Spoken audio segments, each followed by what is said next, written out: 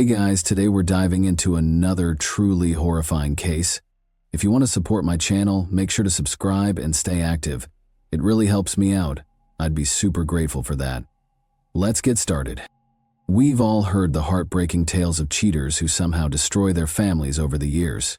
The case from today will definitely go down in history. The crazy thing about this one is that it completely upended our preconceived notions about cheaters and murderers. And it took an incredible 13 years to unravel. At the heart of this bizarre tale is David Cam, a guy who was once thought to have killed his whole family. But did someone else pull the ropes? Or was he the actual murderer? And who could have committed such a horrible deed if it wasn't him? I promise you that this is one of the most bizarre and astounding mysteries you will ever hear, and as always, we will dissect this case in detail. Kimberly and David Cam are shown here. The two met in the middle of the 1980s and grew up in the same city, New Albany, Indiana. By 1989, Kim had become David's second wife after they clicked. Everything appeared to be moving in the correct way. David applied for and was accepted into the Indiana State Police that same year, eventually serving as an officer in the Emergency Response Unit. A few years later, in 1993, the couple had Bradley, a boy, as their first child. It was David's second child, as he already had a daughter from his prior marriage, but Kim's first. When David began an affair with Stephanie McCarty, a younger woman he met at the gym, in the summer of 1994, everything looked to be going well for the expanding Cam family. Kim was expecting their second child, so the timing of this treachery couldn't have been worse. Things immediately got out of hand. Kim was left to rely on her family for support after David left their house and moved in with his mistress. In spite of everything, her family and David's supported her and provided the assistance she required during such a trying period. On February 28, 1995, Kim gave birth to their daughter Jillian, and the entire family was there to support her. That is, everyone but David. However, the affair ended by March of that year, and David made an effort to make amends. Motivated by her love for her family and her responsibilities as a mother, Kim thought about giving him another try despite the grief. Unexpectedly, David returned, and both families supported Kim's decision to forgive him. Soon after, the couple started construction on a new house on Georgetown, Indiana's Lockhart Road, marking a new beginning for them. Because of the personal connection, they decided to make this place their home. In fact, the road was named after some of David's mother's side relatives, giving their house more background and meaning. Things appeared to get better for a time, and they appeared to be headed in the right direction. However, as the adage goes, a cheater is a cheater forever. Despite his reputation as a flirt, David did more than just flirt. He would locate ladies with whom he could have casual romances, frequently hooking up in his patrol car. In addition, David and two other state troopers were sued for allegedly punching a 19-year-old while making an arrest. In addition to his already dismal record, he was the target of countless other complaints. When he was demoted once more, his ego suffered, which only made his narcissistic tendencies worse. David, fed up with the disrespect, took a risk. After submitting his resignation, he accepted a sales position with his uncle's basement waterproofing company. The benefits became immediately apparent. He was able to spend more time with Kim and the children because of his new job's better hours, which he had not been able to do while working as a state trooper. He was no longer only an outsider in his own house. He was present and actively participating. Their lifestyles were made a little more luxurious by the fact that he was earning far more money than he ever did as a police officer. Everything appeared to be coming together for the family by the year 2000. While his younger sister, Jill, was only 5 years old and in kindergarten at Graceland Christian School, Bradley, now 7, was excelling in the second grade. Kim appeared content as she thrived in her role as a senior accountant at Louisville's insurance group. Life appeared to be ideal from the outside. Even in this apparently contented household, there were still rumors that David might have cheated. Kim had even confided in her best friend about her concerns regarding the circulating reports. However, until one fateful evening in September, nothing ever came of all the rumors. David went about his daily business on Thursday, September 28, 2000, playing basketball at the local church recreation center with his friends. As usual, Kim supervised the children's activities and escorted them home. The night was much like any other. But the game took longer than David had anticipated. When he finished, he was anxious to get home because he thought Kim might be angry. He reached for his garage door remote and pulled into the driveway, knowing that their house was only a few minutes away. However, David was stopped in his tracks when he saw what was inside the garage when the door slowly opened. He found his wife Kim lying on the floor in the garage, apparently shot in the head. Below her, a puddle of blood splattered on the floor. Her black Ford Bronco's passenger door was open, but David couldn't see right away if his children were inside. He hurried over and peered into the Bronco. His greatest worries materialized in the rear seat. Bradley and Jill, his kids, were in the same terrible shape as Kim. David's instincts as a law enforcement officer took control. After a cursory assessment, he concluded that Kim and Jill could not be saved. Since his son didn't appear to have any brain injuries, David Cam thought he might still be alive. On the basis of optimism, he got into the Bronco's passenger side, pushed his way past the two bucket seats in front, and gingerly took his son out. There was a slight warmth in Bradley's little body when he touched him. After setting the youngster on the garage floor, he started doing cardiopulmonary resuscitation. Jill's head and torso sagged forward and to the left as a result of David's left knee pressing into the center of the rear seat throughout this procedure. She touched David's t-shirt with this motion, putting bloodstains on it. Whether David was guilty or not, this moment became one of the most important ones in the case. His DNA was now entangled with the crime scene as a result of his actions, and reality struck him like a truck after his efforts failed. David realized he had to move fast. He dialed his old employer, the Indiana State Police Department, seeking assistance in a panic. He ran across the street to his uncle's house, following the call, yelling for someone to inform him of what had transpired. Then, overcome with panic and perplexity, he ran back to the garage. Kim was just as David had described when the cops arrived on the scene. Her corpse was on the ground, her pants were taken down, and blood was streaming from her skull. Jill's body was discovered in the rear seat of the vehicle, and Bradley's lifeless body was discovered nearby. All three of the victims were suspected of having been shot dead at once. A bucket that smelled like bleach was now in the garage. Kim parked in a public lot every day for work, so the investigators didn't give it much thought when they discovered some unidentified fingerprints on the outside of her car. Nobody seemed to identify the sweater with the term backbone inscribed under the collar that was tucked beneath Bradley's body. David said it wasn't his when the cops questioned him about it. As previously stated, Kim was discovered wearing only her blouse and underpants and no pants, but there were her blood-stained jeans close by. David was not an exception to the rule that the spouse is generally questioned first in murder cases. David was quite cooperative, giving a detailed account of his day and stating that Kim and the children had most likely returned home at 7:30 or 7:40 p.m. Given the condition of the vehicle, David reasoned that the killings had to have taken place shortly after they got home. However, he was unable to identify the person who might have wished to harm his family. There was nothing that would have made Kim and the children adversaries. Furthermore, David remained steadfast in his alibi. He maintained that, from 7 to 9:20 in the evening, he was at a basketball game at the rec center, just as he had stated. Additionally, David persisted in his assertion that Kim would never have incited such violence. The investigators initially pondered whether it might have been a robbery gone awry, but that thought was quickly dispelled. The garage showed no indications of forced entry. No one had attempted to enter the house, and nothing appeared to be missing. The evidence pointed to something far more sinister than theft: a deliberate assault on Kim, Bradley, and Jill. Later, however, the phone company disclosed that David had called at 7:19 p.m., which was the most incriminating proof. The evening of the killings. Given that David had stated that he was playing basketball starting at 7 p.m., the fact that the call was placed from his home landline raised serious concerns. Until 9 p.m., considering that he called after 7 p.m., cast severe doubt on his story and contradicted it. The question was further compounded by the autopsy report. In addition to Jill's blunt force trauma to her vaginal area, the examiner discovered that all three victims had died from gunshot wounds. Her death and this injuries appeared to have happened within the same 24-hour period. An assault could not be ruled out, although the examiner speculated that it might have been caused by a fall. Oddly enough, Jill had sobbed and complained of pain in that area during her dance session. It was a terrifying detail, but it was unclear if this had anything to do with the devastation to her body.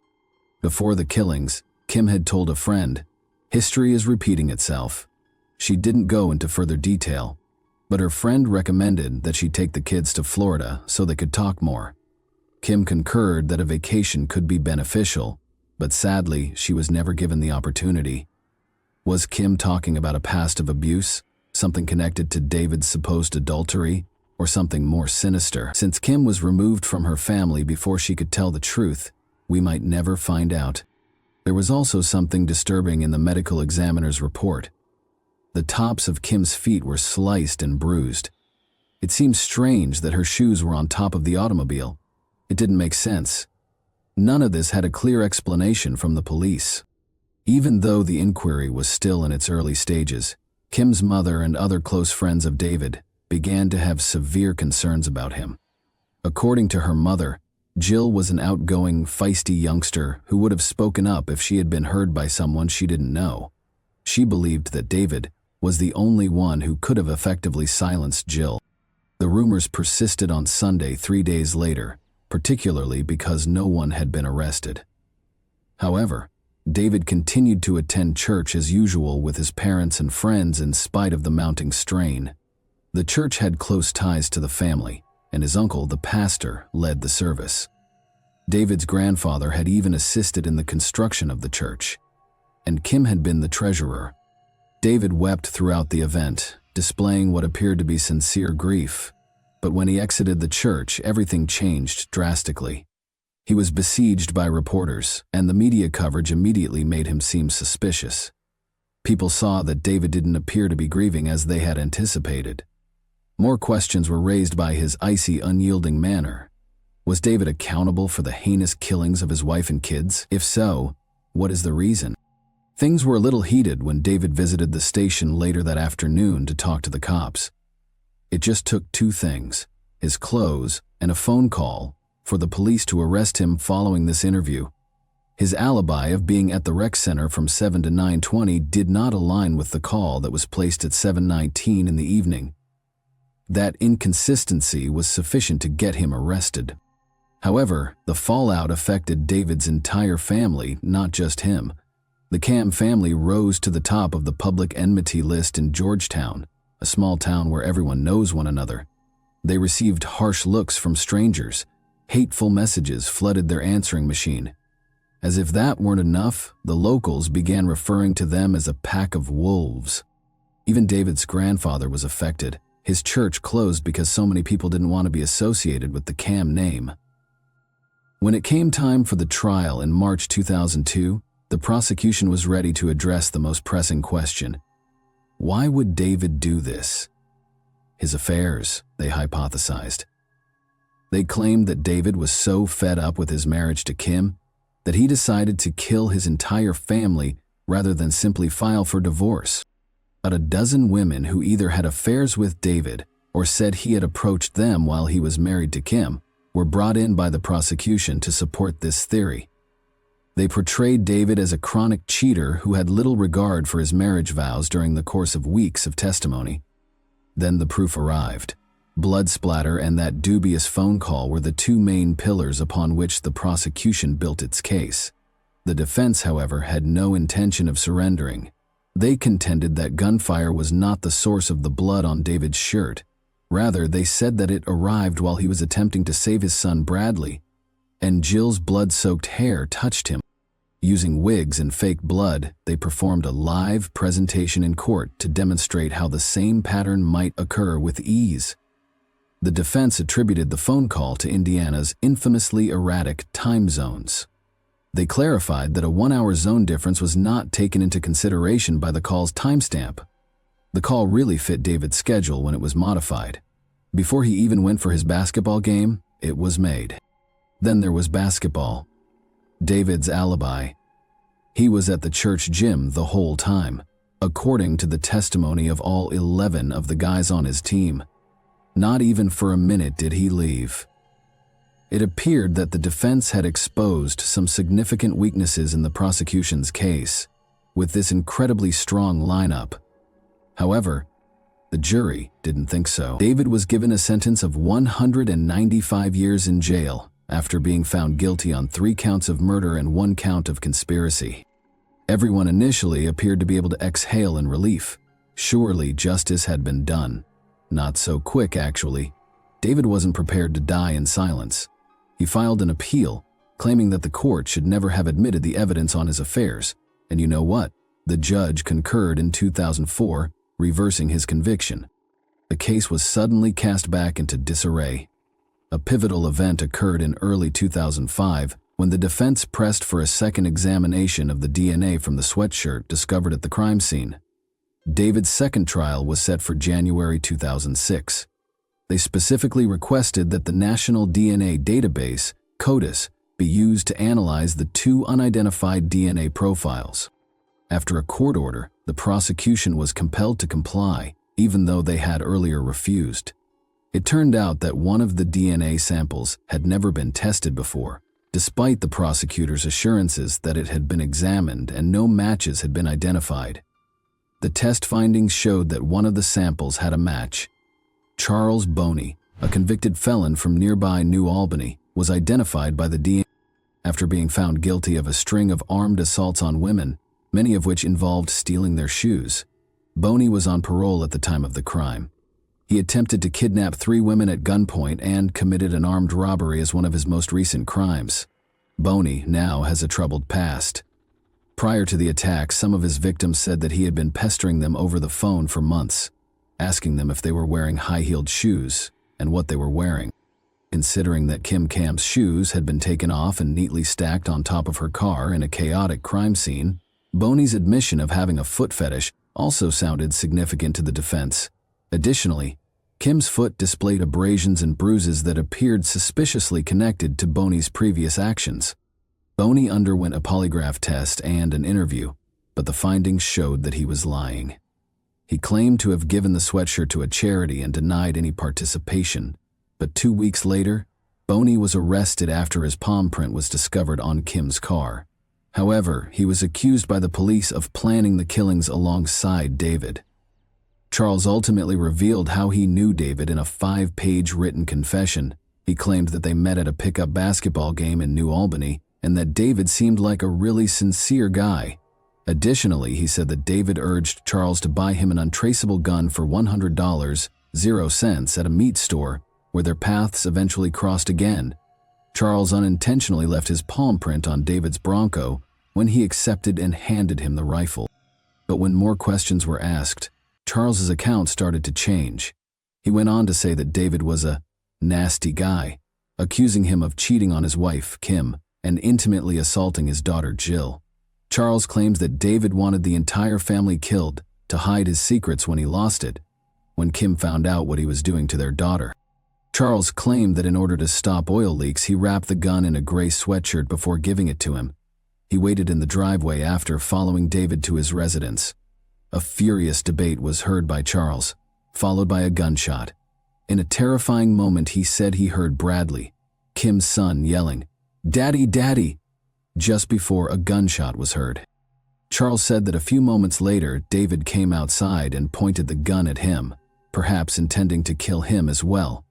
Moving Kim's shoes, as though cleaning up while running for his life, Charles sought refuge in the garage. Charles ran away when he heard a woman pull into the driveway. Charles confessed that he did not pull the trigger, simply sold David the rifle. Being a black guy, he was hesitant to report the killings for fear that he would be held accountable by the authorities. He was ultimately arrested for conspiracy to commit murder as a result of his statement, and he was returned to custody for trial. Charles had already spoken to Stan Faith, one of the prosecutors in David's initial trial. It was discovered after his arrest. Charles said that he was close to Stan and had conferred with him prior to being named as a suspect. Stan then apologized for his part in it. Police found Charles's ex-girlfriend Mala's DNA on the gray sweater, which led to the discovery of another clue. They were in a relationship at the time, but it terminated soon after the killings. Mala explained that, after telling her he was heading to work that night, Charles returned home at midnight with scraped knees. She was uncomfortable when he showed her a gun, which she had never seen before. Charles and his mother watched news reports about the killings the following morning. Mala departed after an argument and didn't see Charles again for weeks. She later ended their relationship, but the reason for the blood on the hoodie was that she has diabetes and often pricks her finger to check her blood sugar levels.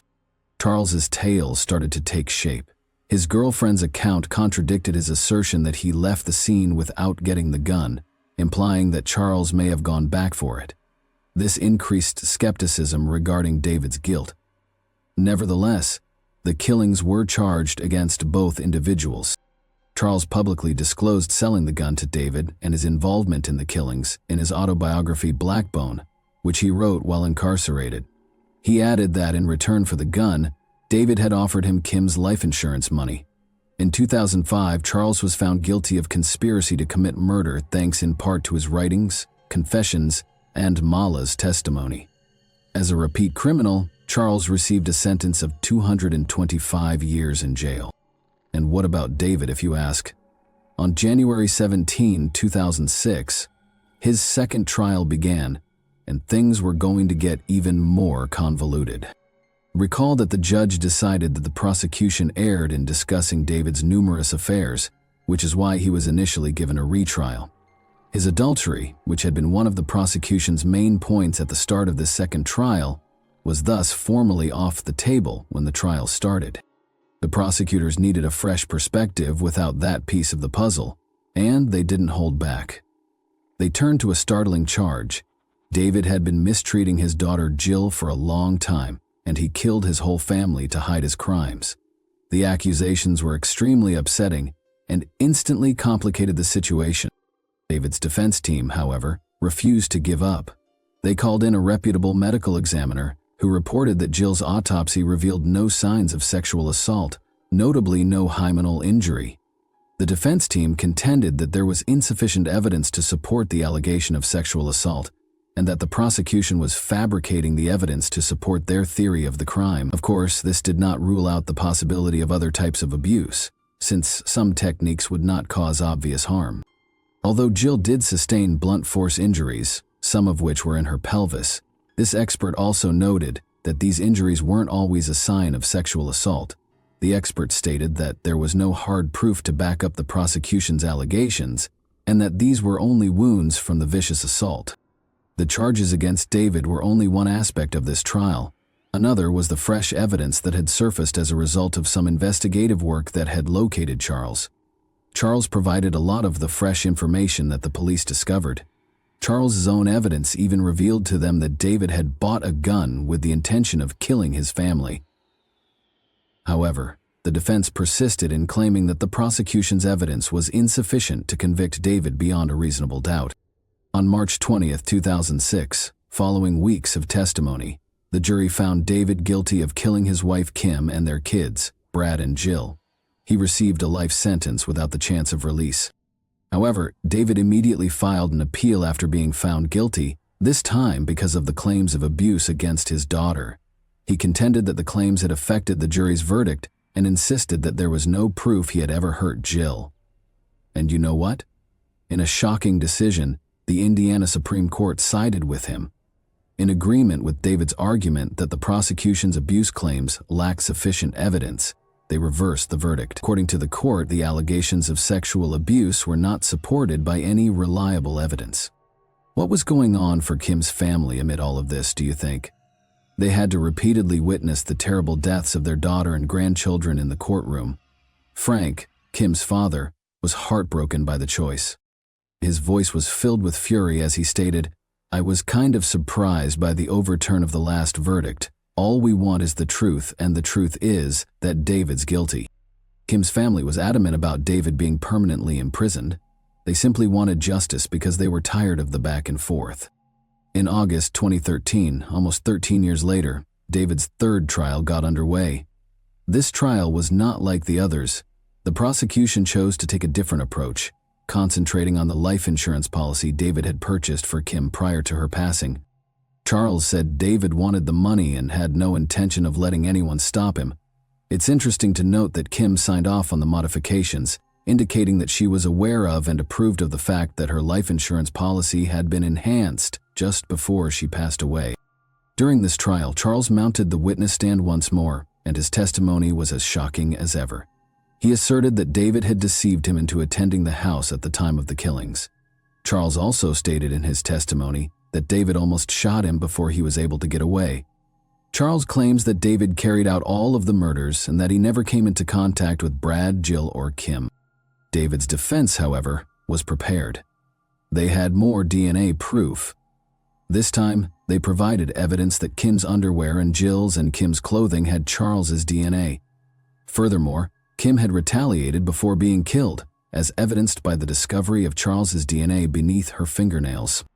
The blood spatter on David's shirt was the most convincing evidence connecting him to the crime scene, even with all the DNA evidence and Charles's dubious involvement.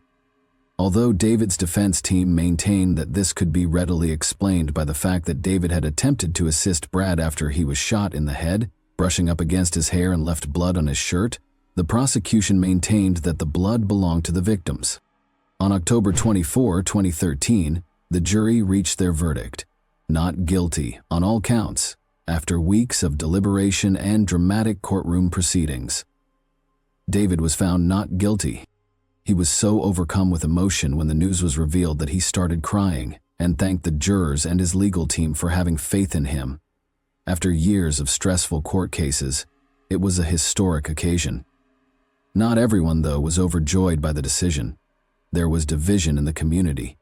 After all, a lot of people had been wondering whether David had really been innocent after 13 years of media coverage. Despite the overwhelming evidence, some people believed there were still unresolved issues.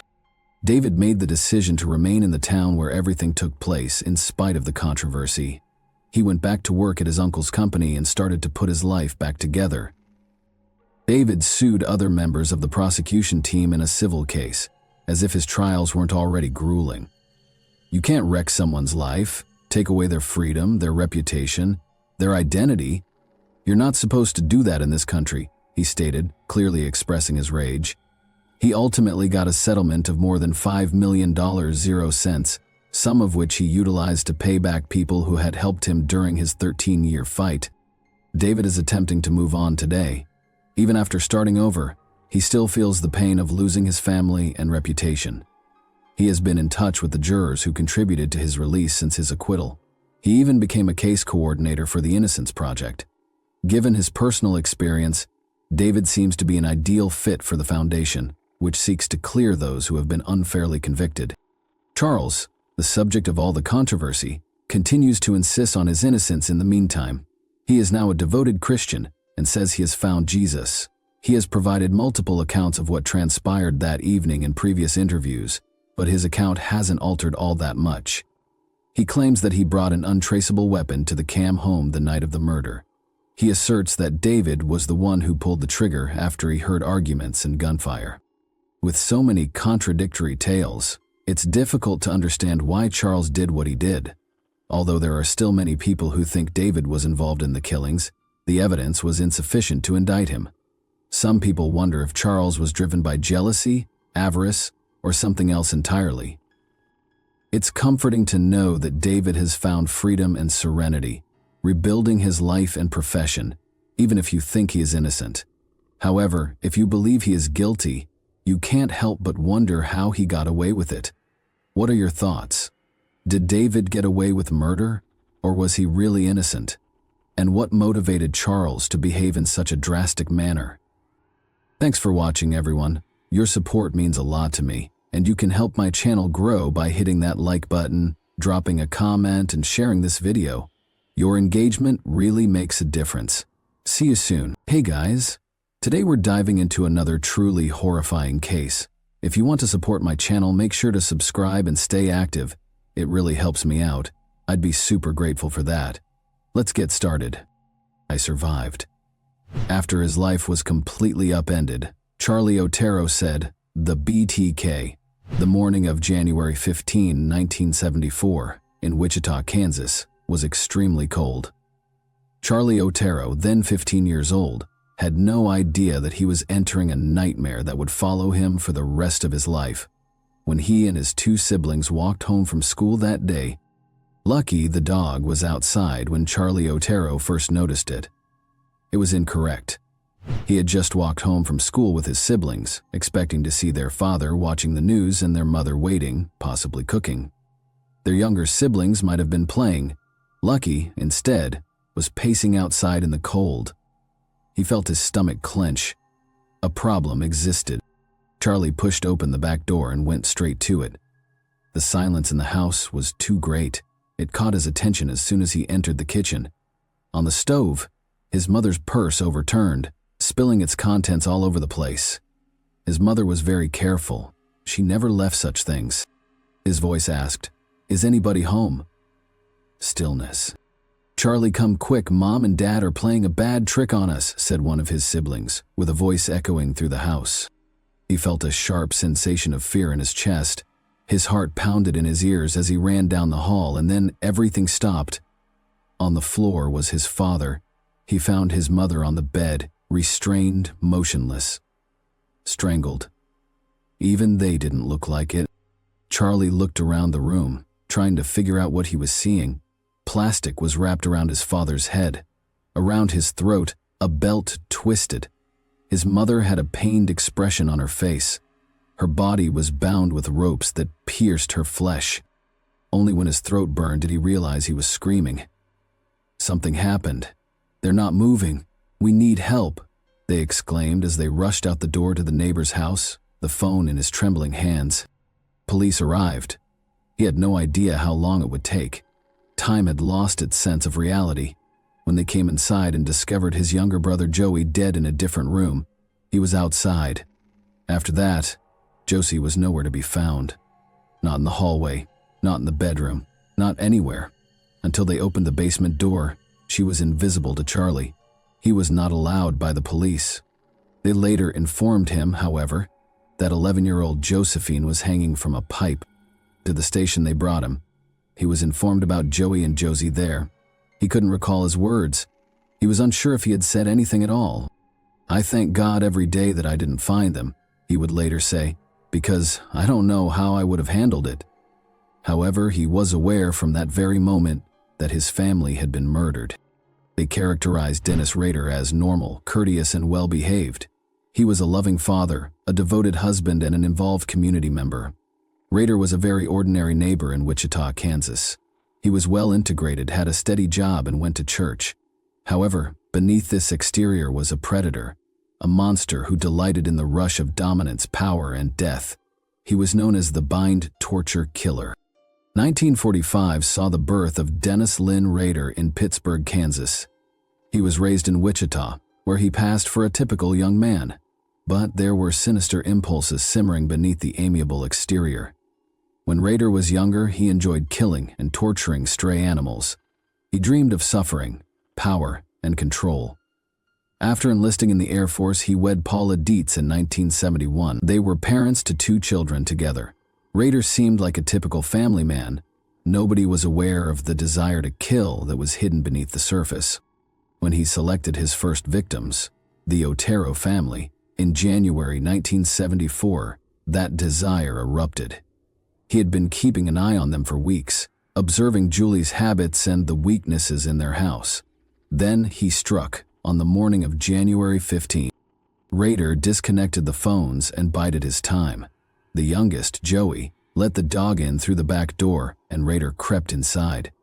Holding the Otero family at gunpoint, he fed them a false narrative about him being a California wanted man in need of only money and food. But his made-up story was far less ugly than his real intentions. Binding them all with the ropes he had brought, he pushed the family into a bedroom. Rader overpowered Joseph Otero Sr.'s resistance, securing his feet and wrists. He covered his head with a plastic bag after that. After Joseph chewed a hole through it, Rader covered him with another bag and watched him slowly suffocate. Julio Taros then made a fervent plea saying, "Please, save my son," in reference to Joey. It was a cruel illusion of mercy, but for a moment, Rader took the bag away.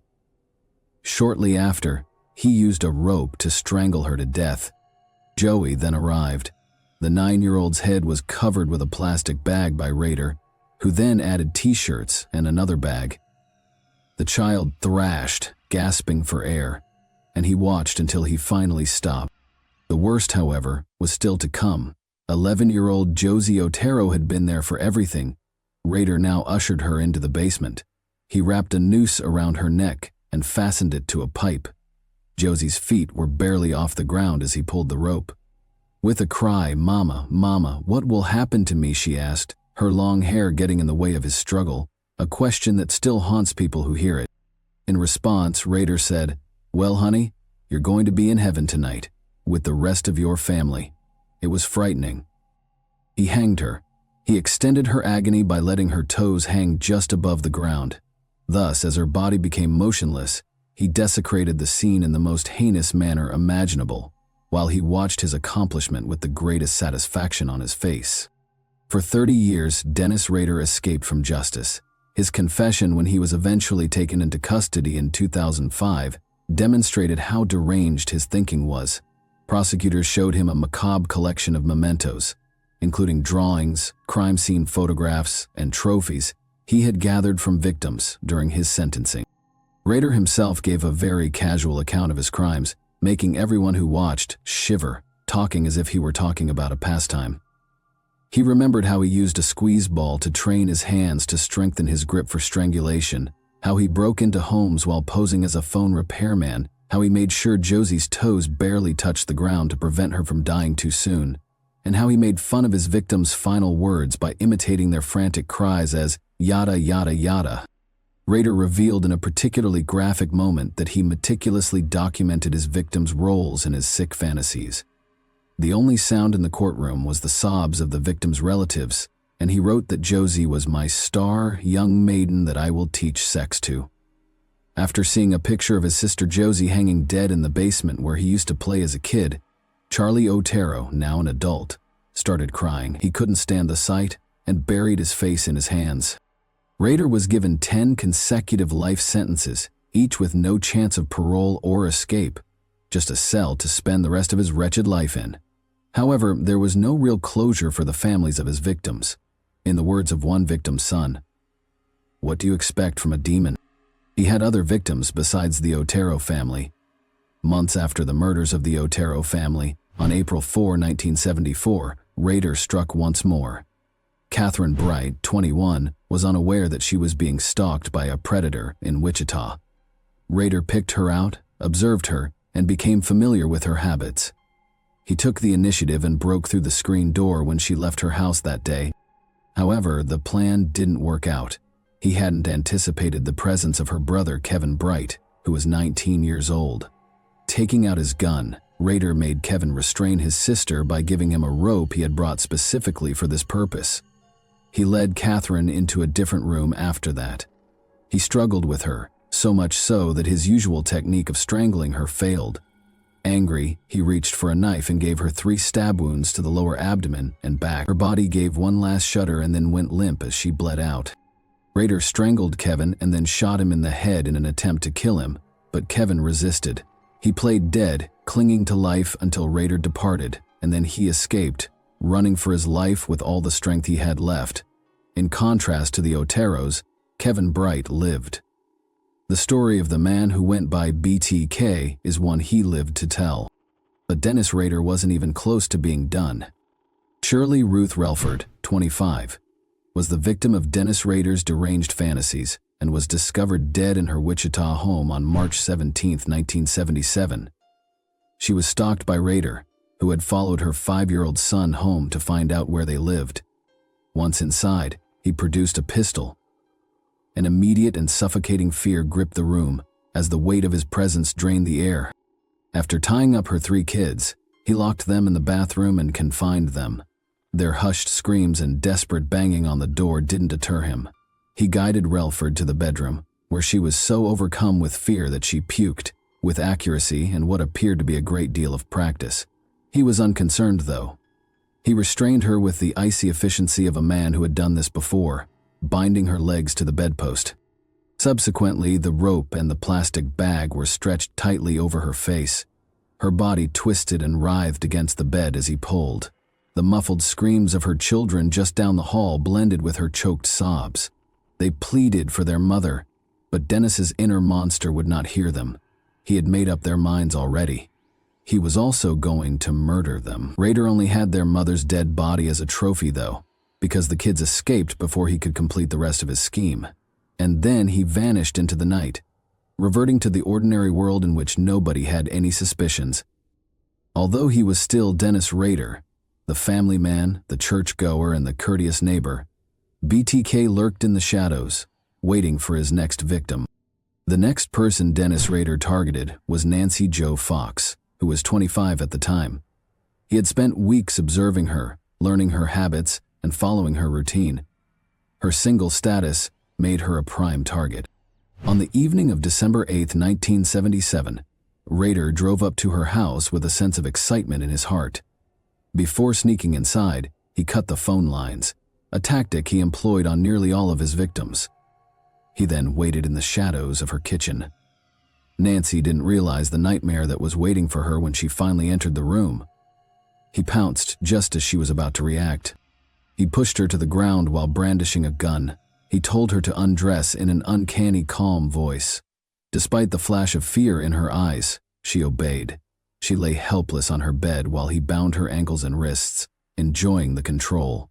Dennis fastened her neck with a belt. He gave her a slow squeeze, making her pain worse. Her fate had been decided the instant she entered that door, despite her struggle and gasp. Rader leaned close to her before she passed away and made a sick confession in a whisper. He was the one who killed Otero. He used a payphone the next day to dial 911. He said in an emotionless voice, "You will find a homicide at 843 South Pershing," and then hung up. Despite Nancy Jo Fox's death, the monster remained at large. In a letter to the Wichita television station KK on February 10, 1978, Rader took responsibility for the killings. He came up with a lot of names for himself, including BTK. He demanded media coverage. He asked, "How many do I have to kill before I get a name in the paper or some national attention?" in this second letter. The letter contained a poem entitled, "Oh Death to Nancy," a parody of the lyrics to the American folk song, "Oh Death." Rader claimed that he was motivated to kill by a supernatural force he named Factor X, which he described as the same force that drove Jack the Ripper, the Son of Sam, and the Hillside Stranglers. Additionally, he requested that the police reply with a covert message. During one of the station's evening newscasts, police chose to flash a subliminal message because they knew the BTK killer watched KAKE. "Now call the chief," the message briefly said, and included a drawing of an upside-down pair of glasses that had been discovered at the Fox crime scene. They hoped the message would persuade the murderer to come forward. But it didn't work. Dennis became obsessed with a 63-year-old woman named Anna Williams, and in 1979 he set his sights on her. He waited inside her house for hours, getting angrier every minute when she failed to come home in time. He was angry. He ruined his perfect plan. Inadvertently, Anna Williams avoided death that evening. His later killings became more sophisticated and purposeful. In 1985, 53-year-old Maureen Hedge was abducted from her home. After bringing her lifeless body to the church where he served as president of the council, Dennis Rader photographed her, twisted her corpse, and then disposed of it in a ditch. A similar horror was experienced by Vicki Wegerle, who was 28 years old. In 1986, she strangled herself. Dennis pretended to be a telephone repairman, which led the police into a false sense of security. The last person he is known to have killed was Dolores Davis, 62, who was strangled with pantyhose and then discarded beneath a bridge in 1991. The BTK case was no longer active by 2004.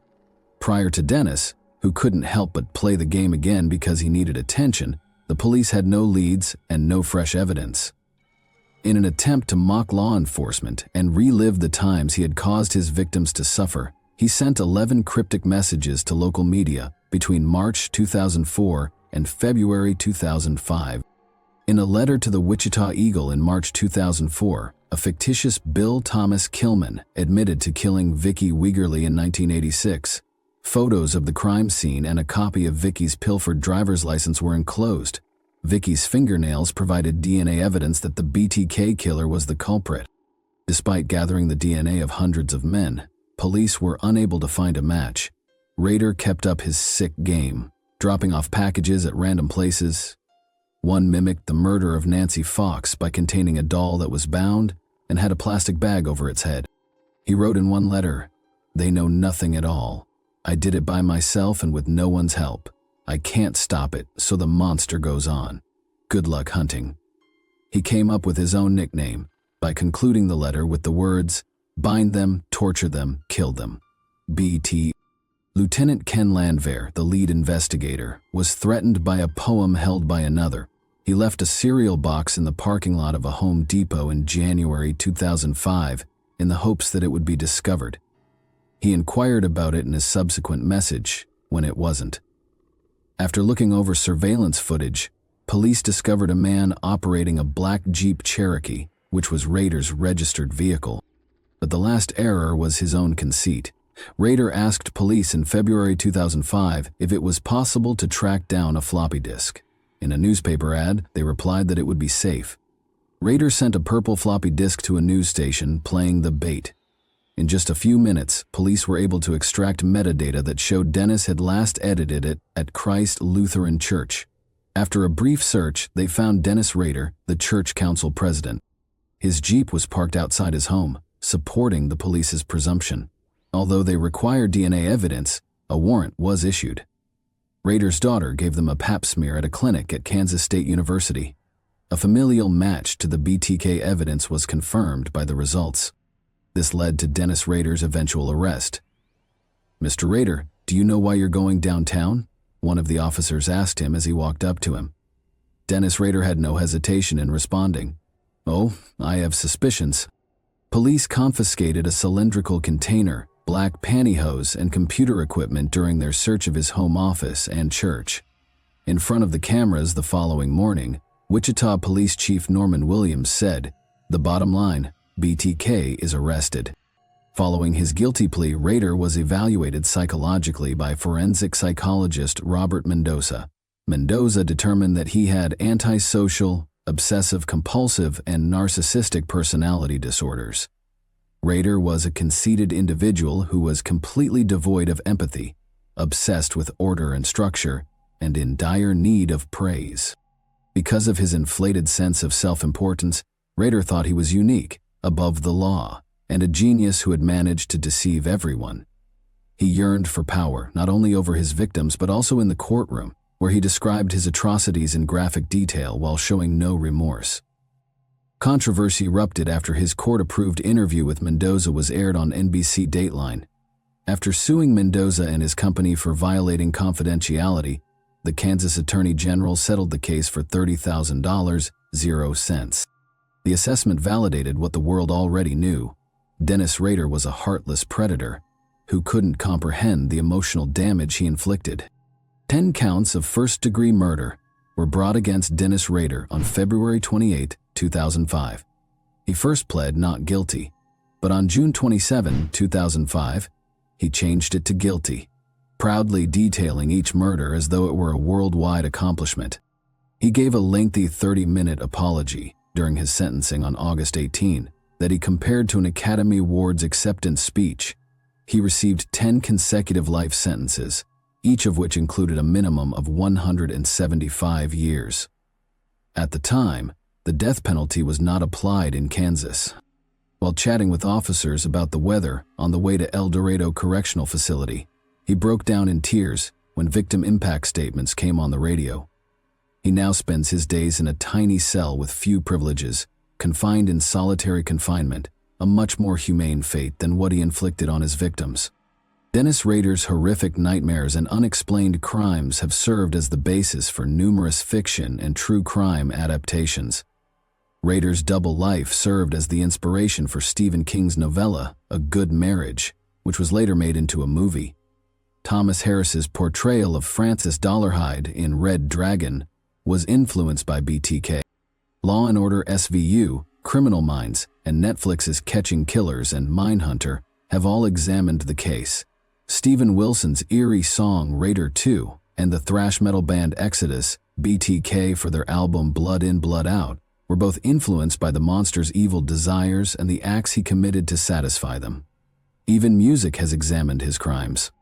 However, Dennis Rader has committed more crimes. Nobody wanted to believe it, but in August 2023, authorities found evidence that Dennis Rader might have had more victims. As investigators searched his former Park City residence, they found possible trophies from other unsolved cases.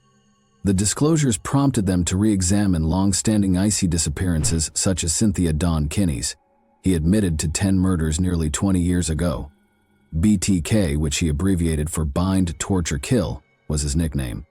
The notorious BTK serial killer is currently serving life sentences at a maximum security facility in Kansas, and new evidence has surfaced that could link him to more killings. Cynthia was last seen at the Osage Laundromat in Oklahoma on June 23, 1976, when she was just 16 years old. Before she disappeared, witnesses remembered a 1965 Plymouth Belvedere, which was faded and beige. After discovering an unsettling entry in Rader's writings, decades later, Sheriff Eddie Verdon linked him to the crime. Bad wash day. At first glance, the phrase seemed harmless, but authorities discovered that an ADT alarm system had been installed at a bank across from the laundromat. Dennis Rader had been in the area, working as an installer on the day Cynthia vanished. Even worse, Dennis reportedly admitted in his writings that he had fantasized about robbing a girl in a laundromat. Dennis, perhaps fearing the death penalty in Oklahoma, denied involvement, despite growing circumstantial evidence. How many more people are still out there, waiting to be found as victims of his vile fantasies? Thanks for watching, everyone.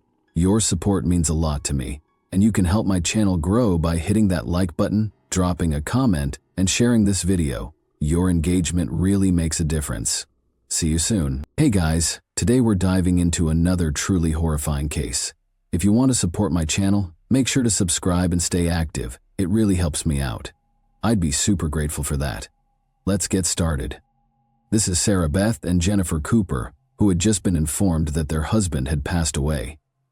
On November 4, 2015, 37-year-old Andrew Harmon was shot dead in his own home. But as the weeks-long investigation unfolded, detectives would uncover a complex marriage, tangled lies, and a chilling conspiracy that uncovers a betrayal hiding in plain sight. On November 4, 2015, around 5:40 p.m., officers received a frantic call from a terrified wife. With this information, police and EMS quickly raced to Central Avenue in Kansas City, Kansas. Upon reaching there, they met with a grim sight.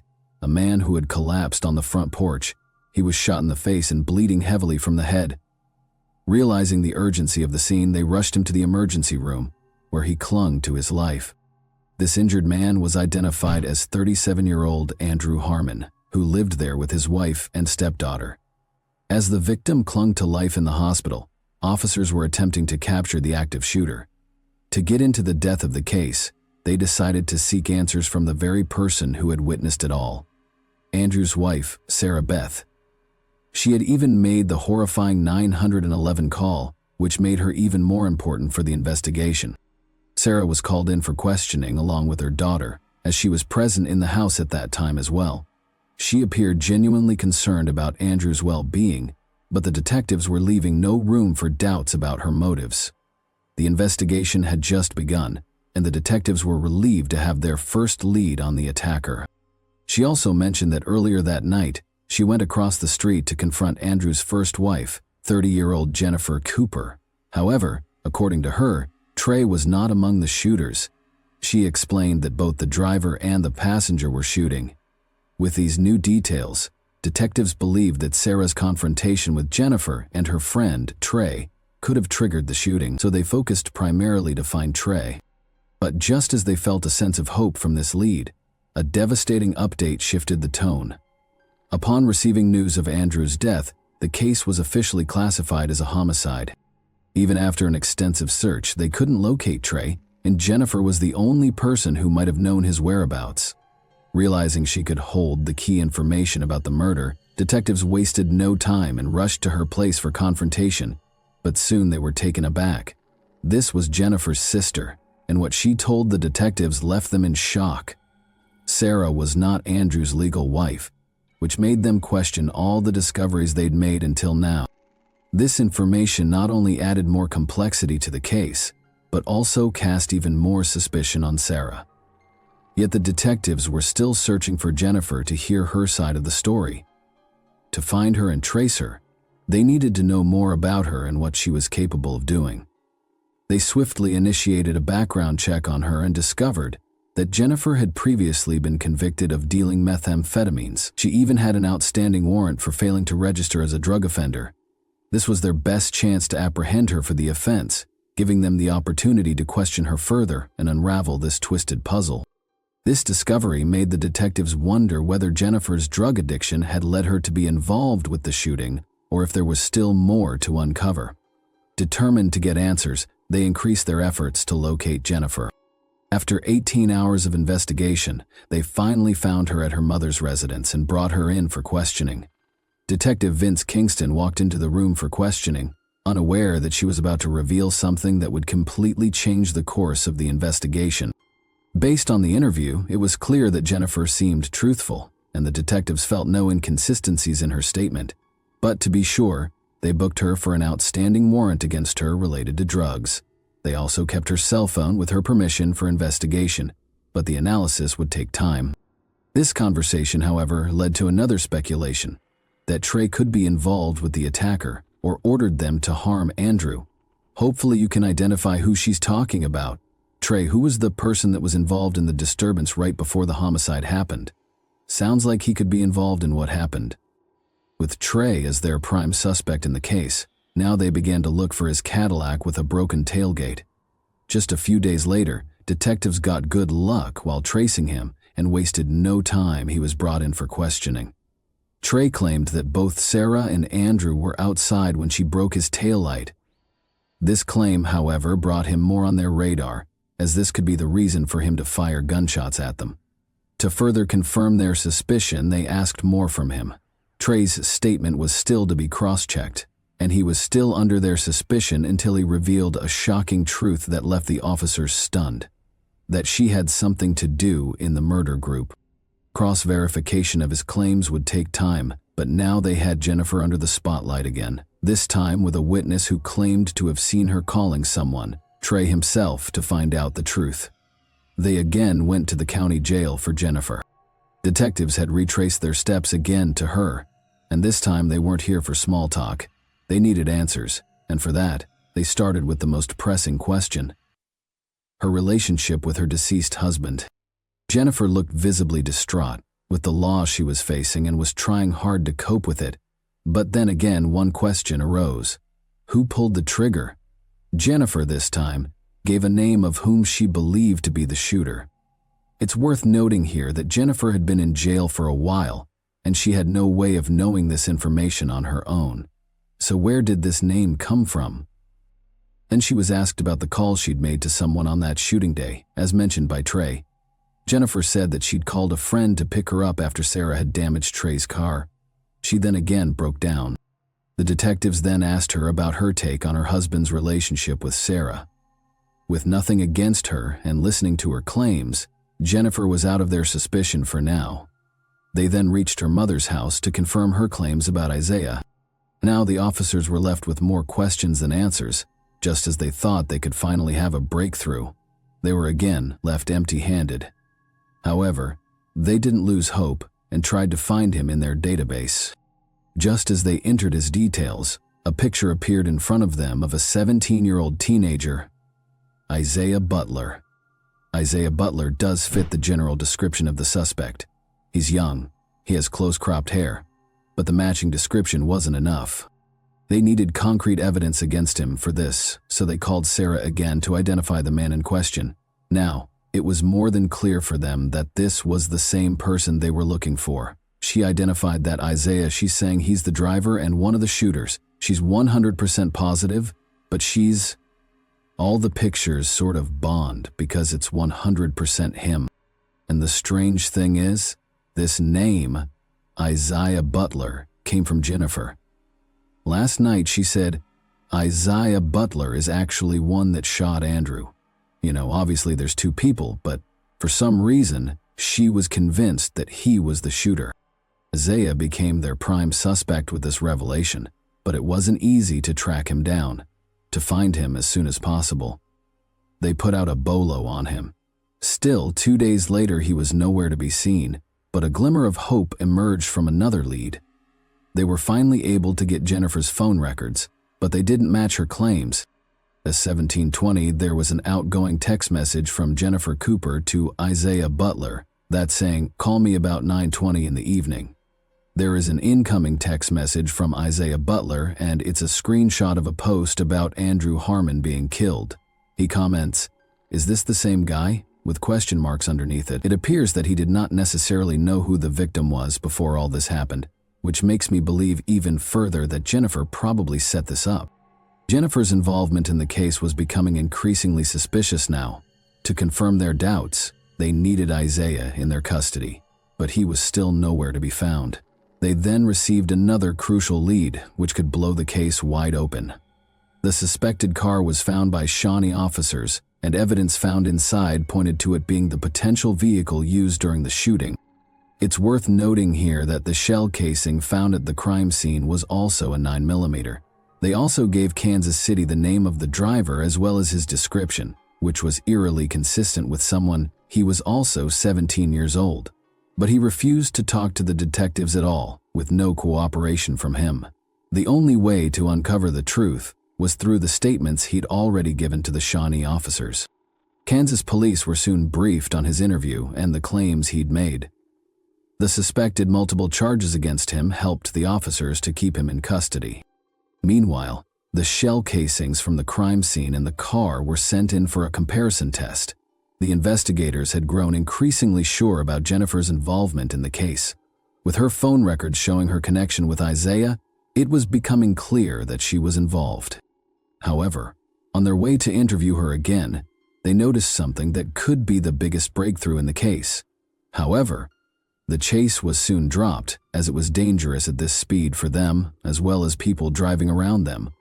Despite having their main suspect in front of their eyes, they were left empty-handed. Then they finally reached the county jail to question Jennifer about all the mess she's created for a long time and kept playing with them. This time she was being questioned as a suspect and not a witness, but instead of answering the questions like before, she did something they didn't expect from her. With no possible new leads from Jennifer, they decided to go for a different approach. On the very next day, they called Isaiah's parents, hoping they might have some information about him. Unfortunately, even here, they were left empty-handed. But after 1 month, they received their biggest and most awaited breakthrough. Tulsa PD called them to inform them they had Isaiah Butler in custody. 4 months later, Isaiah was questioned at the Kansas City, Kansas courthouse. They began by asking him about that fateful day, to which he replied with eerie calmness. Isaiah then unraveled something that left everyone shocked. But he had just started. A teenager shooting at someone's house without any aim or target sent chills down their spines. He then revealed Jennifer's actions, which clearly put her at the crime scene. Isaiah was then confronted with the truth about his claims. He then finally admitted to having killed Andrew for a simple reason. Although they were able to get him and put him on trial, there was one question left unanswered. The officers presented all the evidence to begin a trial against the culprits. Ballistics confirmed that the shell casing from the crime scene matched the one found in the second suspect's vehicle, proving their involvement. Isaiah Butler pleaded guilty to second-degree murder and was sentenced to 17 years. Consequently, Jennifer Cooper pleaded guilty to solicitation to commit first-degree murder and was sentenced to 19 years. Thanks for watching, everyone. Your support means a lot to me, and you can help my channel grow by hitting that like button, dropping a comment, and sharing this video. Your engagement really makes a difference. See you soon. Hey guys, today we're diving into another truly horrifying case. If you want to support my channel, make sure to subscribe and stay active. It really helps me out. I'd be super grateful for that. Let's get started. The footage you just saw wasn't fiction. It wasn't acted. It was real. These were real people, real victims caught in the grip of a monster hiding in plain sight. That monster was 36-year-old Maury Troy Travis. His crimes were so disturbing, so inhuman, that the local police chief ordered psychological counseling for any officer forced to view the evidence. The basement where he committed his atrocities became known as something closer to a torture chamber than a crime scene. Maury Travis didn't just kill, he orchestrated cruelty. He lured women into his home with cold calculation, brought them down into his basement, and subjected them to torture that defies comprehension. But how did such a seemingly quiet, respectful man carry out acts so horrific? What could drive someone like Travis to such depths of evil? And how did he manage to keep his crimes hidden in a quiet suburb? To understand the darkness behind the mask, we need to go back to the beginning. Maury Troy Travis, born on October 21, 1965, in St. Louis, Missouri, lived a life that on the surface looked painfully average. Known as Toby to those close to him, he grew up in Carr Square, a public housing complex, before his family moved to a modest home in Ferguson in 1976. He lived with his mother, Sandra Travis, and his father, Michael V. Travis. There were no signs of physical abuse, no record of early criminal behavior, just the usual growing pains of a quiet, introverted kid. He was polite, exceptionally polite. Teachers remembered him as well-mannered and soft-spoken. One neighbor recalled him mowing lawns without being asked. A teacher described him as one of the quietest students she'd ever had.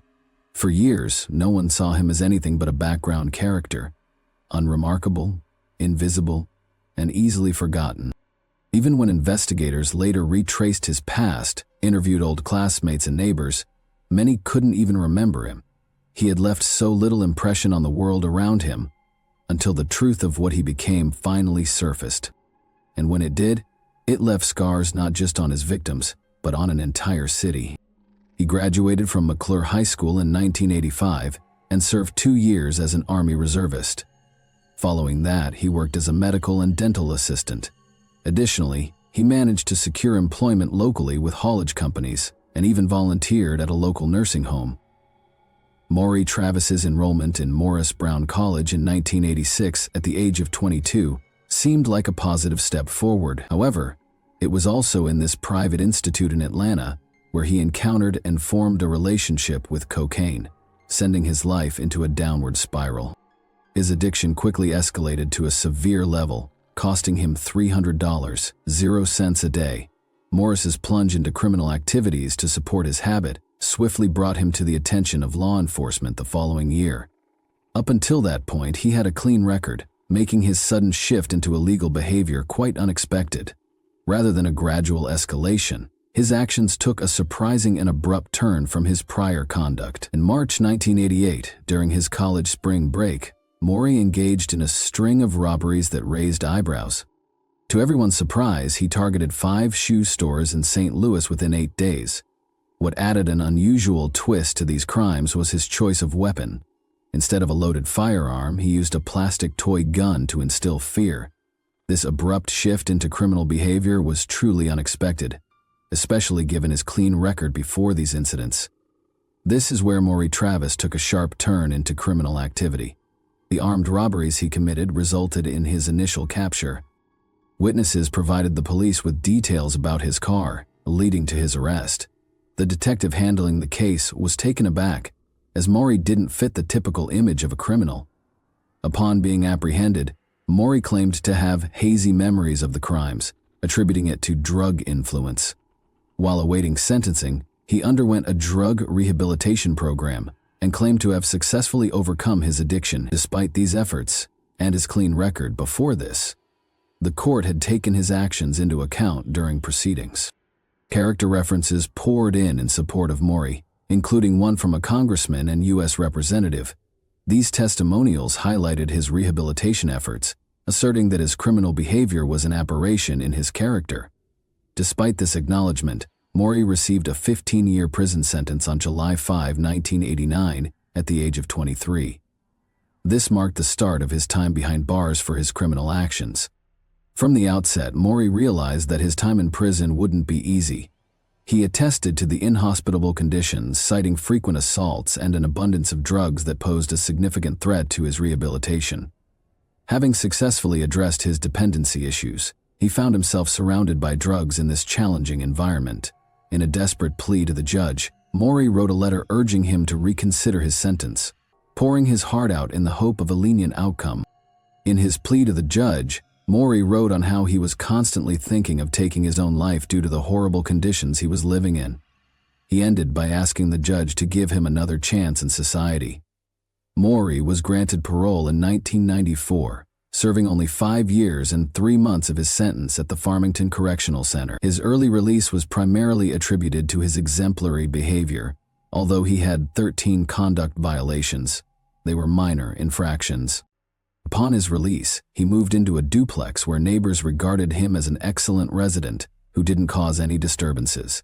After serving time, initially from March 1989 through June 1994, Maury faced additional prison stages due to drug charges from February 1998 to January 1999 due to repeatedly violating his parole. Once outside prison, he worked in various restaurants, keeping to himself mostly. He also displayed an unusual fixation for his 2000 black Mitsubishi Eclipse, spending considerable time cleaning and maintaining it. Although neighbors and classmates of Maury didn't have any suspicious information about him, March 2001 saw Maury's girlfriend leave him, and this was when bodies of women began to turn up around town. Between March 2001 and May 2002, Maury would actively pick up sex workers along the extended stretch of Broadway, known as the Stroll north of St. Louis. In fact, 4 suspected victims of Maury were later discovered in this area. It gained notoriety for its numerous crack houses and the availability of such workers. Maury would pick them up and then bring them back to his home in Ferguson. Once there, he would keep some of these women for days, subjecting them to his whims.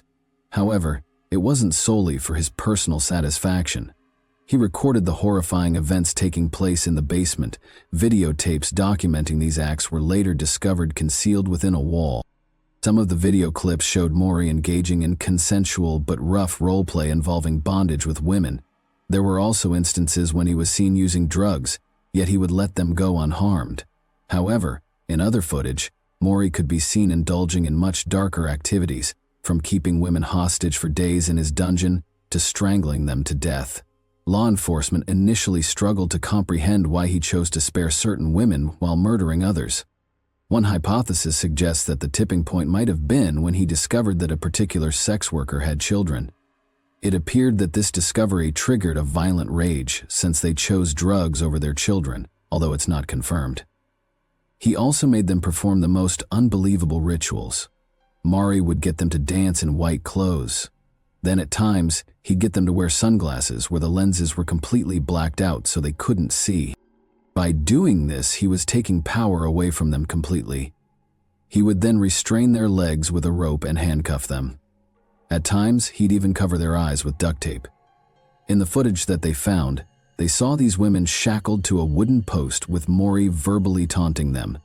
He would tell them what was going to happen, or they needed to berate them as well. At times, he'd get angry because he'd find out that these women had children. He also used to criticize them, expressing aggression and violence due to their choice of drugs over their kids. In some of the earliest footage, Maury is actually seen standing over a nearly naked woman, heavily bound with a rope and handcuffed. Then he suddenly grabs the belt, snaps it tightly around her neck and strangles her until she's unconscious and she's limp. He may even have broken her neck. He then just leaves her body face down on the floor. It's truly horrifying to think that Maury Travis was able to carry out such horrific crimes without raising suspicion.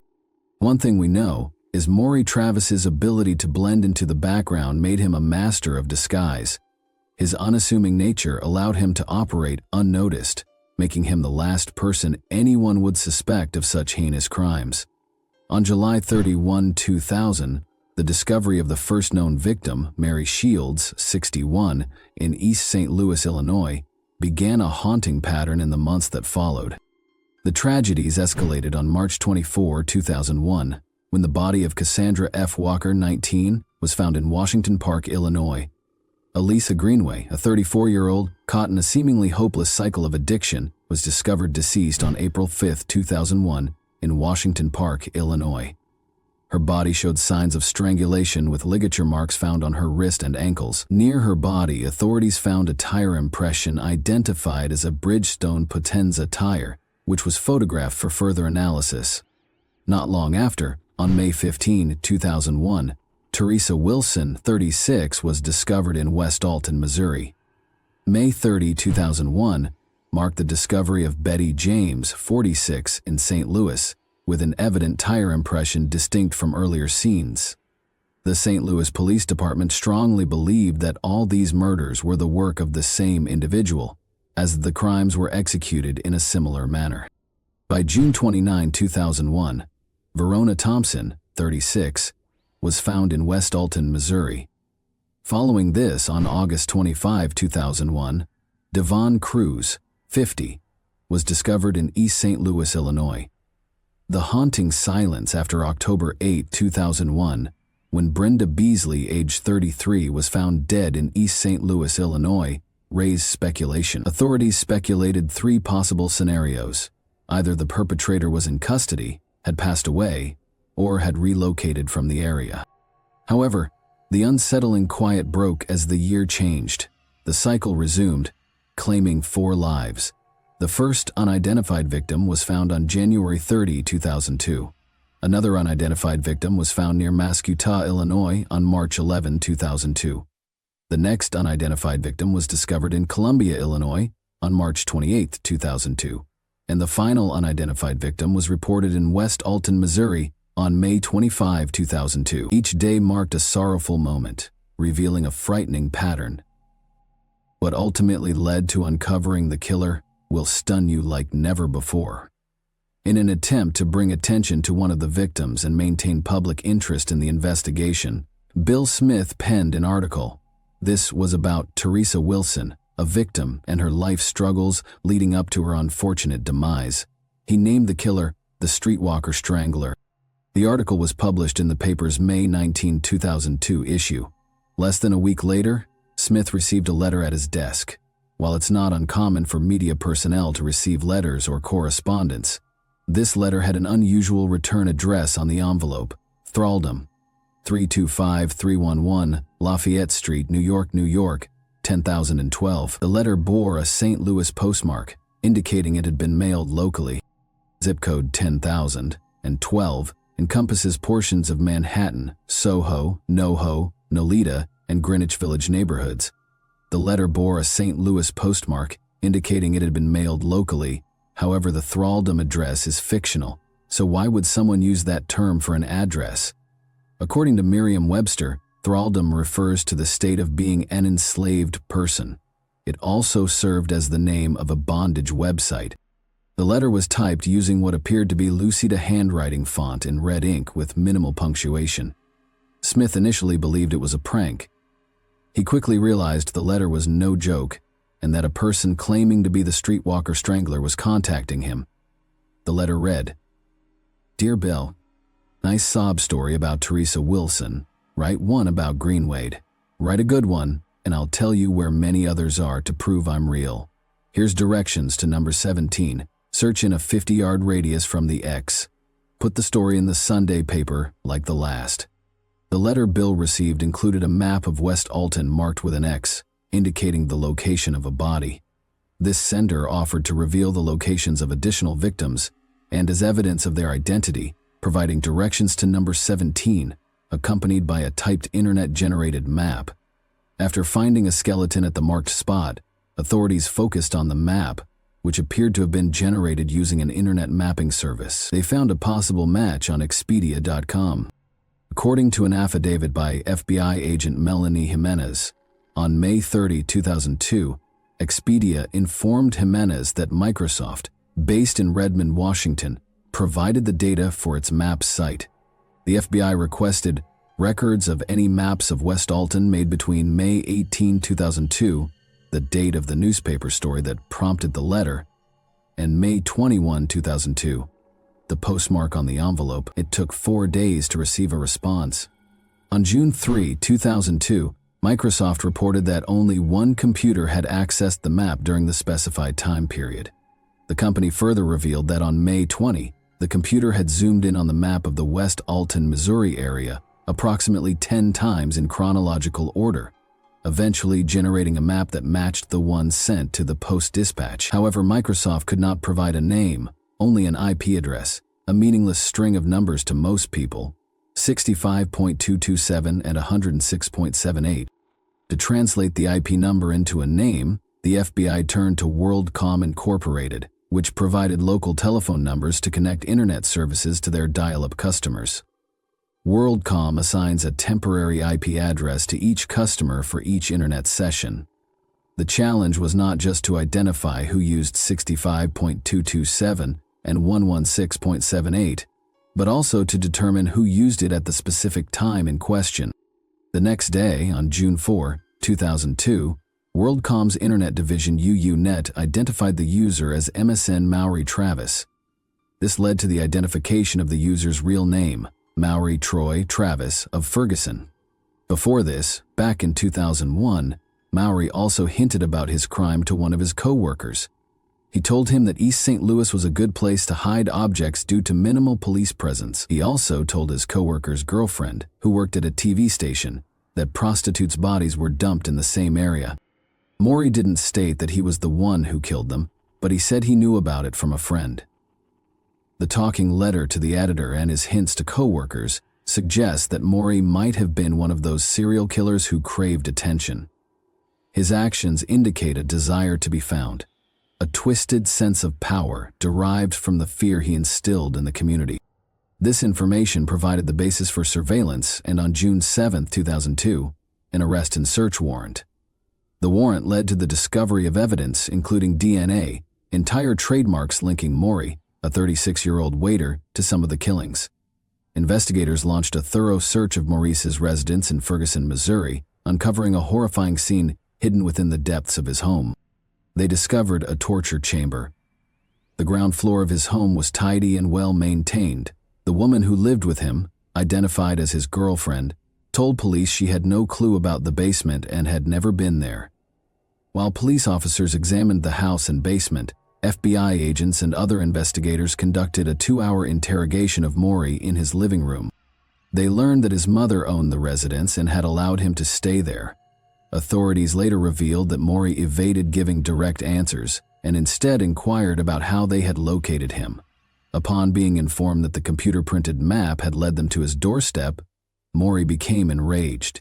Shortly after police escorted Maury outside and placed him in a car, he consented to accompanying the police downtown for further questioning. Computer forensics experts entered the house to inspect Maurice's computer, where they uncovered drafts of the letters sent to journalist Bill Smith. Downstairs, investigators uncovered a house of horrors. They found bloodstains on the walls, ceiling, carpet, and furniture. Within this, they discovered chilling torture instruments, a menacing stun gun, and newspaper clippings documenting his heinous crimes. But the most disturbing discovery was yet to come: videotapes capturing Maury's unspeakable acts of violence, subjecting his victims to horrific acts. The evidence from this torture chamber, coupled with DNA analysis, suggested that he committed the murders of between 12 and 20 women. He had been preying on vulnerable individuals, many of whom were drug addicts and sex workers in the states of Missouri and Illinois. Between 2002, Travis asked for a soda during questioning. Later, the can he drank from was sent to the lab for testing. DNA swabs were taken from the area near the opening of the can for epithelial cells in Travis's saliva, which could be used for DNA testing. Travis's DNA profile was then compared to the biological material found on 2 of the murder victims, Yvonne Cruz and Brenda Beasley. St. Louis Police Captain Harry Heger said that investigators also found a crude diagram in Maury's home showing plans for a basement extension. Heger said that Maury was planning to build 2 cells in the basement where he could chain the women, and then he was planning to build vents connecting the basement to the outside. Heger said that Maury also made a list of things that he needed to keep the woman captive for some time, and that one of the items on the list was adult diapers. We spoke about the victims, who were identified, but now let us uncover a few who are not known till the present. On May 25, 2002, the tragic case of St. Charles County Jane Doe came to light, adding another victim to the list of serial killer Maury Troy Travis. The woman's remains were discovered near West Alton, Missouri, leaving her identity shrouded in mystery for 21 years. The discovery of St. Charles County Jane Doe unfolded following the anonymous letter sent to local reporter Bill Smith on May 21, 2002. The skeletal remains of St. Charles County Jane Doe were found west of Highway 67 and south of St. Charles Street, scattered over a 30-foot wide area. It was determined that she was a female between the ages of 25 and 35, of black ethnicity, and approximately 5 feet 4 inches in height. One or more limbs and one or both hands were not recovered. The remains found at the crime scene included a sleeveless, coarse blue denim dress with metal buttons, a black and silver V-neck stretch shirt with 3/4-length sleeves, a black spandex top, a torn piece of blue jean-type material, a white cotton tube sock, a blue shoestring-type tie-up in the back, and a thin white cotton fragment. A few months prior, on March 28, 2002, another discovery had been made: the remains of an unidentified woman. She would come to be known as Monroe County Jane Doe, one of the 3 victims of the notorious St. Louis serial killer Maury Travis. Her identity remains a mystery, her story shrouded in silence.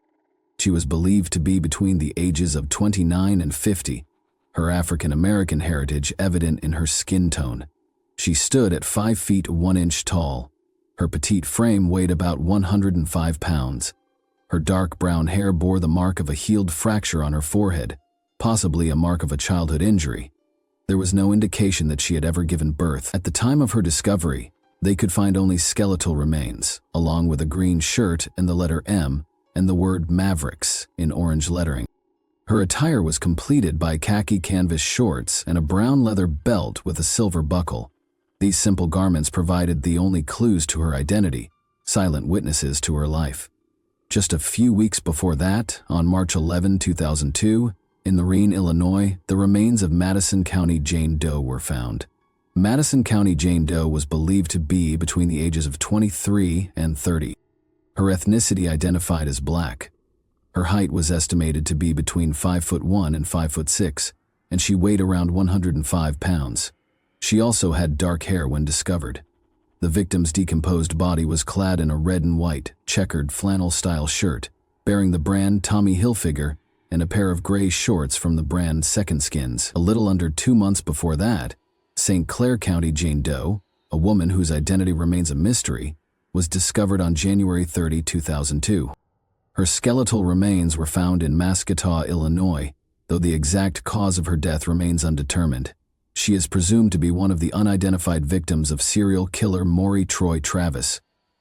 At the time of her discovery, she was believed to be between the ages of 20 and 40, of African-American descent. Her skeletal remains revealed clues about her life, including 3 piercings in her right ear, a healed fracture above her left ankle, and additional healed fractures on her nasal bones, left second rib, wrist, and below her neck. She was found wearing a black velour sleeveless catsuit bearing the brand Jason Matthews with full-length legs. 2 yellow metal rings adorned her left middle finger. People were shocked and confused by how a man with such an appealing personality could be involved in these terrible crimes.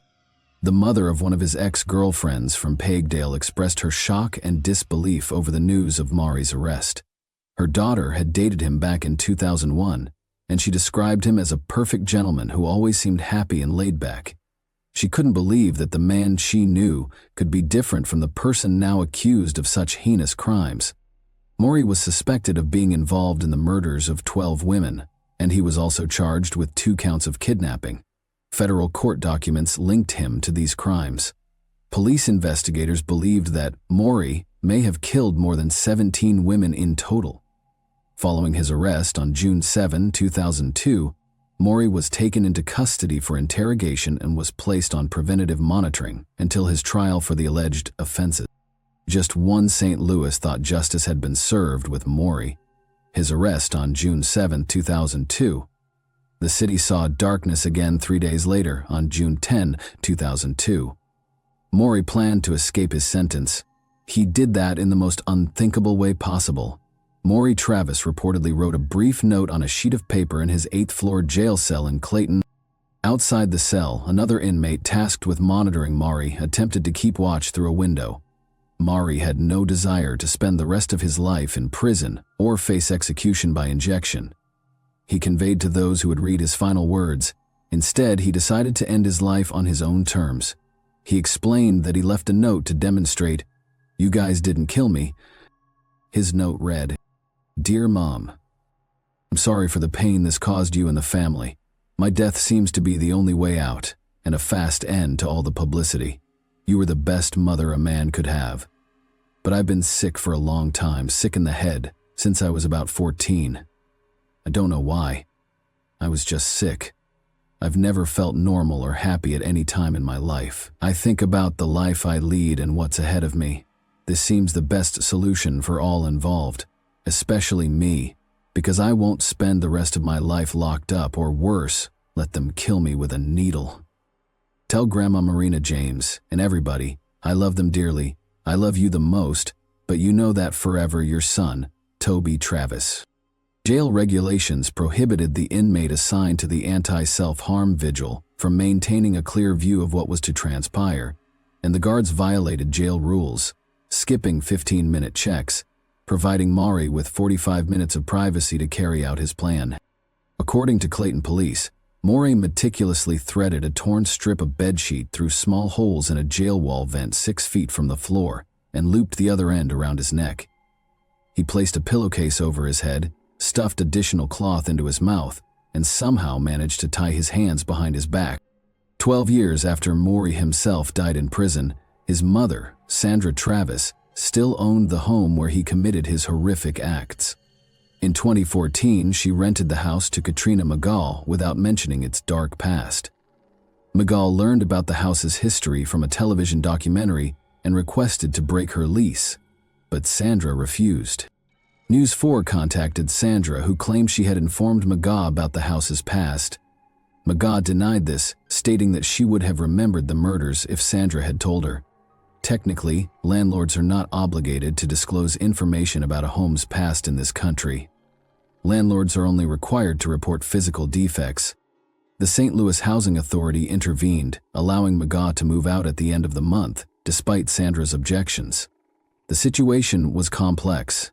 On one hand, it was understandable that Sandra, the mother of a serial killer, would want to put the past behind her. She was legally entitled to rent the house without disclosing any information about past events, but it may not have been ethically right to do so. On the other hand, McGaw, who had a 2-year-old daughter, was uncomfortable living in a house where women were tortured and murdered.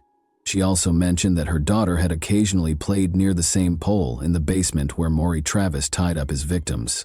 Considering how disturbing the whole situation was, McGaw understandably wanted to move out as soon as possible. Sadly, the victims found no closure. Moreover, several victims remained unidentified, adding to the heartbreak of this case. After witnessing these tragic events, one thing becomes evident. You never truly know who lives next door. This monstrous individual was carrying out these heinous acts right beneath everyone's noses, escaping notice even from those close to him. What's truly confounding is the mystery surrounding his actions. How could he commit 17 murders in his basement without anyone suspecting a thing, not even the women he dated? And then, the ultimate enigma. Why did he choose to end his own life in that prison cell? Was the reality of prison more horrific than the agony these women faced? Or was he such a narcissist that he couldn't bear anyone else deciding when his life would end? This case raises more questions than answers. Thanks for watching, everyone. Your support means a lot to me, and you can help my channel grow by hitting that like button, dropping a comment, and sharing this video. Your engagement really makes a difference. See you soon. Hey guys, today we're diving into another truly horrifying case. If you want to support my channel, make sure to subscribe and stay active. It really helps me out. I'd be super grateful for that. Let's get started. On May 14, 1973, a nightmare unlike any other descended upon the quiet all-day family farm in Seminole County, Georgia. It began with 4 escaped convicts, cold, hungry, and desperate, fleeing a Maryland prison.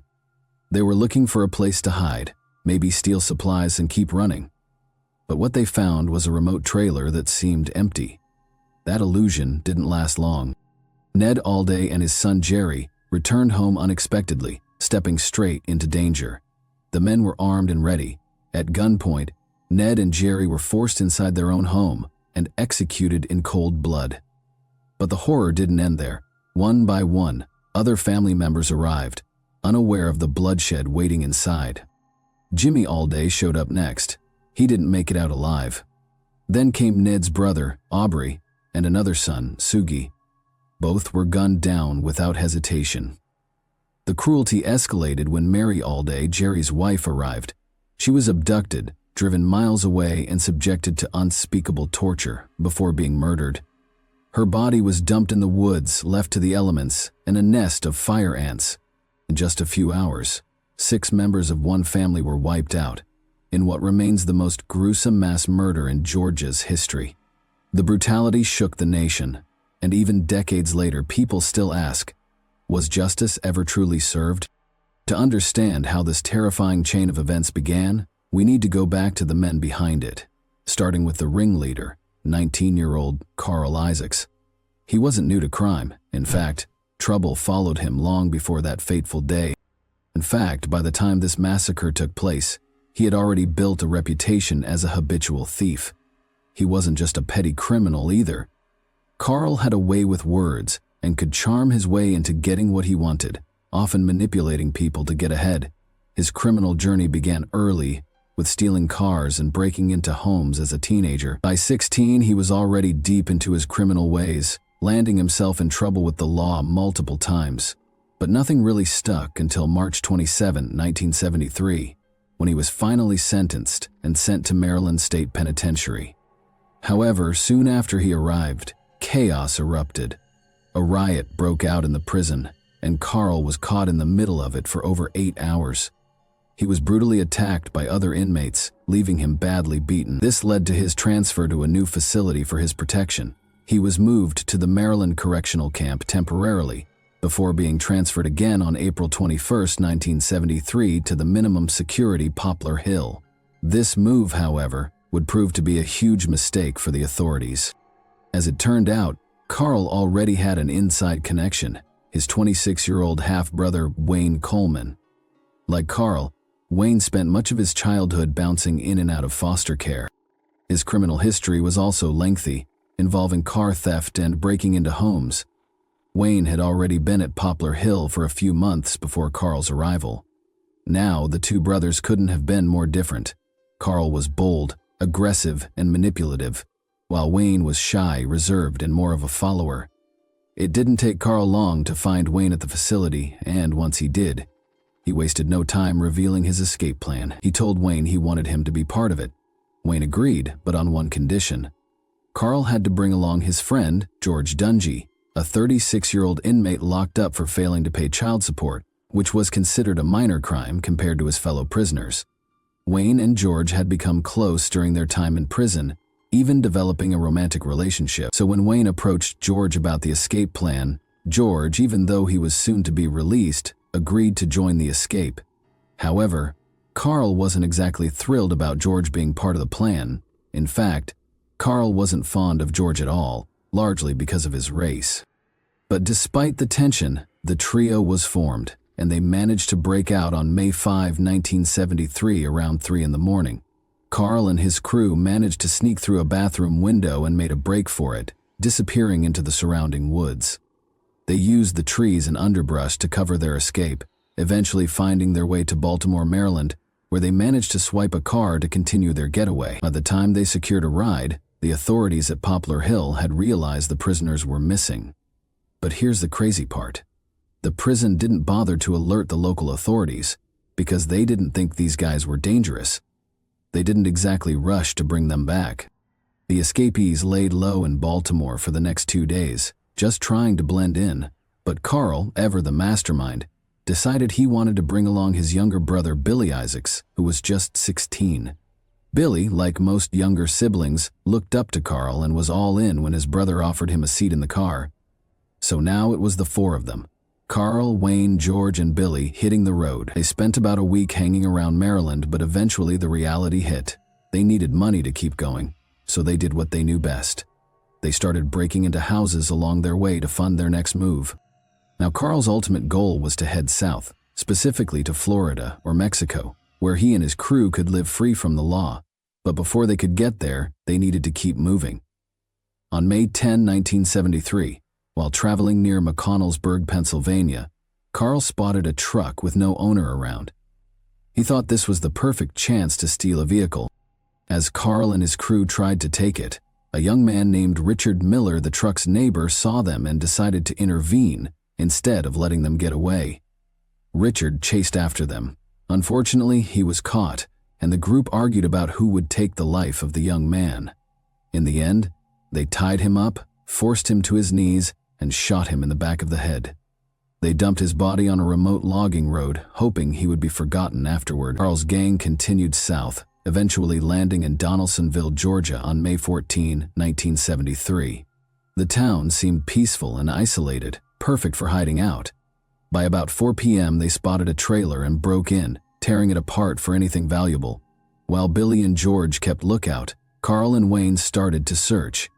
But just as they were getting into it, a blue Jeep appeared on the road. Inside the Jeep were Ned Alday and his son Jerry. And that's when everything took a deadly turn. But before diving into the events of that day, it's important to understand the Alday family and the legacy they left behind. The patriarch, Ned Alday, was born on September 7, 1910 in Donaldsonville, Georgia. He met the love of his life, Ernestine, in their small community, and the two eloped in 1935. Together they built a strong, loving family, raising 9 children and establishing a solid reputation in their community. The Aldays were the epitome of Southern hospitality, always helping out their neighbors and embodying wholesome values. Ned wasn't just a family man. He was a pillar in the local community. He played a key role in building the local church, and many members of the Alday family, including his children, contributed significantly to the church as officers and Sunday school teachers. Financially, the Aldays were responsible and hardworking. Early on in their relationship, Ned and Ernestine saved every penny to buy a small home, which they later traded for nearly 400 acres of farmland, complete with a larger farmhouse on River Road. The farm was a family operation, with everyone pitching in to help. By 1973, however, only 2 of their older sons remained close enough to continue working on the farm. Jerry Alday, at 34 years old, had moved into his own trailer a few miles down the road with his wife, Mary. His older brother, Chester, known as Sugi, lived even closer with his wife, Barbara, just yards away from the Alday farmhouse. But by all accounts, the Aldays were the kind of people who kept to themselves. They were quiet, hardworking folks with no criminal history, just a peaceful, down-to-earth family. But on May 14, 1973, nothing could have prepared them for what was about to happen. As mentioned earlier, it was just another normal day when Ned Alday and his son Jerry were heading back to Jerry's trailer after a long day's work. They had their usual plan to meet up, talk about the day, and figure out what was next. But as they got closer to the trailer, Carl ordered them inside the trailer, and once they were in, he made them empty their pockets onto the kitchen table. But all he found were a few coins and other insignificant items, nothing of real value, so he decided to separate the two. Jerry, who was 35, was taken to one side of the house, and Ned, at 66, was led to the other side. It wasn't long before the horror started. Carl shot Jerry 4 times with a .22 caliber gun. Meanwhile, Wayne, who was with Carl, was handling Ned in the other room. Wayne shot Ned once in the head with a .32 caliber gun, but it wasn't enough to kill him. Ned, though gravely injured, managed to get up and fight back. Carl heard the commotion and rushed in to help Wayne, shooting Ned 5 more times with his .22. And Carl didn't stop there. He actually stayed at the trailer for a while, waiting for Mary, Jerry's wife, to come home before he killed Jerry. He had asked if Jerry was married. Jerry told him he was and begged Carl not to hurt his wife, but that only seemed to fuel Carl's desire to take more lives. He wanted to wait for Mary himself, but before he could do that, Jimmy Alday, a 25-year-old, showed up. He'd just finished parking the tractor and walked up to the back door. When he knocked, expecting to see his brother, he was met by Wayne with a gun in his face. Wayne went through Jimmy's pockets, just like with Jerry and Ned, but found nothing of value. Carl was furious, accusing him of showing up because he heard the gunshots. Jimmy denied it, explaining that this was just part of their regular routine. But Carl wasn't buying it, and ordered Jimmy to the living room, where he forced him to lie face down on the couch. Without hesitation, Carl shot Jimmy twice in the back of the head with his .22 caliber gun. Afterward, Carl went outside and decided it was time for him and his crew to leave. But as he was moving the tractor, he heard another car pull up. It was Mary Alday, Jerry's wife, returning home with groceries. Carl snuck up behind her and pressed a gun to her back, just like he had done to the men. Mary was forced into the trailer, and Carl rifled through her purse, finding only $1.00 and some small items. But just as Carl was dealing with Mary, two more Alday family members arrived. Chester, Ned's son, and Aubrey, Ned's brother. They were laughing and chatting when Carl, already on edge, stormed outside and captured them at gunpoint. They were forced inside the trailer, where Mary was crying uncontrollably at the table. Carl and Aubrey took a moment to observe her distress before forcing Chester to sit on the floor. Then Carl and Wayne took action. Wayne pushed Chester into the bedroom where Ned's lifeless body lay, and without hesitation, he shot Chester once with his gun. Carl, not done yet, turned his attention to Aubrey, who was 57. He led him into the same bedroom and shot him once. In a tragic final moment, when the bodies were found, it was clear that Aubrey's fingers were folded over Jerry's, his nephew. It was as if in his last moments, Aubrey reached out to hold Jerry's hand, a heartbreaking symbol of love and loss, before succumbing to his injuries. After the brutal killings, Mary Alday was dragged from the bathroom and taken back into the kitchen, where Carl didn't show any sign of mercy, assaulting her himself. Once he was finished, Wayne did the same. By now, the gang had decided it was time to leave, but they weren't done yet. They took Mary in her car, driving deep into the woods. But Carl wasn't done tormenting her. He yanked her out of the car by her hair and dragged her through the dirt. He assaulted her again, humiliating her in ways no one should ever have to endure. Then, in a chilling and twisted display, they took degrading photographs of her. After all this suffering, they decided it was time to end her life. George then forced Mary onto the ground, her face pressed into the earth. He shot her once in the back of the head with a .22 caliber gun. Once they finished, they abandoned her body in the car in the woods like it meant nothing at all. That's when Carl, Wayne, Billy, and George sped off. But the news of the murders spread fast, shaking the small community to its core. Donaldsonville was a quiet town where something like this was unheard of, and no one could wrap their heads around the senseless violence. But rather than splitting the community apart, the tragedy seemed to unite everyone even more. Neighbors, friends, and even strangers rallied together, offering their help to the remaining Alday family members. With the farm at risk and everything in turmoil, they stepped in, making sure the farm's operations continued. Then, just a few days later, the town came to a standstill. 3 days after the murders, Wilsonville officially stopped everything for the day to mourn the Alday family. The mayor declared a day of mourning and the streets were empty, as if the entire town had hit pause. On May 17, 1973, the funeral processions began, and nearly every single person from the town and many from surrounding areas gathered outside the Spring Creek Baptist Church. The church was way too small to hold 6 coffins and the huge crowd that showed up to mourn, so they ended up holding the funeral right outside on the church grounds. The Alday family was remembered for more than just their hard work and dedication to the community. They were the kind of neighbors everyone wanted, kind, helpful, and always there when needed. But while the town was grieving, the fugitives had already made their way to West Virginia, trying to put as much distance between them and the crime they'd committed. That's when fate finally caught up to them. They were found after being forced to flee on foot when they ran into a roadblock. This time, there was no escape. George was the first to crack. He confessed everything, spilling the details of the horrific jailbreak and how it led to the massacre of the Alday family. For 2 long hours, he recounted everything, expressing deep regret, especially for what he had done to Mary. He admitted that the weight of his actions had kept him up at night. and he couldn't live with himself anymore. With George's confession in hand, investigators wasted no time turning their attention to the others, starting with Billy. At first, it seemed like Billy wasn't as involved in the killings. He didn't allegedly shoot anyone, according to George, but ballistics told a different story. The Alday family had been killed with 4 different weapons, and one of those weapons was in Billy's possession. Billy's version of events was almost identical to George's.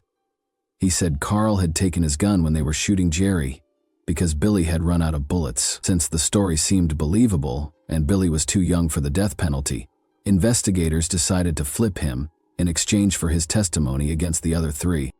Billy was given 40-year sentences for theft charges, and he was more than willing to take the deal.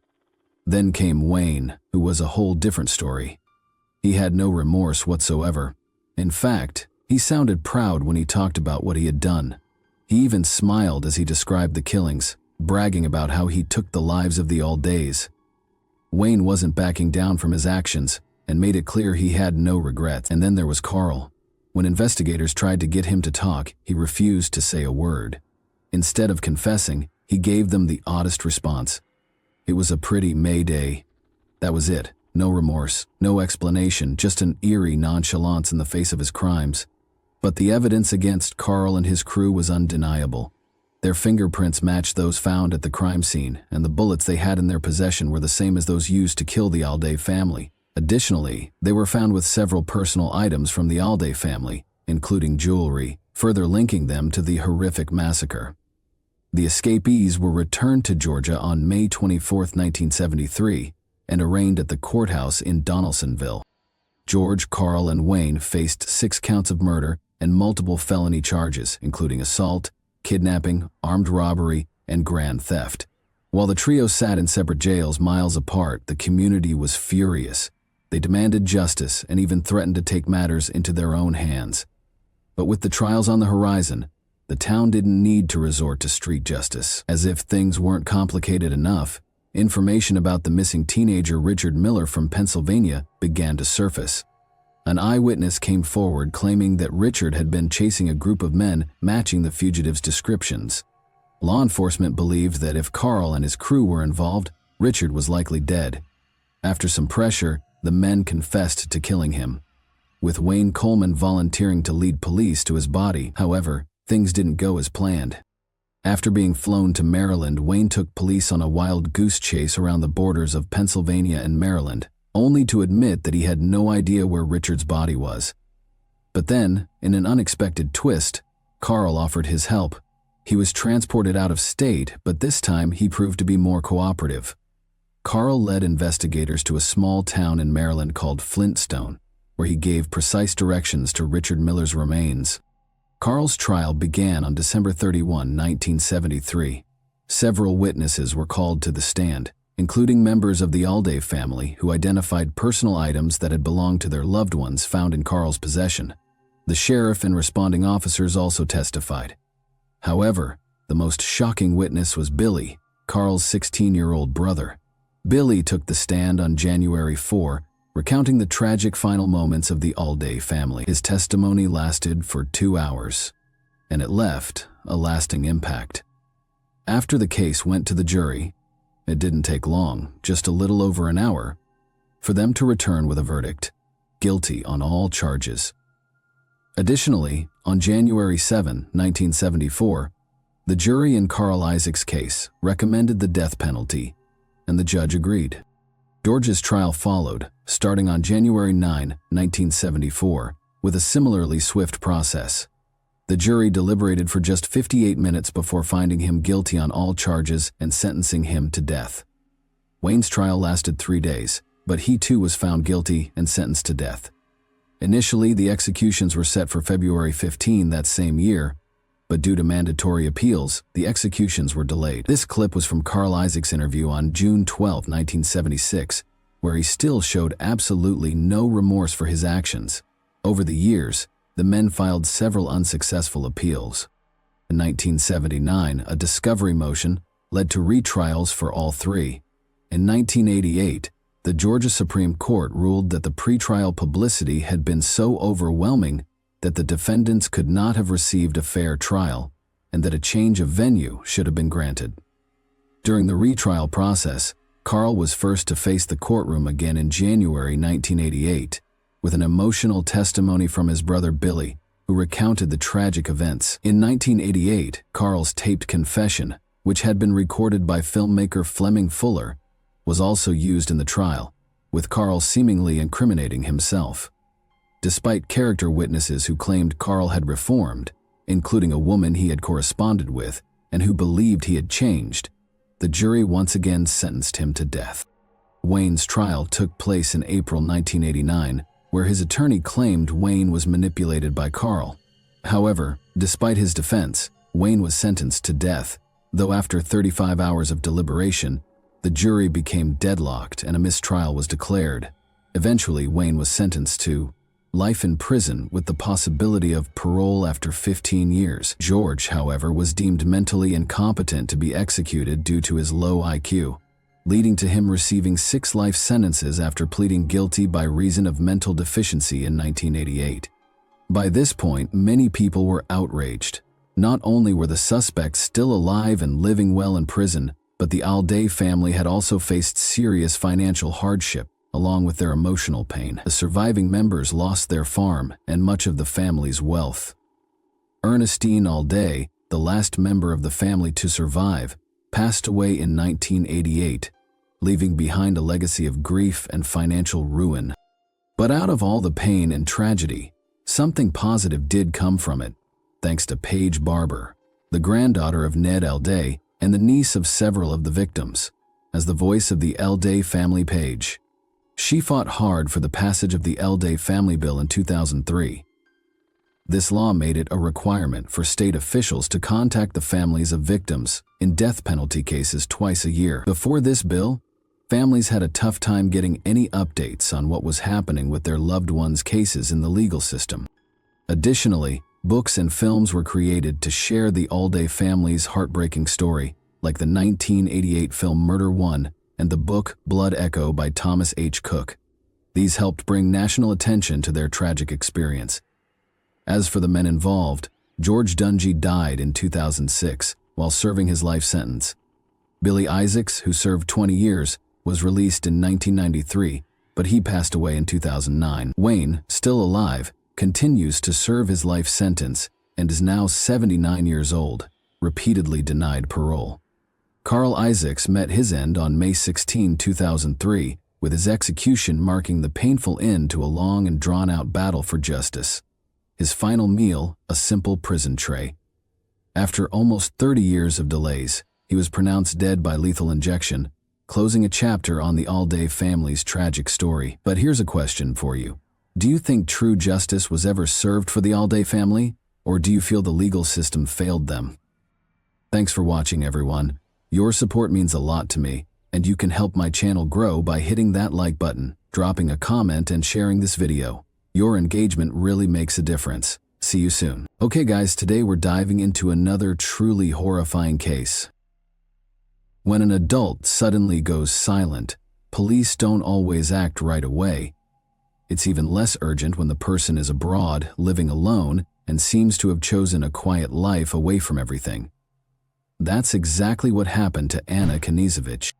Anna was an American citizen who had recently moved to Madrid, Spain. After 13 years of marriage, she needed a break, a moment to breathe, to reset, and to find herself again. She was in the middle of finalizing a divorce and using her time in Spain to reflect, heal, and plan for what came next. She stayed in touch with friends and family regularly, but on February 2, 2024, she made her last known phone call. From the next day, strange messages started coming from her phone, messages that didn't sound like her at all. One of Anna's close friends immediately sensed something was off. The tone was wrong. The way the words were written didn't match Anna's usual style. Something felt deeply, instinctively wrong. And that's when the alarm was raised.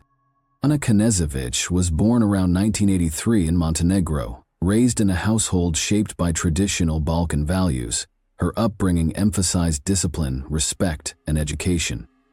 From a young age, Anna stood out, organized, responsible, and fiercely independent. These traits stayed with her for life. Eventually, Anna moved to the United States, where she became a U.S. citizen. She adapted quickly, learned English fluently, and began building a new life, one rooted in self-growth and quiet resilience. She wasn't one to seek attention. Her life was structured, modest, and focused on progress. In the early 2000s, Anna met David Kniezevich in Fort Lauderdale, Florida. Their connection was quick and intense. They moved in together, married, and over time their relationship became more than just personal. It grew into a shared life and eventually a shared business. But behind the scenes, cracks had already started forming. What happened next would spark an international mystery and a search for answers that has yet to end. They also became business partners together. They founded a company that specialized in tech support and IT solutions. David handled the technical side, while Anna, according to those who knew them, managed organization and long-term planning. Later on, the couple began investing in real estate, purchasing properties across Florida. Outwardly, their relationship appeared solid, stable business, a home, and a settled lifestyle. They gave the impression of a couple confidently working toward financial independence. However, beneath the surface, tensions were brewing. Friends and acquaintances were unaware of the mounting problems in their marriage. Over time, serious issues emerged, ranging from financial disagreements to deeper personal conflicts. By 2023, Anna and David Kniezevich's marriage had reached a point of no return. According to those close to them, they were in the middle of a separation, and dividing their assets had become the central issue at stake. Both their tech business holdings and multiple real estate property. Although the divorce hadn't been officially finalized, both sides were already preparing for it. Negotiations were underway. Disputes had begun to surface, and tensions were clearly escalating. Some acquaintances believed the situation was made even more difficult by the fact that it wasn't just an emotional split. It involved significant financial interests. Amid the intensifying conflict, Anna decided to leave the U.S. temporarily in December 2023. She moved to Madrid, renting an apartment in the upscale Salamanca neighborhood. She said this move was necessary to distance herself from the pressure, gain clarity, and peacefully close this painful chapter in her life. She emphasized multiple times that she wasn't looking for a new relationship or distractions. She just wanted to find her balance again. Once in Spain, Anna settled into her new home, began therapy, kept in close touch with friends, and even started planning short trips around Europe. Madrid wasn't an escape. It was a way to step back from a growing conflict that had become overwhelming back in Florida. But just a few weeks into this new life, something happened that brought her independent chapter to an abrupt and troubling halt. After relocating to Madrid, Anna kept in close contact with her longtime friend S.A., who lived in Florida. They spoke daily despite the time difference. The two had been close for years, often traveling together. S.A. was someone Anna trusted deeply. She regularly shared her thoughts, feelings, and details of her day-to-day life. Their text exchanges showed that Anna was open and communicative about her adjustment to life in Spain. In mid-January 2024, the two of them traveled to Austria. After returning, they made plans to reunite again in Madrid. Sana was scheduled to fly there on February 8. Before that, on February 5, Anna had planned a short trip to Barcelona with another friend. Tickets were already booked. This wasn't just a getaway. Anna and her friend planned to attend a conference there. She had discussed the itinerary in advance and spoke enthusiastically about the upcoming trip. On the evening of February 2, Anna had a phone call with Sana. It was around 8:30 p.m. local time. They spoke for over an hour. Anna said she planned to stay home that night. She had no intention of going out. She sounded calm and talked about her day, simple things like errands and household chores.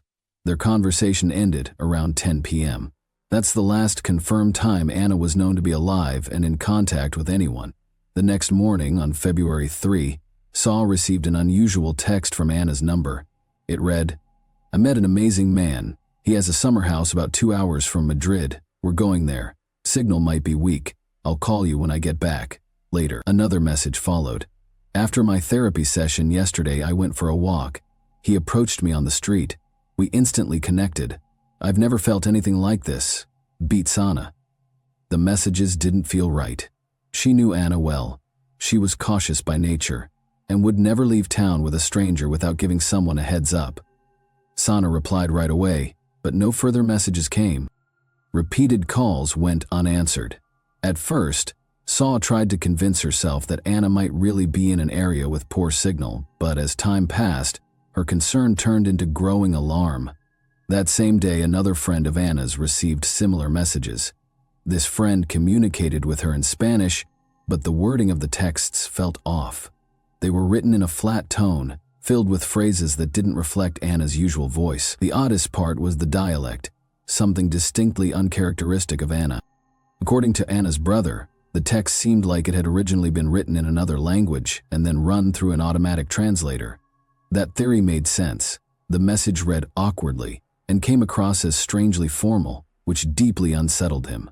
Both recipients, S.A. and the Spanish-speaking friend, quickly realized that Anna had not written those messages herself.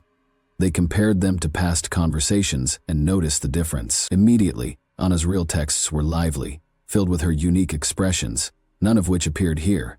And beyond the style, the story in the messages didn't line up at all with her recent behavior.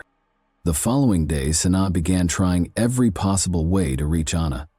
She contacted mutual friends, used apps to attempt location tracking, and even called hospitals. Nothing worked. Anna's phone remained on, but she never picked up. After receiving the troubling messages from Anna Knezevich's phone, Sa reached out to the Madrid police right away. She explained that this was completely out of character for her friend. Communication had suddenly stopped, and the texts were in a tone Anna would never use. But local authorities didn't take any immediate action. From their perspective, Anna was an adult woman who had every right to make her own choices, including leaving town without informing others. Officially, her disappearance wasn't considered suspicious. Police said they couldn't launch an investigation without proof that Anna was missing against her will. The strange texts and her silence weren't, in their view, enough. The only concrete marker they were willing to acknowledge was February 5th. Anna had tickets to travel to Barcelona. Authorities stated that if she failed to show up at the station or make contact by then, her absence would be treated as a formal missing persons case.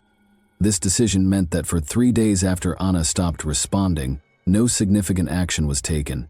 Police did not access her phone records, check her apartment, or review any recent movements. During that time, Anna's friends did everything they could on their own, calling her, repeatedly texting, and reaching out to contacts in Madrid. All efforts failed. Appeals to law enforcement were also ineffective. The situation continued to be viewed as a private matter. On February 5, Anna failed to show up at the train station. None of her phones were responding. Only then did the authorities officially declare her a missing person.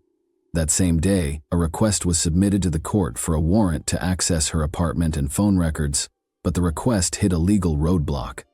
The judge denied it, citing the absence of any visible signs of a crime at the property. There were no indications of forced entry, loud disturbances, or evidence of aggressive behavior. Legally, there was no justification to authorize a search or access her private data. Days later, when law enforcement finally entered Anna's apartment, they discovered the door was locked. From the outside, inside, everything appeared untouched. Her belongings were neatly in place. There were no signs of a struggle, and nothing of value was missing. Yet her absence in an undisturbed home raised serious concerns. It suggested that either she left voluntarily and never returned, or someone led her out without any sign of forced entry.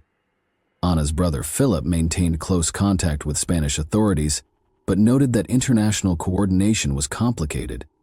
He told reporters that investigators in Madrid didn't speak English fluently, and that U.S. officials hadn't yet provided substantial support. He also voiced concern about the lack of communication between Spanish police, the FBI, and the U.S. consulate, even though this involved a U.S. citizen disappearing under mysterious circumstances on foreign soil. The first few days following Anna's disappearance were critically mishandled.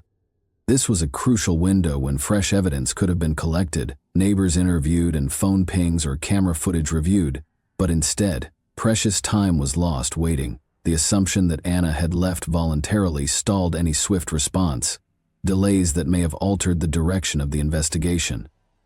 On the 4th day after Anna Knezević vanished, Staff at her residential complex gave police information that changed the entire course of the case. It concerned events from the night of February 2, the last time Anna had been in contact.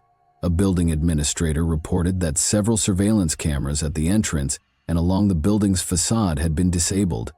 This happened around 9:30 p.m., about 30 minutes before Anna stopped responding to her friend. When reviewing the recordings, security personnel noticed the camera lenses had been deliberately obscured. Footage captured an individual dressed in dark clothing and wearing a motorcycle helmet.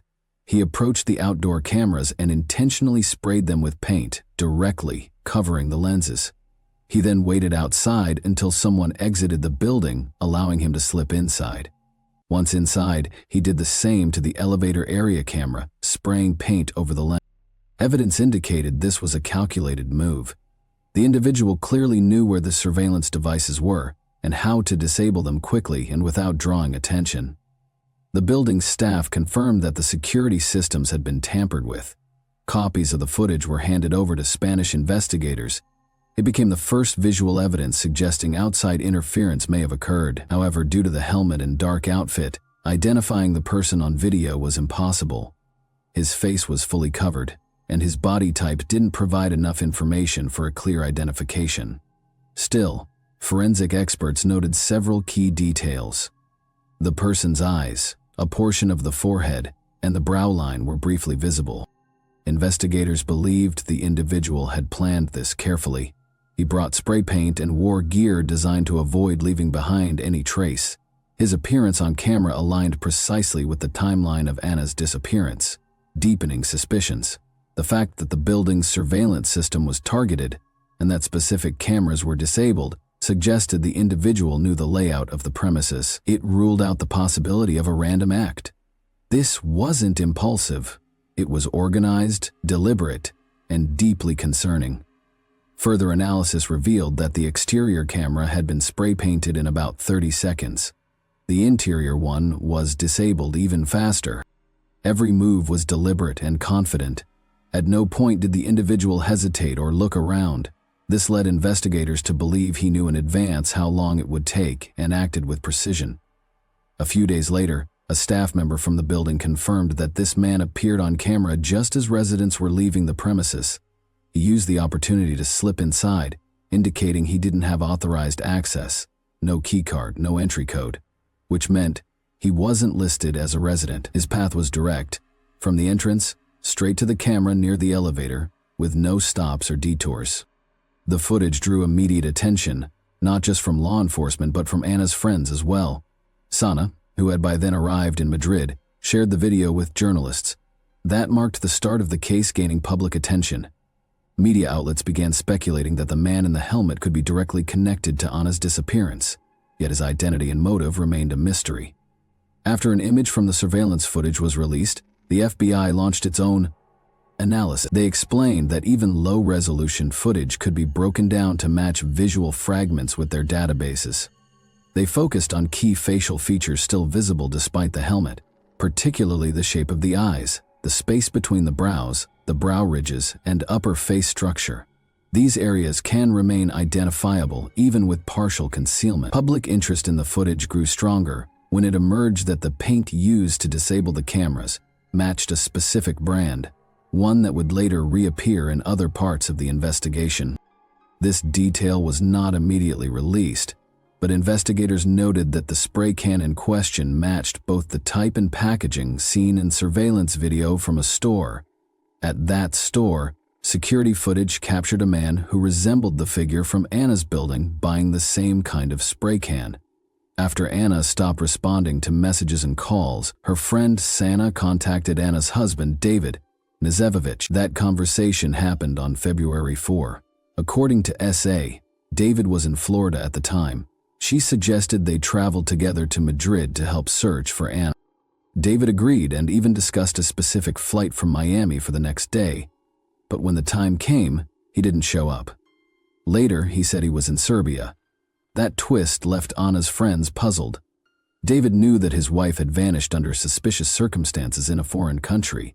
He had the means to fly to Spain, but instead, he traveled to Serbia.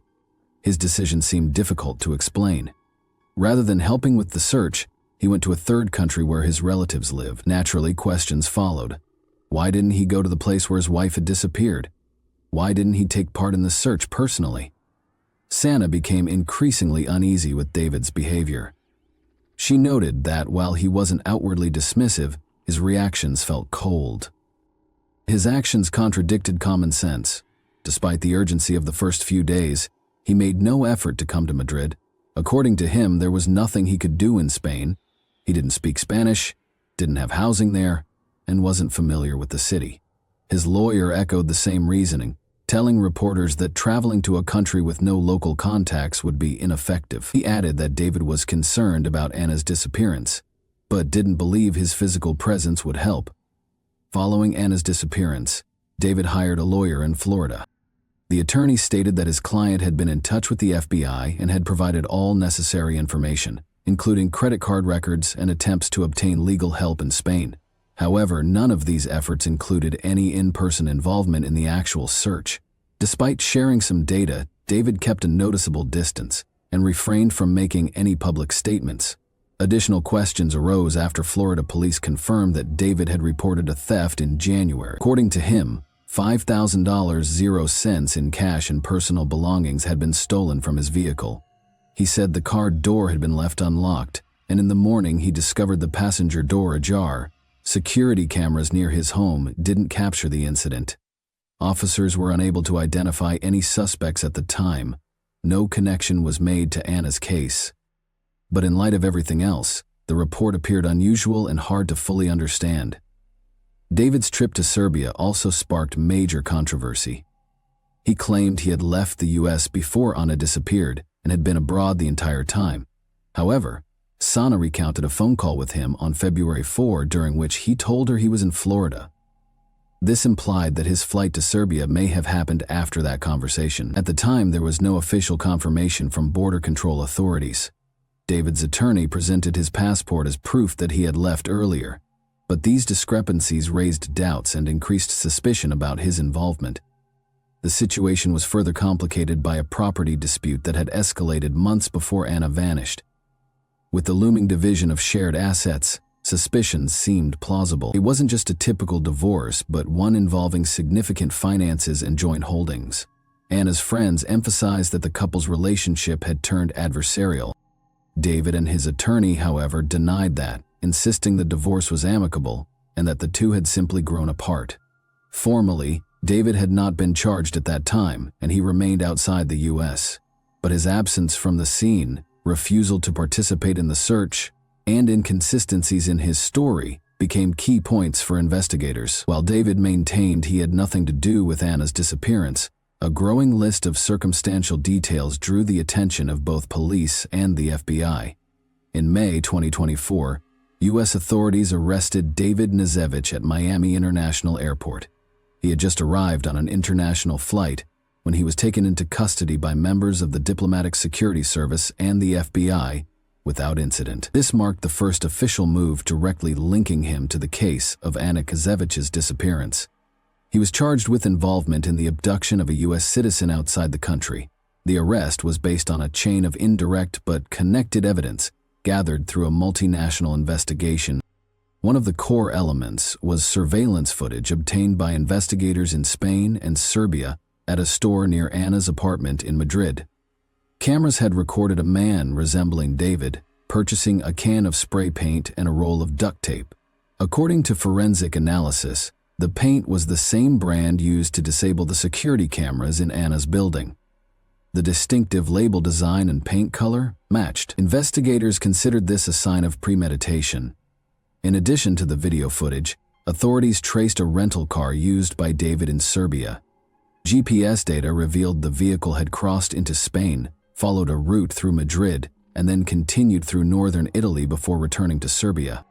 The precise tracking of this journey led investigators to suspect that Anna's body might have been transported in that car. A stop in a wooded area of northern Italy drew particular interest, prompting coordinated searches by both Italian and Spanish law enforcement. As of that point, no remains had been found, but the transportation theory remained central.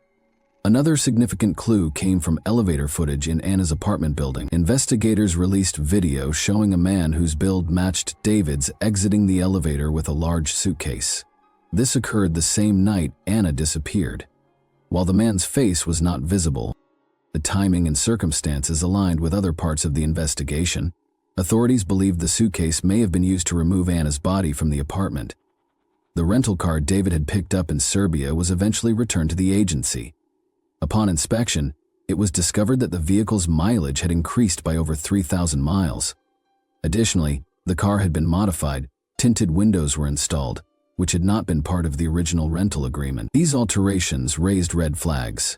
Investigators also uncovered that the vehicle had been operating with false license plates during the period it was suspected to have been used for cross-bedroom travel. Spanish police had recorded a sighting of a similar car near the area where Anna went missing, but they were unable to identify the driver due to the darkened windows and fake tags. The FBI later connected all of these details: the purchase of materials, interference with surveillance systems, the travel route, the elevator video showing a suitcase, and the car modification. According to their report, the totality of the evidence pointed to a coordinated plan to carry out a criminal act and cover it up. The official statement described it as the abduction of a U.S. citizen that occurred abroad and involved a U.S. national. Despite the absence of a body, authorities believed the evidence was strong enough to warrant an arrest. David was taken into custody without incident and transferred to a federal detention center in South Florida.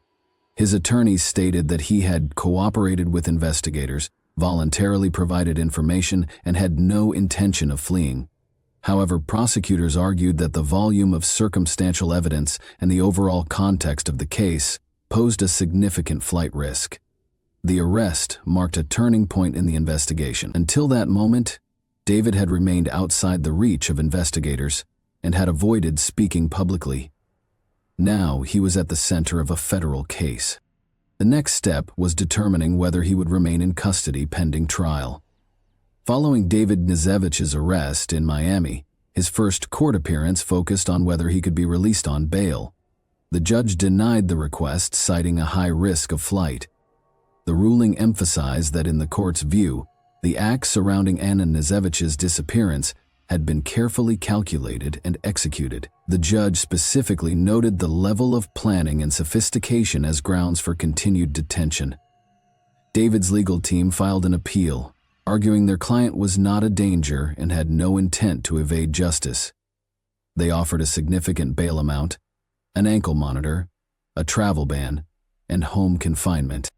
The defense pointed to his long-term residence in the U.S., clean record, and willingness to cooperate. Still, the court refused, citing the same concerns, risk of fleeing, and the seriousness of the charges. The defense's main argument was that David could not have been in Spain at the time of Anna's disappearance. His lawyer presented passport stamps and international travel data to support the claim that he had arrived in Serbia well before February 2. According to this narrative, David was physically incapable of being in Madrid when the alleged crime occurred. The attorney also stressed that David didn't speak Spanish, had no residence or connections in Spain, and therefore would have had difficulty preparing such an act. Prosecutors strongly disagreed. They argued that the evidence pointed to a meticulously planned offense. They highlighted the fact that David's travels across Europe aligned closely with the timeline of Anna's disappearance. The case included data from the rental car's route, the purchase of specific items, and other actions that suggested premeditation. While there was no direct evidence, the prosecution maintained that the weight of circumstantial proof indicated his involvement. To support the prosecution's case, the court was presented with message transcripts, surveillance footage, phone records, and behavioral analysis of the suspect. It was emphasized that certain actions taken by David Knezevich couldn't have been coincidental. The judge noted that the prosecution had assembled an impressive network of circumstantial evidence that formed a compelling narrative. While Anna's body had not yet been located, the case material suggested that her disappearance involved aggressive intent and likely implicated a specific individual. In response to the defense's argument that the evidence was insufficient, the judge reminded both parties that the standard for bail is not beyond a reasonable doubt, but rather preponderance of the evidence. This means the court doesn't require definitive proof of guilt, only a high probability of risk, such as flight or interference with the investigation.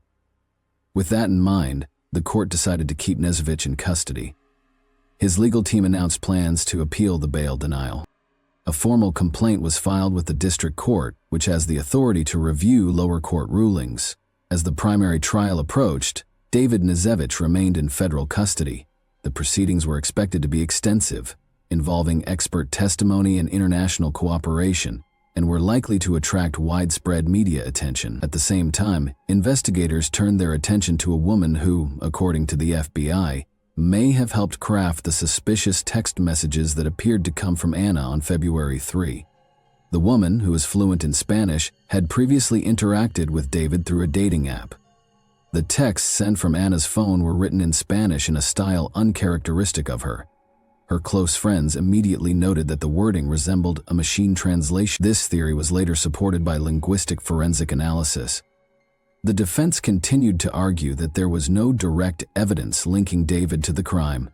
His attorneys pointed out that no one had seen him at Anna's apartment, and that there was no proof of contact between them on the day she disappeared. They also questioned the reliability of the surveillance footage showing a man with a suitcase, arguing that the figure could be someone else, and that partial physical resemblance was not definitive.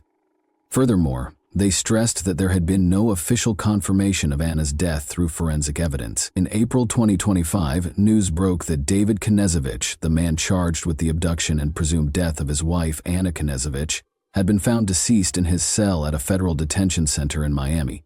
According to his attorneys, he had taken his own life. No note was found at the time of his death. Knežević was being held without bail, awaiting trial. After the news, Anna's family expressed deep sorrow and frustration. The trial never happened, and Anna's whereabouts remain unknown. Her loved ones believe that David took to the grave the answers to what truly happened the night she vanished. Thanks for watching, everyone. Your support means a lot to me, and you can help my channel grow by hitting that like button, dropping a comment, and sharing this video. Your engagement really makes a difference. See you soon. Hey guys, today we're diving into another truly horrifying case. If you want to support my channel, make sure to subscribe and stay active. It really helps me out. I'd be super grateful for that. Let's get started. Pretending to be in love can be done for a variety of reasons, but it usually occurs when someone has a specific objective in mind, such as gaining money, wanting closeness, or trying to influence events to their advantage. However, everything seems very real to the person on the other side of the deceit, and the more this emotional game is played, the more unexpected the result can be. Nobody could have predicted that an apparently innocent romance between college students would take such a fatal turn. Yet the case of Brenda Michele Gordillo shocked Argentina with its unfathomable cruelty. On May 16, 1995, Brenda Michele Gordillo was born in the Catamarca province of Argentina. Raised with her two elder brothers, Federico and Ivan, she was the only daughter and youngest of three siblings in a middle-class household. They took care of her and protected her at all times. Additionally, she was especially close to her mother, Florencia. Brenda was an intelligent student who was organized, responsible, and tenacious. She got along with others, avoided confrontations, and settled arguments amicably. She flourished in social situations. Her early decision to seek a career in psychology to assist people was not surprising, as she had a natural aptitude to mediate conflicts. Brenda enjoyed being on stage, participated in school theater performances, and was active in dance and gymnastics. People were drawn to her since she had a wide circle of acquaintances, and they frequently sought her guidance and valued her viewpoint.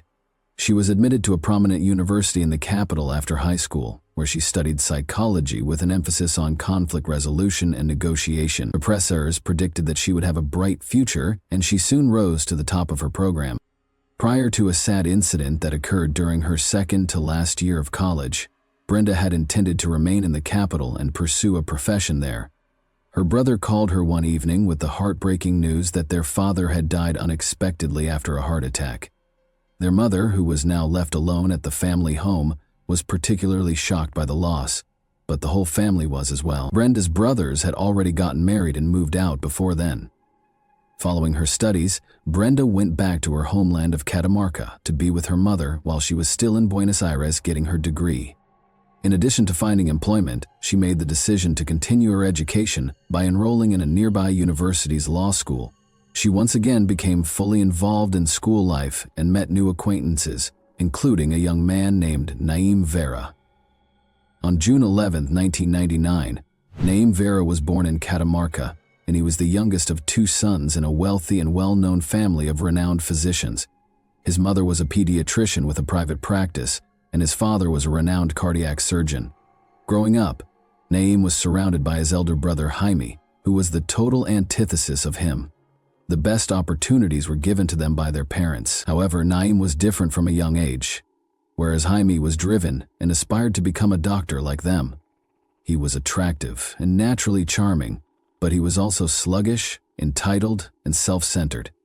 He was well-liked because he constantly wore stylish, high-end clothing and exuded confidence. He knew how to make an impact, and the girls at school were smitten. Naim started dabbling with illegal substances in his later school years, which frequently got him into problems. But because of his family's influence, he never really suffered any repercussions. With multiple instances connected to bullying, physical altercations, and aggressive behavior, he gained a reputation for being conceited and hostile. His disposition frequently eclipsed everything else, even though he had a fortunate background. After graduating from high school in 2018, Naim made the decision to change his ways and break his bad habits and careless choices. After receiving therapy for his substance abuse problems, he was eventually admitted to law school. He met Brenda there, and he fell in love with her right away. Brenda was likewise immediately drawn to the assertive and self-assured young man.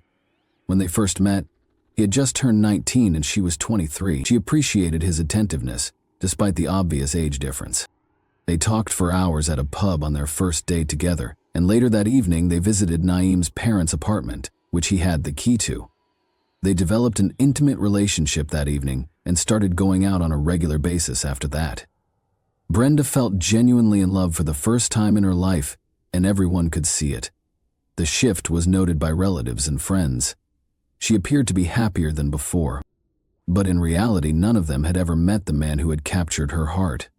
Brenda casually mentioned that Naim was her future fiancé, but she only showed her mother and brother photos of him from social media, despite the fact that she talked about him frequently. As time went by, it became evident that Naim had no plans to introduce Brenda to his friends or family. They never made public appearances together as a couple, and their connection was limited to the same apartment. Brenda told herself that he just needed more time, even though it seemed odd. She secretly feared that Naim's hesitation stemmed from their age gap. Even though Naim was getting farther away from Brenda over the course of the months-long secret meetings, Brenda stayed devoted to the connection. She clung to the belief that their relationship was still solid and refused to accept the change in his behavior. Brenda got a call one day from an unknown number. The man on the other line warned her and identified himself as Naim's cousin. He warned her to exercise caution. According to him, Naim has a violent background and would have already faced harsh judicial repercussions for his prior deeds if it weren't for his powerful parents. Brenda refused to heed to the caller's advice to break up with him before it was too late. In the middle of February 2019, Brenda found out she was expecting. Although she was completely taken aback by the news, she felt very thrilled, despite her first disbelief. She thought that Naim would be compelled to take things more seriously and commit to her at last, and that this would be the pivotal moment in their relationship. Brenda broke the news at their next meeting. Naim was stunned at first, but then his expression changed dramatically. He became enraged and insisted that he was not prepared to be a parent and that he had no immediate plans to have a child. With the promise of paying for everything, he coerced Brenda into ending the pregnancy. Brenda flatly refused. She clarified that she had health issues and that it was truly miraculous that she was pregnant. As their disagreement got more heated, Naim advised Brenda that it would be best if they broke up permanently.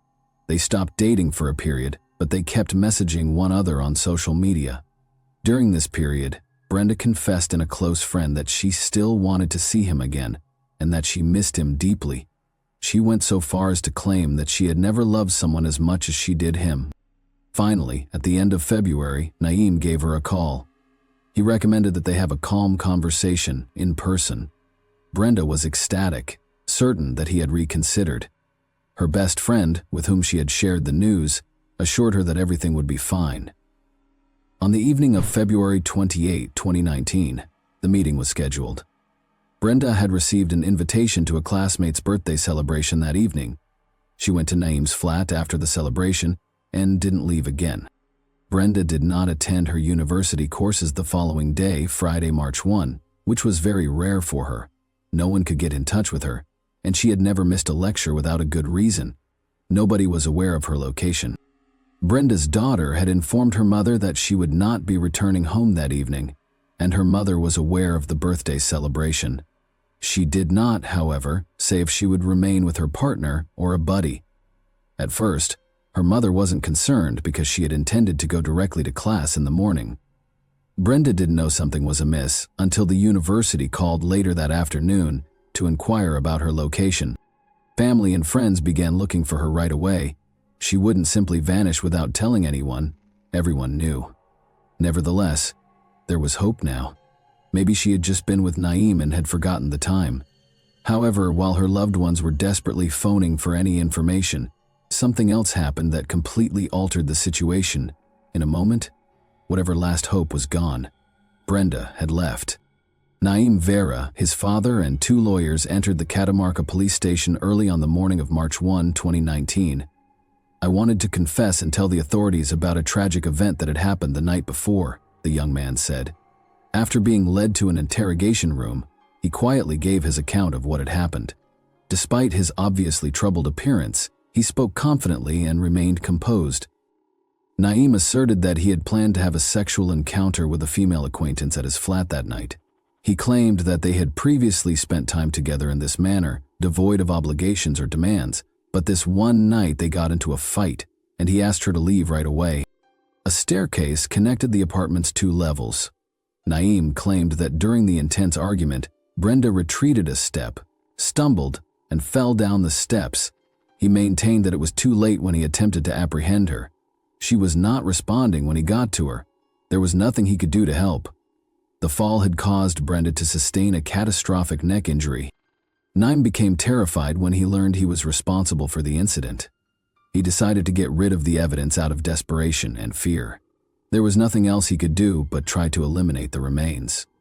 He retrieved lighter fluid from a cabinet, poured it over Brenda, and sparked a match using a big outside grill on the terrace. The fire started right away, but the heavy smoke became unbearable as the flames rose too high. He became aware that things were getting out of hand at that very moment. Surprised to see someone grilling meat in the middle of the night, a man from a nearby flat peeked out, but as Naeem caught sight of him, he waved and smiled with a welcoming attitude. This neighbor later testified in court that Naeem seemed quite calm, if not content, and didn't see anything out of the ordinary. He didn't consider calling the police. Naeem quickly came to the conclusion that his scheme was failing and that a grill was not a crematorium. He dragged the remains back inside, knowing he would never be able to get rid of them entirely. He cut off the lower and top parts of the corpse with a big knife. Then, still not knowing how to get rid of them, he put everything in boxes, put it in garbage bags, and put everything in his car. In a moment, he decided to drive without direction. He threw out the bottom half in whatever dumpster he happened to pass. Regarding the top part, he left the city and pulled over close to a little gully a short distance off the road. The corpses were thrown into the ditch and covered with rubbish, branches, and mud. A passing patrol unit almost nabbed him as he was making his way back to his car. To find out why his car was parked on the side of the road, officers pulled over. Naeem thought quickly and made up a narrative. He said he simply got a call from his girlfriend and stopped to chat. He was taken seriously by the officers, who departed without asking any further questions. Naeem tried to clean up the mess after he got back to his flat, but he soon realized it was too much for him to do by himself. He made the decision to give his cousin a call. He acknowledged everything. His cousin initially believed that Naeem was hallucinating or under the effect of illegal drugs, but after reconsidering, he called Naeem's father. From then on, Naeem had no control over the situation. In an attempt to lessen his punishment, his father coerced his son into turning himself in after speaking with lawyers. Naeem revealed the places where he had disposed of the bones during his confession. Even if he had attempted to alter his tale, the evidence was indisputable. Surveillance film from a nearby building also showed him throwing bags into a garbage, with his car in the background. The second box was soon found in the ravine by investigators, and forensic specialists were dispatched right away to inspect the remains. But the truth they discovered was startling and totally at odds with Naeem's account of what happened. There were no injuries that would have been expected from a fall down the steps, even though the body had been badly charred and later mutilated. The victim's neck was completely intact, and there were no major bruises or broken bones. Rather, a much more unsettling cause of death was discovered during the autopsy. Brenda had suffered a forceful, not accidental, crushing of the cartilage in her throat. Bare hands had been used to apply the pressure.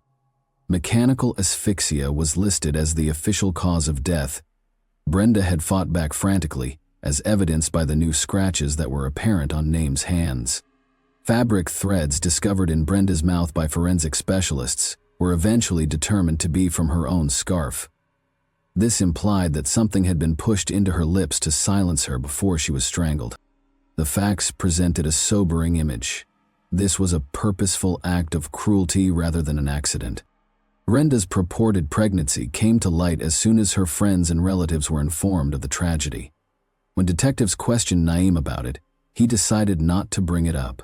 He acknowledged that Brenda had been manipulating him with the pregnancy for weeks. Naeem claims that their relationship was never romantic and was just ever physical. He asserted that no talk of a future together, much less a family, had ever taken place. He offered to pay for the pregnancy termination as soon as Brenda told him she was expecting, but she declined. Heatful fights had resulted from this dispute, and on the night of the event, Brenda allegedly requested that Naeem marry her in addition to insisting on keeping the baby. He claimed that this infuriated him, and he killed her as a result. But there was a serious problem with his story.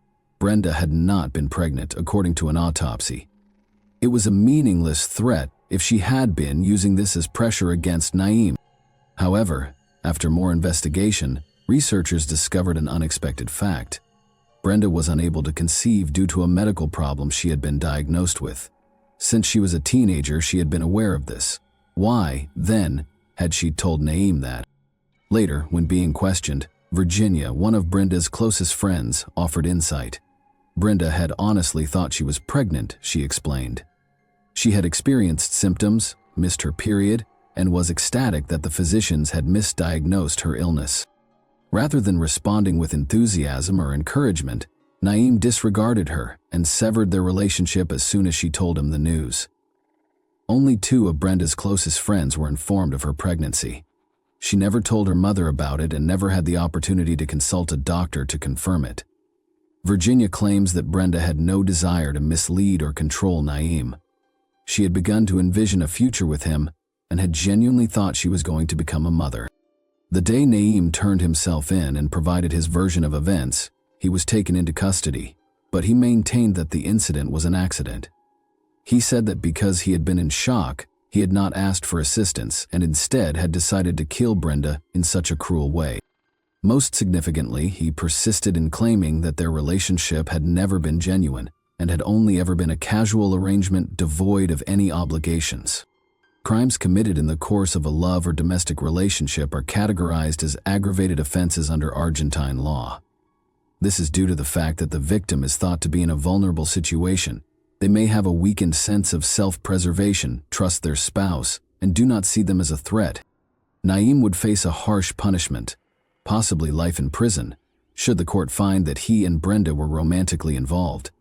However, his sentence may be lowered to no more than 15 years if he could persuade the judges that their meetings were entirely informal and devoid of any emotional connections.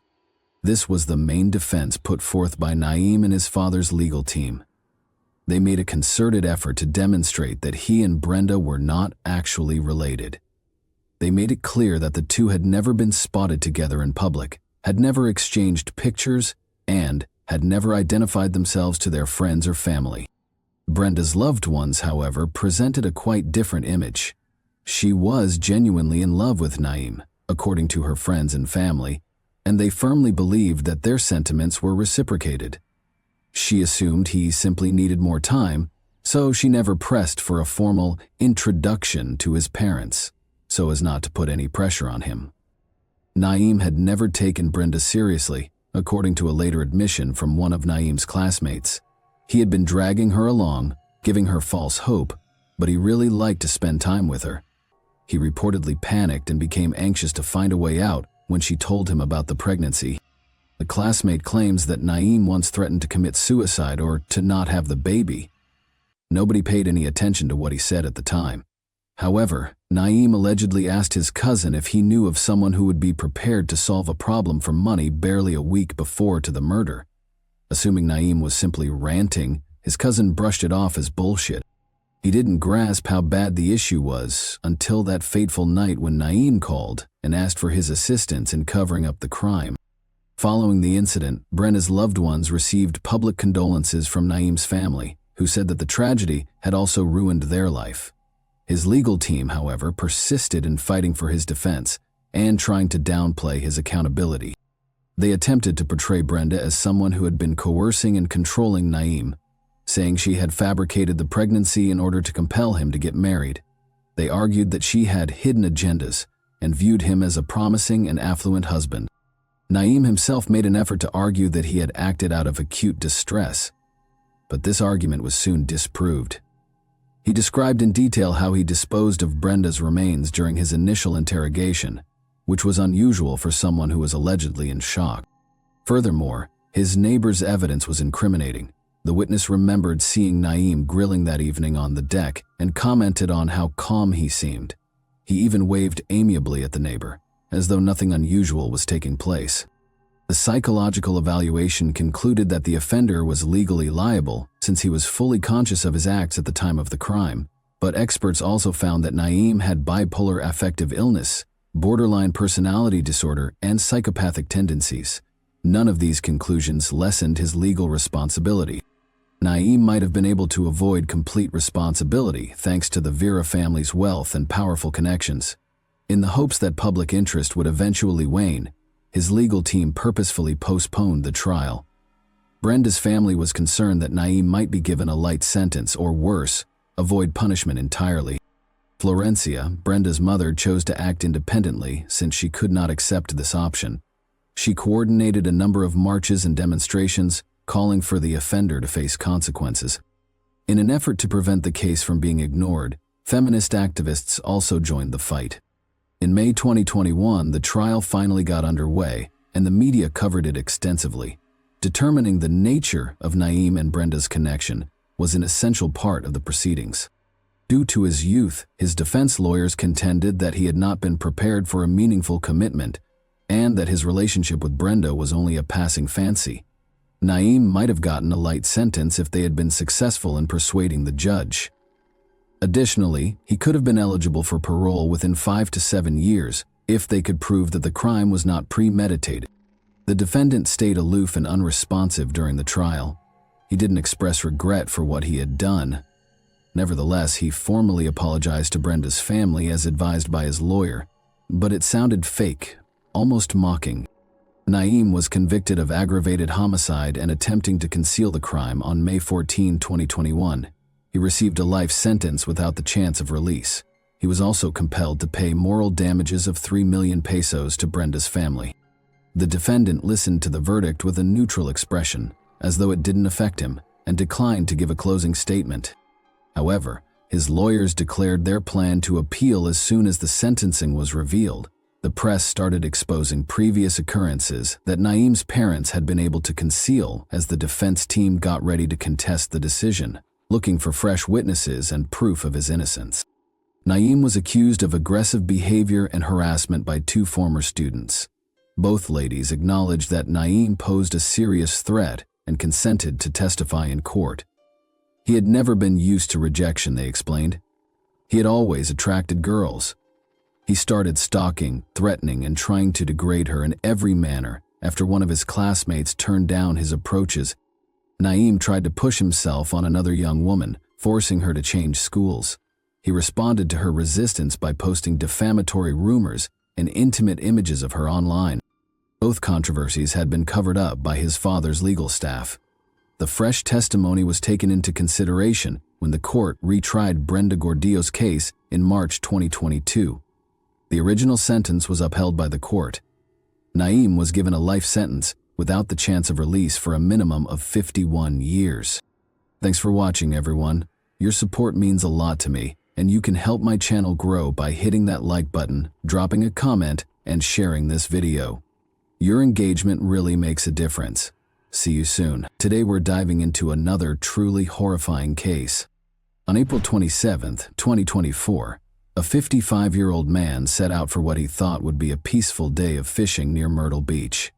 His chosen spot was along the Lambert River, deep within the quiet expanse of Lambert State Park, a place he often visited to escape the noise and pace of everyday life.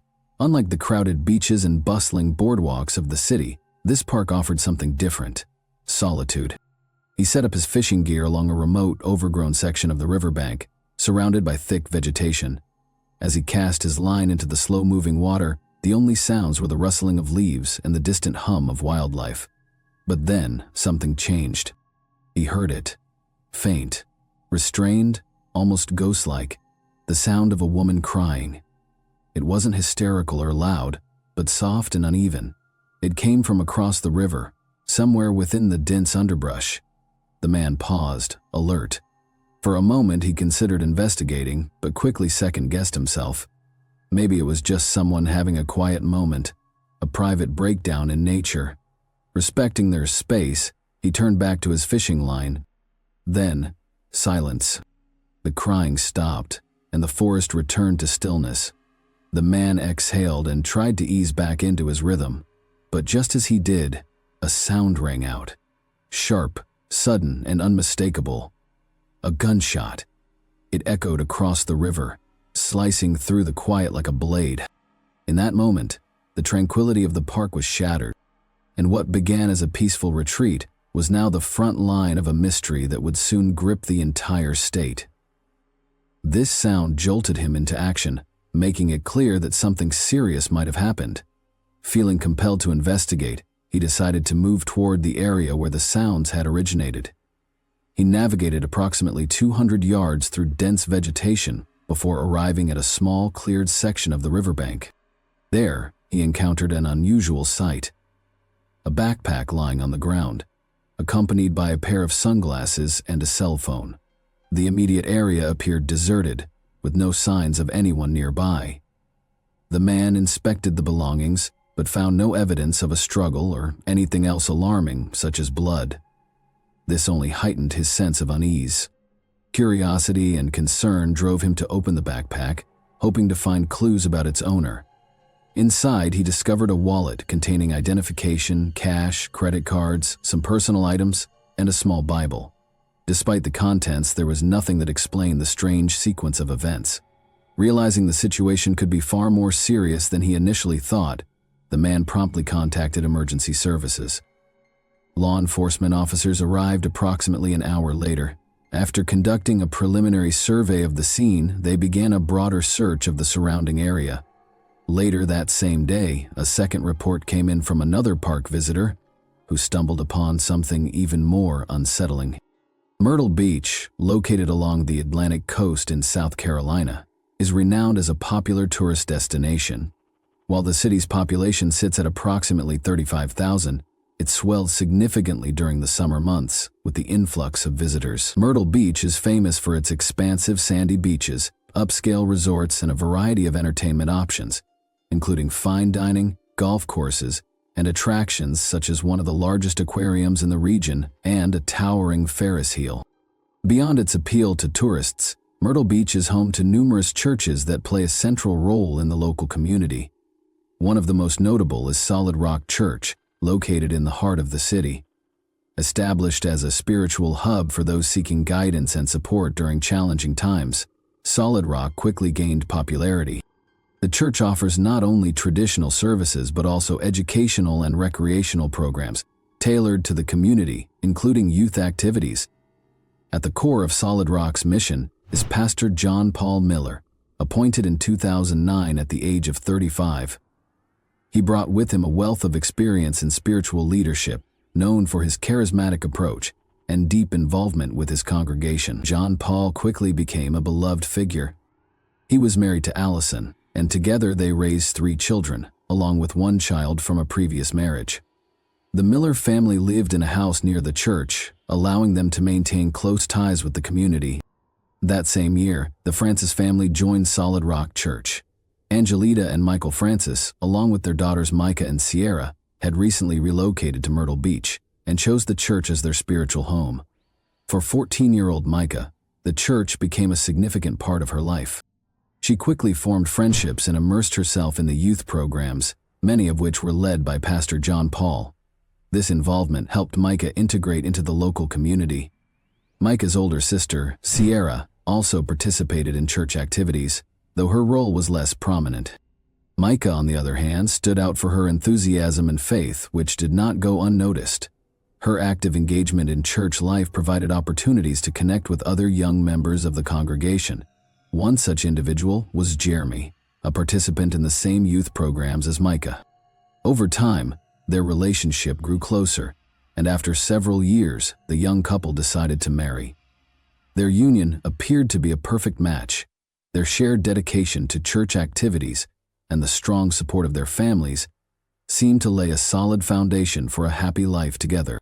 The wedding was held at Solid Rock Church, officiated by Pastor John Paul himself, underscoring its importance to the community. The ceremony was a joyful event, drawing a large number of congregants. Both families expressed their pride in the couple, viewing their marriage as a reflection of family values and spiritual unity. At that time, Micah and Jeremy were filled with optimism about their future, one they envisioned as centered around shared faith and mutual goals. After their wedding, Micah and Jeremy became even more deeply involved with the operations of Solid Rock Church. Micah took on administrative responsibilities, handling paperwork and coordinating events, while Jeremy focused on youth sports programs. He managed the church's flag football team and contributed to the development of other activities for teenagers. These roles allowed them to spend significant time together, which seemed like a seamless extension of their marriage. However, a few months after the wedding, the first signs of strain began to emerge in their relationship. The demands of their shared responsibilities at the church started to take a toll on Micah. Unlike the period before their marriage, when they had more time to focus on each other, their lives had become centered around work. Jeremy, deeply committed to his role, began to dedicate less time to providing emotional support for Micah, leaving her feeling increasingly isolated. Adding to the tension was Micah's growing involvement with other members of the church community, including the pastor's wife, Allison. As Micah took on more responsibilities in the administrative office, she became an indispensable part of the team. This blending of her professional and personal life created additional stress in her marriage. While their relationship appeared outwardly harmonious, the underlying issues continued to build. The couple chose not to share their struggles with others, maintaining an image of a happy union. Yet those close to them began to notice subtle cracks in their relationship. These early signs of discord would later lay the groundwork for more significant challenges that would alter the course of their lives. After several months of working in the administrative office, Micah was promoted to a new role as the personal secretary to Pastor John Paul Miller. This decision was attributed to her organizational skills and her eagerness to take on more responsibilities within the church.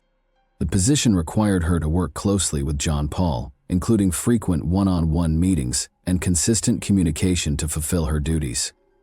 As Micah transitioned into this role, she began spending a significant amount of time with the pastor.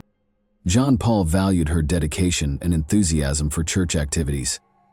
Over time, their professional relationship evolved into more personal interactions. What started as discussions about faith and life eventually turned into more intimate conversations, forming a close emotional connection between them. This shift began to create tension in Micah's marriage. In 2016, everything changed abruptly.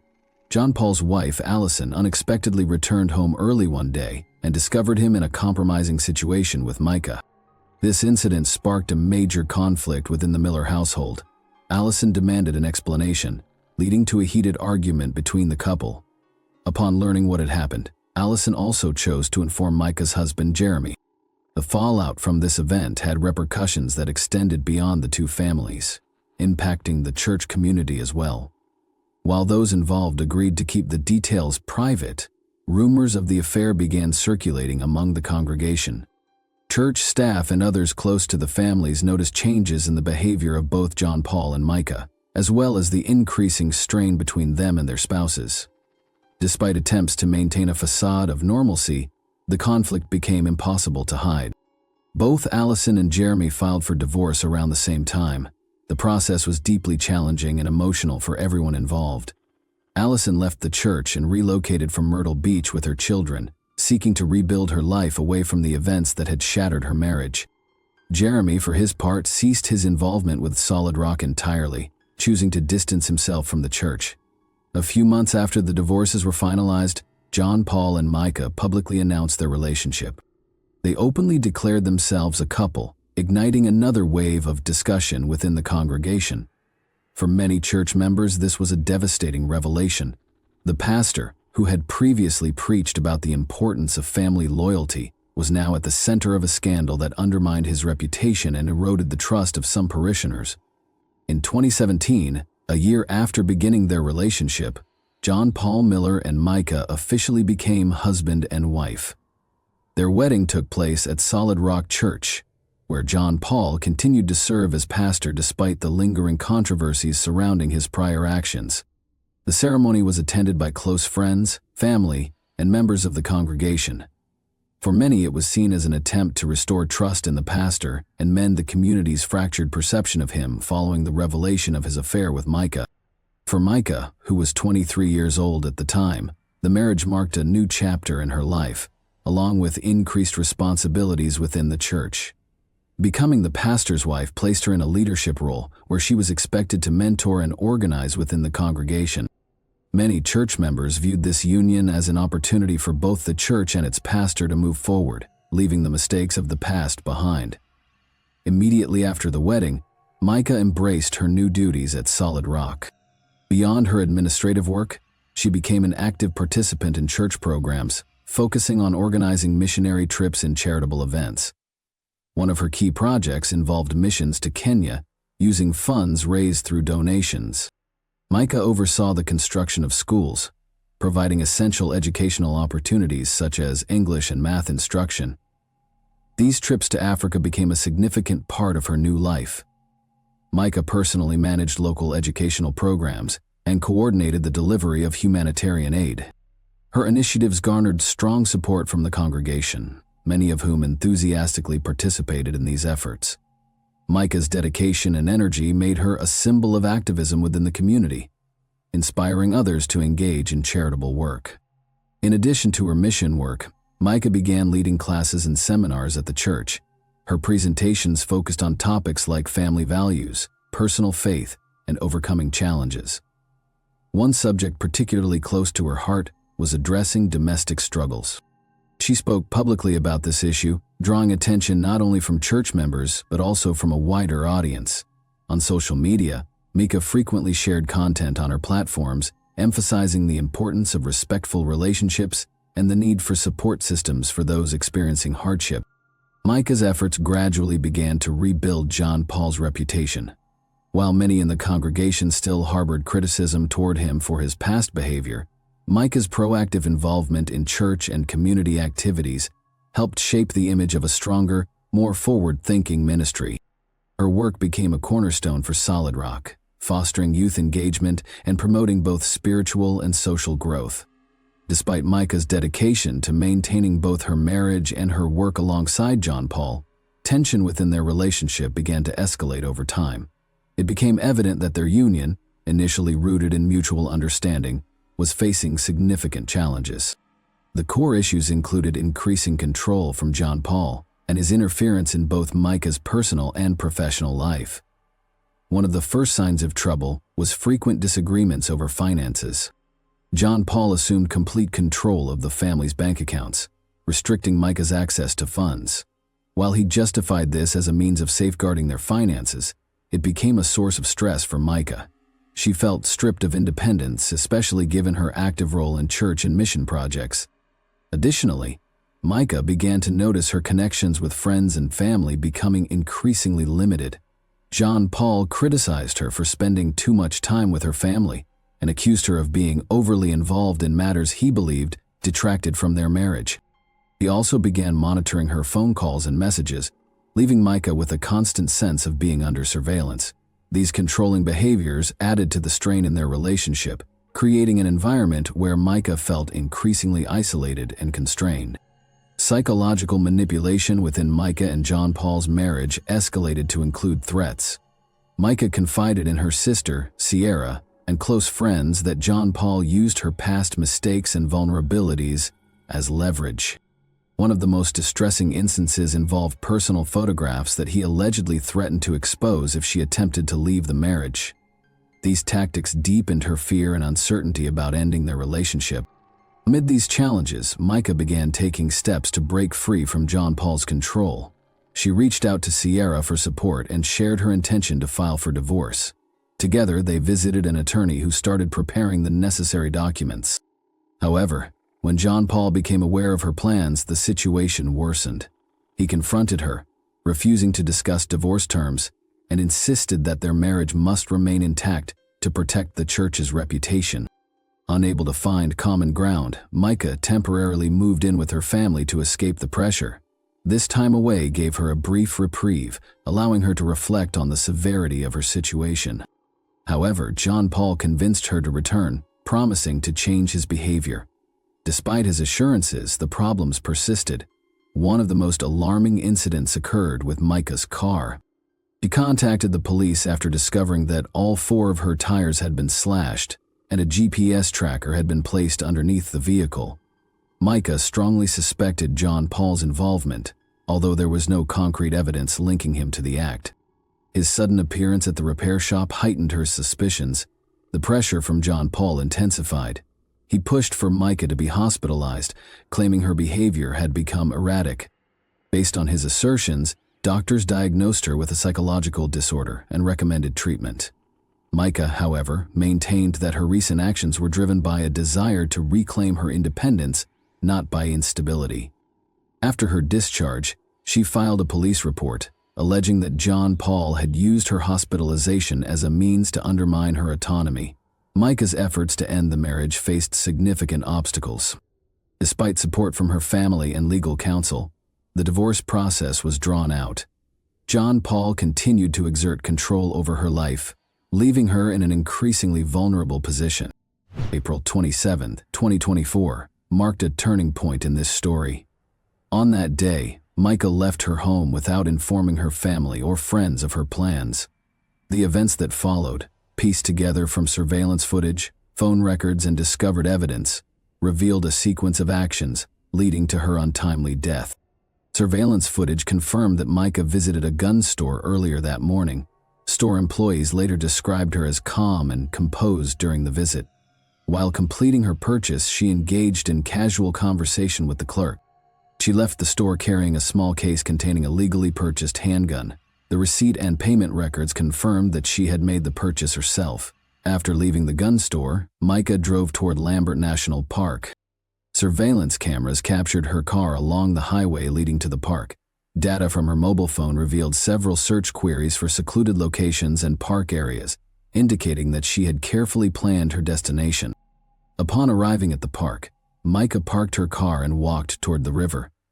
After some time, she made a call to emergency services.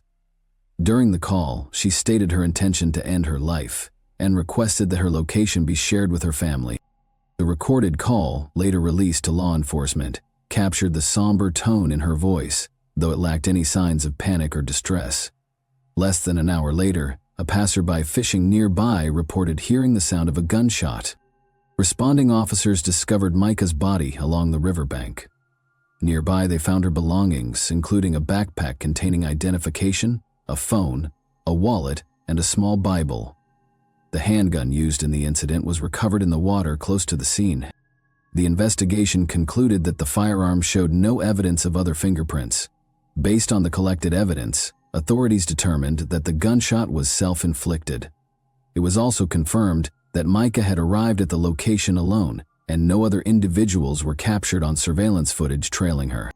The official police report listed the cause of death as self-inflicted harm. However, this conclusion raised concerns among Micah's family, who argued that she had not exhibited any signs of depression and had maintained an active lifestyle. They pointed to her recent efforts to finalize her divorce as evidence of her determination to start anew, despite the official findings. Micah's tragic death stirred widespread attention and gave rise to numerous theories about what might have led to the event. With so many unanswered questions, the story resonated deeply, affecting both her loved ones and the public. The central argument raised by Micah's family was based on information she had shared with her sister Sierra shortly before her tragic passing. Micah confided in Sierra about the pressure and manipulation she faced from her husband John Paul. According to Sierra, Micah had even warned her that if anything happened to her, John Paul would be responsible. These claims were further supported by entries in Micah's journal discovered in her apartment after her death. The journal contained detailed accounts of her troubled relationship with John Paul. She wrote about emotional and psychological mistreatment, constant control, and threats. Micah described how John Paul frequently used her past mistakes against her and threatened to expose personal information if she attempted to leave him. In addition, both her family and the community began to scrutinize revelations about John Paul's conduct, including potential inappropriate relationships with other women in the church and allegations of financial misconduct. Some members of the congregation claimed that the pastor may have misappropriated funds meant for missions, using them for personal purposes. These accusations fueled a wave of rumors and conspiracy theories on social media and in the press. Speculation about John Paul's potential motives became a heated topic of discussion. His history of questionable behavior, such as allegedly placing a GPS tracker on Micah's car and threatening to release private photos of her, intensified public criticism. Some online users accused him of indirectly contributing to the tragedy, while others put forth more extreme theories suggesting a staged crime. Despite the lack of direct evidence, the accusations against John Paul drew the attention of both law enforcement and the public. He became a focal point of widespread condemnation, even as authorities found no grounds to open a formal case against him. Micah's family's persistence and the details that emerged from her life kept the story alive, creating an atmosphere of tension and mistrust. After Micah's tragic death, the police immediately launched an investigation to uncover the circumstances surrounding the incident. However, it quickly became clear that local law enforcement would struggle to handle the case alone due to the widespread public attention, pressure from Micah's family, and numerous allegations against John Paul. The FBI stepped in to assist. Their involvement was driven by the complexity of the case and the need for an impartial examination of all aspects. The key focus of the investigation was the firearm found near Micah's body. Investigators confirmed that the handgun was purchased by Micah herself on the day of her death, supported by surveillance footage and financial transaction records. No evidence suggested that anyone else was involved in the purchase. Similarly, footage from the Lambert Park parking lot showed no suspicious vehicles or individuals who might have been following or accompanying her. Despite confirming that Micah had acted alone, the investigation expanded due to public accusations against John Paul. The FBI began a thorough review of his past, including his financial activities and interactions with church members. Evidence surfaced suggesting possible financial improprieties. While no formal charges were filed, these findings heightened suspicions surrounding John Paul and prompted further inquiries. One of the most discussed aspects of the case was John Paul's potential role in contributing to Micah's deteriorating emotional state. Her family provided investigators with her journal, which detailed instances of manipulation, threats, and psychological pressure allegedly exerted by her husband. While these entries did not lead to criminal charges, they raised serious questions about whether John Paul's actions might have played a part in the tragic outcome. The investigation also explored allegations of John Paul's inappropriate relationships with other women in the church community and his overall reputation. Several witnesses came forward with claims of questionable behavior by the pastor that may have negatively impacted those around him. However, none of these accusations were substantiated with sufficient evidence to hold him accountable. As of now, John Paul remains formally uncharged, though his standing within the church community has been severely damaged. He has been removed from his pastoral role, but reportedly continues to receive payments from the church's budget. This decision has sparked mixed reactions among the congregation. Some have called for a complete severance of ties with him, while others argue that the allegations remain unproven. This tragic story has also left a lasting mark on Solid Rock Church itself. The controversy surrounding Micah's case has eroded trust in the church's leadership, leading to a significant decline in attendance and casting doubt on the effectiveness of its internal structures. Many former active members have publicly expressed their disappointment and ceased participation in church activities. By the conclusion of the investigation, many questions remained unanswered. The primary focus centered on the extent of John Paul's influence on his wife's emotional state and his potential responsibility in the events leading to her death. While law enforcement has not found sufficient grounds to press charges, the public continues to follow the case closely, debating new theories and emerging details. This story remains a deeply painful chapter for everyone involved, serving as a poignant reminder of how devastating hidden conflicts and unresolved injustices can be. Thanks for watching, everyone. Your support means a lot to me, and you can help my channel grow by hitting that like button, dropping a comment, and sharing this video. Your engagement really makes a difference. See you soon. Hey guys, today we're diving into another truly horrifying case. If you want to support my channel, make sure to subscribe and stay active. It really helps me out. I'd be super grateful for that. Let's get started. This is Mike Mansholt, a 17-year-old from Germany whose disappearance and death still leave more questions than answers. At first glance, Mike was just a regular teenager, healthy, adventurous, and full of life, but what happened to him in the summer of 2016 was anything but ordinary. In fact, it's one of the most chilling and unexplained cases in recent European history. When Mike's body was eventually discovered at the base of a cliff in Malta, it weighed only 35 pounds. Just months earlier, he had weighed nearly 5 times that. But that wasn't the most shocking detail. What horrified both investigators and his family was this. Nearly all of Mike's internal organs were missing. His heart, brain, lungs, liver, stomach, pancreas, bladder, and intestines, all gone. Even stranger, there were no visible signs of trauma, no open wounds, no cuts, no signs of surgery or animal attack. His body was somehow hollowed out. So how does a seemingly healthy, happy teenager go missing on a solo trip and end up dead in a state that defies logic and science? What or who was behind this? To understand how Mike even ended up alone in Malta, we have to look at who he was. Born on August 20, 1998, in the city of Oldenburg, Germany, Mike grew up in a family that loved adventure. His parents, Bernd and Suzanne, eventually separated and started new families of their own. Mike lived with his mother and half-sister, Maria, but remained close to his father, who had a huge influence on his love for exploration. Mike was no stranger to travel. As a child, he went on a 700-day sailing trip across the Atlantic with his father. They explored Iceland, Scotland, the Caribbean, living life far from the ordinary.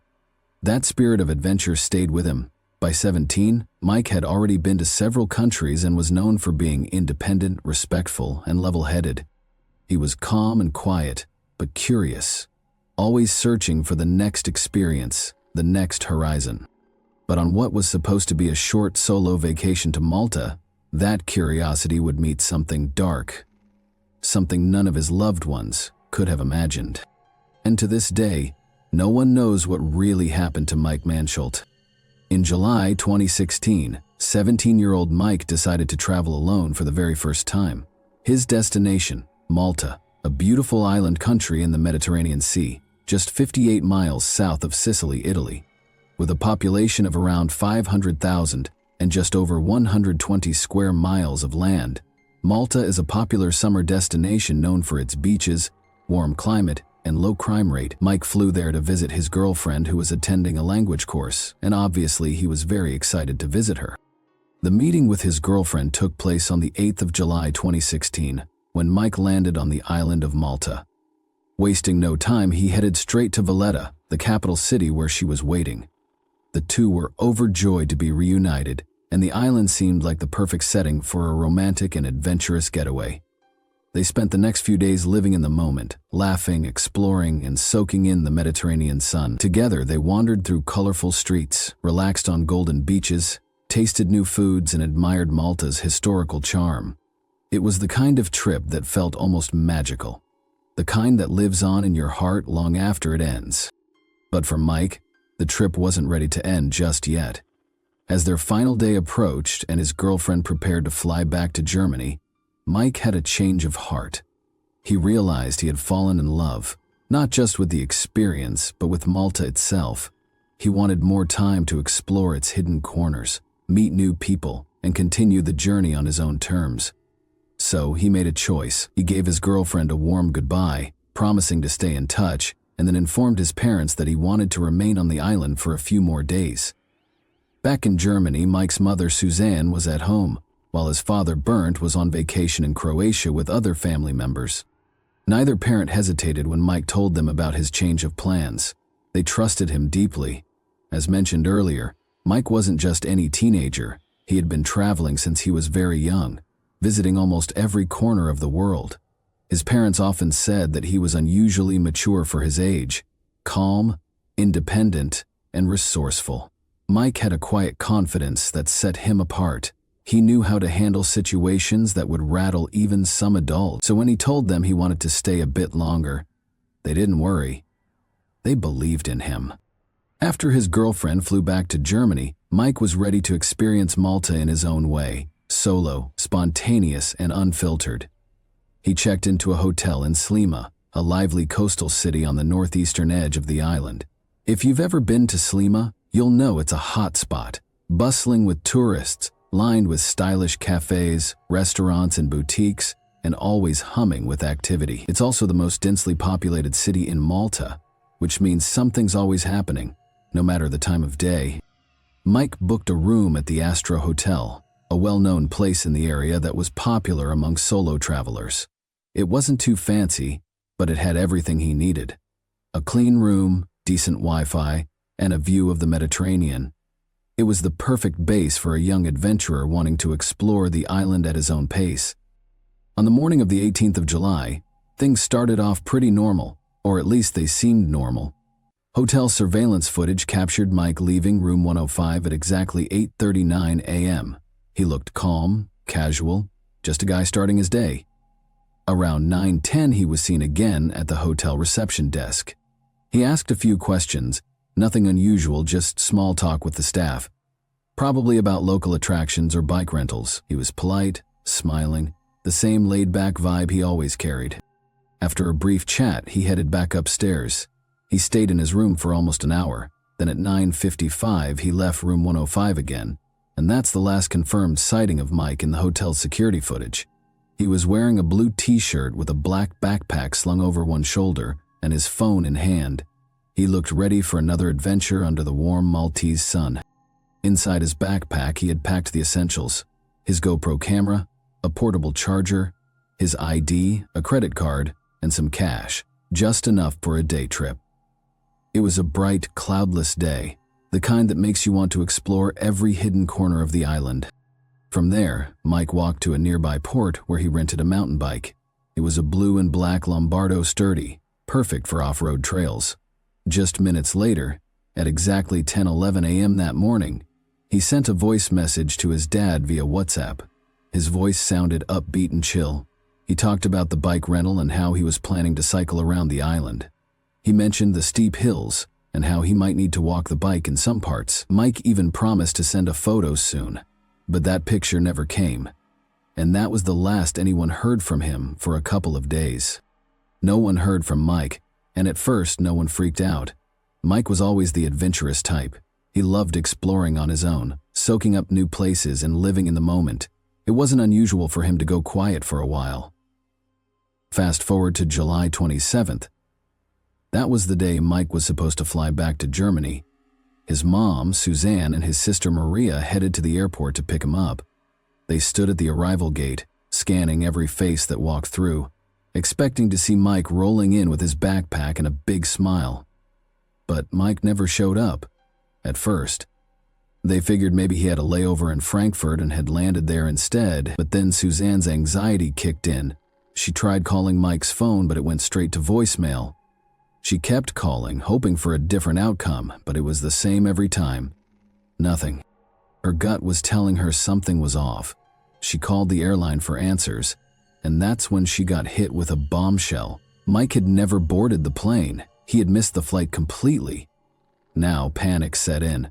Suzanne rushed to the police, filing a missing person report in the early hours of July 23. The authorities immediately took it seriously and put things into high gear, coordinating with the Maltese police, as Suzanne tried to piece things together. Another shocker came her way. A German detective working on the case got word from the Maltese authorities. It turns out they'd already been searching for Mike for days. He had actually gone missing long before Suzanne realized something was wrong. On July 18, the very day he rented that mountain bike, Mike had never returned the bike, which he was supposed to drop off the next day. He also never came back to the Astra Hotel to check out or grab his things. Concerned, the hotel manager reported Mike's disappearance to the Maltese police on July 20. While the search for Mike was in full swing, his family in Germany had no idea what was happening in Malta. No one from the Maltese authorities had contacted them about Mike's disappearance. Some say it was because they didn't have the family's contact info. Others claim it was just negligence. Either way, Mike's dad, Bernd, was blindsided when he found out. Without wasting any time, he paused his vacation, grabbed Mike's brother Daniel, and hopped on the first flight to Malta. Though panic was setting in, Bernd tried to stay calm, thinking maybe Mike had missed his flight, lost his phone, or something like that. The family held on to hope, convinced Mike would turn up any minute. But what was really eating at Bernd was that Mike's phone was off, and there was no sign of him anywhere. Bernd stayed in constant contact with the authorities and even joined the search. The police combed every inch of Malta, checking ferries and small aircrafts, while flyers with Mike's face were plastered everywhere. On the 24th of July 2016, Interpol stepped in, and the case went international, with Germany and Malta working together. Then, on the 26th of July, 8 days after Mike vanished, the Maltese police got an anonymous tip. The caller said Mike was last seen near the Dingley Cliffs, 820 feet high in a hot spot for tourists. The guy who rented Mike the mountain bike had even mentioned that Mike had talked about visiting the Rabat catacombs nearby, so it was likely Mike had passed through that area. A full team was sent to the cliffs. Sniffer dogs, paramedics, firefighters, and Bernd and Daniel rushed there too. By the time they arrived, reporters were already asking questions, and emergency crews were on site. The search dogs soon picked up a scent, and after hours of searching, the unthinkable happened. Mike was found, but not alive. His body was discovered at the bottom of the cliffs, hidden under some bushes in a rocky outcrop. The bike he rented was found 98 feet above him, totally wrecked. Mike's body was sent in for an autopsy, and investigators found his sneakers and sunglasses nearby, but Mike was barefoot. His backpack containing his phone, laptop, GoPro, money, and credit cards was nowhere to be found. And the strangest part?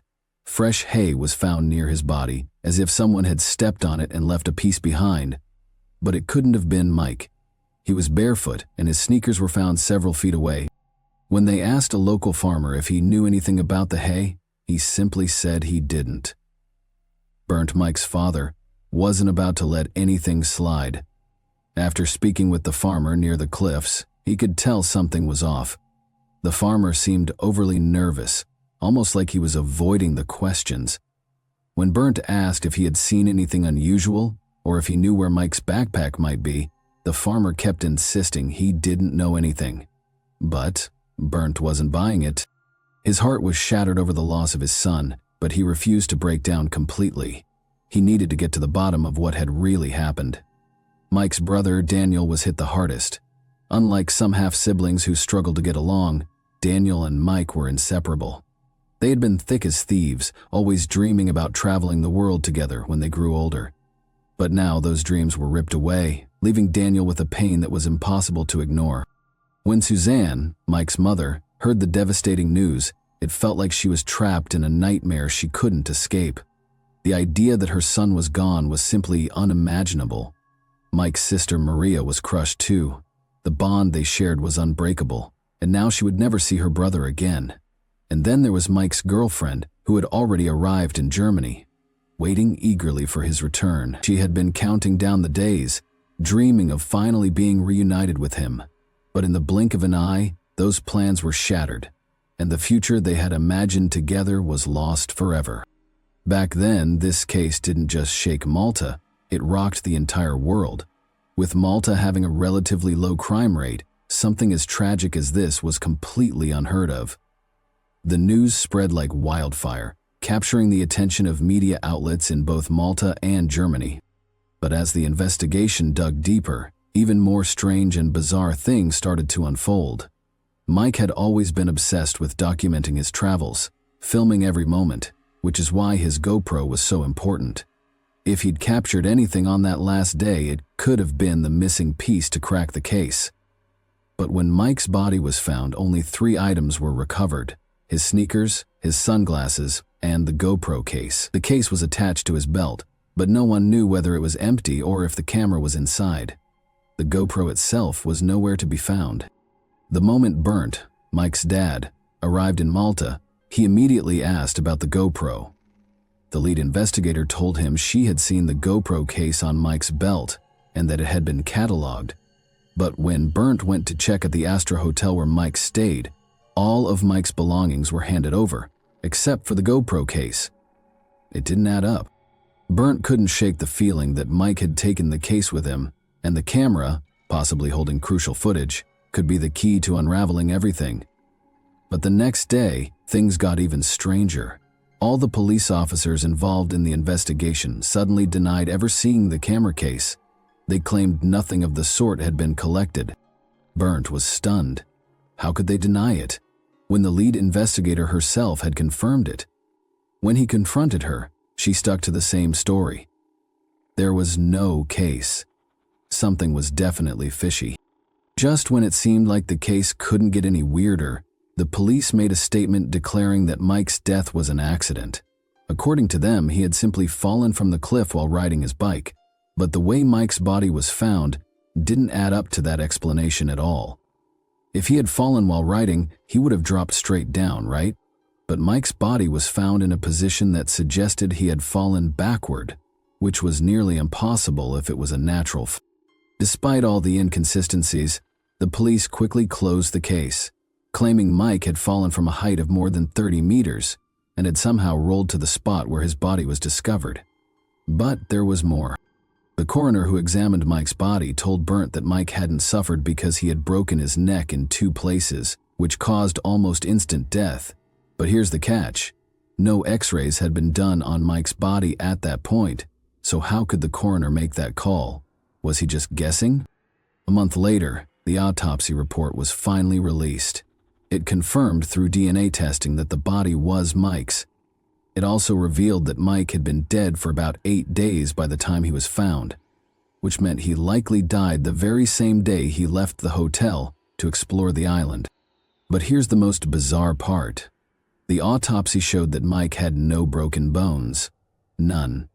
This was highly suspicious, especially considering he supposedly fell from more than 98 feet. If that were true, he should have at least broken an arm or something. So why weren't there any fractures? This revelation cast doubt on the coroner's statement and made Bernd's suspicions grow. A forensic examination of Mike's rented bike only deepened the mystery. The bike's condition didn't match what would be expected from a fall of over 98 feet from a cliff. Everything was starting to feel wrong, like pieces of a puzzle that just didn't fit. Then, just days before the official autopsy report was finalized, an employee from the morgue who had been responsible for Mike's body approached Bernd with a hushed warning. She told him that everything about Mike's death seemed suspicious. No broken bones completely contradicted the police's story, that Mike had simply fallen from the cliff while riding his bike, she urged Barrett to think carefully about his next steps, suggesting that the police seemed to have no interest in pursuing the case any further. This only added to Burnt's growing distrust of the investigation. Desperate for answers, Burnt went to speak with the head of the investigation, the same officer who had first claimed to have seen the GoPro case attached to Mike's belt, only to later deny it. But this time, she refused to speak with him. She dodged his questions and acted as though the entire matter wasn't worth her attention. This only fueled Burnt's suspicions. Why was the investigation being handled so poorly? Why were they denying even the simplest facts? He kept pressing the authorities about Mike's GoPro, believing it held the key to understanding what really happened. Just days later, the forensic department in Malta handed Burnt a camera, claiming it belonged to Mike. But what they handed him was an old Canon model from the early days of digital photography, not the GoPro Hero 2 that Mike had been using to document his travels. Along with the camera came a memory card completely destroyed. The authorities claimed it had been found inside the camera when it was recovered next to Mike's body. Burnt immediately knew this was not his son's camera. The authorities were trying to pass off an old, outdated camera as Mike's, likely hoping he would stop asking questions about the real GoPro. By now, Mike's family had grown deeply suspicious of the Maltese police. The lack of interest in the case, the inconsistencies, and the strange actions of the authorities were all too much to ignore. Burnt confronted some officers about who might have stolen his son's belongings. The officers, almost dismissively, claimed that no one from Malta would steal items from a body, suggesting it might have been a tourist. But then there were the phone records. The police claimed they had pulled location data from Mike's phone carrier only to report that they found absolutely nothing. No records, no trace. Everything seemed to be going in circles. Frustrated with the inconsistencies, the lack of progress, and the growing feeling that something was being hidden, Burnt was ready to make serious accusations against the authorities. But before he could take any action, he had to return to Germany to arrange his son's funeral and deal with the heartbreaking aftermath of the tragedy. Mike's body landed in Germany on August 17, 2016, and what was supposed to be a moment of mourning quickly spiraled into something out of a true crime documentary. The funeral home staff tasked with preparing his body for burial were immediately disturbed. Mike's body looked eerily deflated, like someone had let all the air out of him. It was obvious something was wrong. Even worse, he hadn't been embalmed at all, which was bizarre, considering his case was still under investigation. The smell was unmistakably that of raw decomposition, not the usual chemical scent you'd expect from a preserved body. The moment they realized this, the funeral home workers called the police. One officer casually mentioned that airport staff had already thought the coffin felt way too light when it arrived. That was enough to raise every red flag imaginable. Mike's body was quickly sent to the Medical University of Hanover, and what they uncovered was horrifying. His body weighed only 16 kilograms, that's about 35 pounds. When they opened him up, almost all of his internal organs were missing. His brain, heart, lungs, liver, pancreas, adrenal glands, right kidney, bladder, stomach, intestines. Every vital organ was stripped from his body. Only tiny scraps of his left kidney, diaphragm, spleen, and colon remained. No wonder he looked so deflated. He was practically empty. Now, yes, it's normal to remove organs during an autopsy, but here's the catch. They're supposed to be either returned to the body or replaced with something like cotton or sawdust. And if they're not returned, there should be a full report explaining why none of that was done. Mike's body was just left as an empty shell, with no explanation, no documentation, and no dignity. His family was devastated. His father, Burnt, wrote a heartfelt letter to the Maltese authorities begging them to send back his son's organs so he could lay him to rest properly. However, what he got back was shocking. The coroner claimed that animals had eaten the organs before Mike's body was found. Seriously? That didn't make any sense. The original Maltese autopsy made zero mention of animal bites or injuries, no claw marks, no chewed up skin, nothing to back up that wild claim. And so, the German authorities stepped in. What once looked like a tragic accident was starting to look more and more like a crime. They opened a full investigation. The forensic team in Hanover asked for a copy of the original autopsy report from Malta, but surprise, it never came. And without Mike's organs, their second autopsy was already limited. But that didn't stop Bernd and Suzanne from fighting. They filed a formal complaint and demanded answers through their lawyer. They revealed an email from the Maltese coroner where he now claimed rodents had eaten the organs and that Mike's brain had liquefied. The parents were done with the excuses. They took the fight to court, and the German prosecutors began leaning into a more sinister theory. What if Mike was murdered? They also called out the Maltese coroners for doing an incredibly sloppy job. A new autopsy was ordered, even though the body had already deteriorated. This time, Maltese officials had to be present so no one could twist the facts. And once again, the findings were disturbing. There were no bite marks, no signs of rodents, just a small nibble on the neck and a faint abrasion on the forearm. Definitely not enough to explain the missing organs. Plus, it was reconfirmed that Mike's body had been fully intact when it was recovered from under the cliffs and transported to the Maltese morgue. Most importantly, the new autopsy revealed what might be the biggest failure of all. Mike had never been embalmed. Because of that, his body had decomposed too much, destroying any remaining evidence that could have pointed to what really happened. To top it all off, there was absolutely no proof that Mike had died from falling off the cliffs. Nothing matched the story Malta had been pushing. And just like that, a simple case of a missing person found dead had transformed into a full-blown mystery.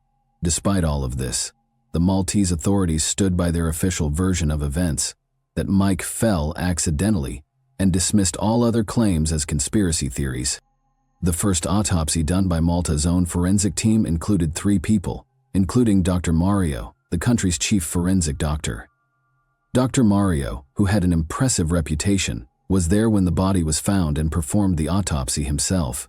However, when Mike's parents and journalists asked for more details, Dr. Mario was strangely tight-lipped. He only responded to one email from Mike's father, Bernd, saying the organs were already missing before the autopsy, suggesting that rodents had eaten them. He also mentioned that Mike's brain had dissolved due to the sun's heat. Dr. Mario stated that he had shared this information with the head of the investigation, but the German forensic team didn't buy it. They quickly debunked the idea of rodents having eaten Mike's organs, as there were no bite marks found on his body. As for the brain liquefying in the sun, that was just plain absurd. According to the Germans, they pointed out that many countries have summer temperatures exceeding 40 degrees Celsius, and no one had ever seen anything like this happen. Furthermore, Dr. Mario had documented that Mike's body was found lying on his back, but the German team didn't believe he'd died where he was found. They theorized that Mike could have been alive when he hit the beach and crawled to a shaded area under the cliff. They even considered asphyxiation as a possible cause of death, especially because Mike's hyoid bone was missing, an indication of strangulation. By November of 2017, Bernd had had enough. He returned to Malta and tried to speak with the police and detectives involved in his son's case, but they wouldn't cooperate. He then filed a legal request to access all the case files, only to be told the judge was sick and known for being slow in approving judicial decisions. Eventually, Bernd was able to gain access to the documents through a German diplomat in Malta, but when he reviewed the files, several key pieces were missing. The autopsy results and photos from the crime scene had mysteriously disappeared. In January of 2018, the Maltese government finally caved under pressure from the German authorities and reopened Mike's case. The first documents related to the case were sent to Germany, and the German media began covering the story. Once again, the German parliament even started debating it. However, the new judge assigned to the case also concluded that Mike's death was due to a fall from the cliff, and nothing really changed. The German authorities, despite finding numerous inconsistencies in the case, found themselves at a dead end with the limited evidence they had. Most people who analyzed the case, full of holes and carelessness from the diplomats, investigators, and journalists, have serious doubts about the Maltese authorities' official verdict. Bernd became exhausted and disheartened by all the negligence and decided to stop pushing for more answers.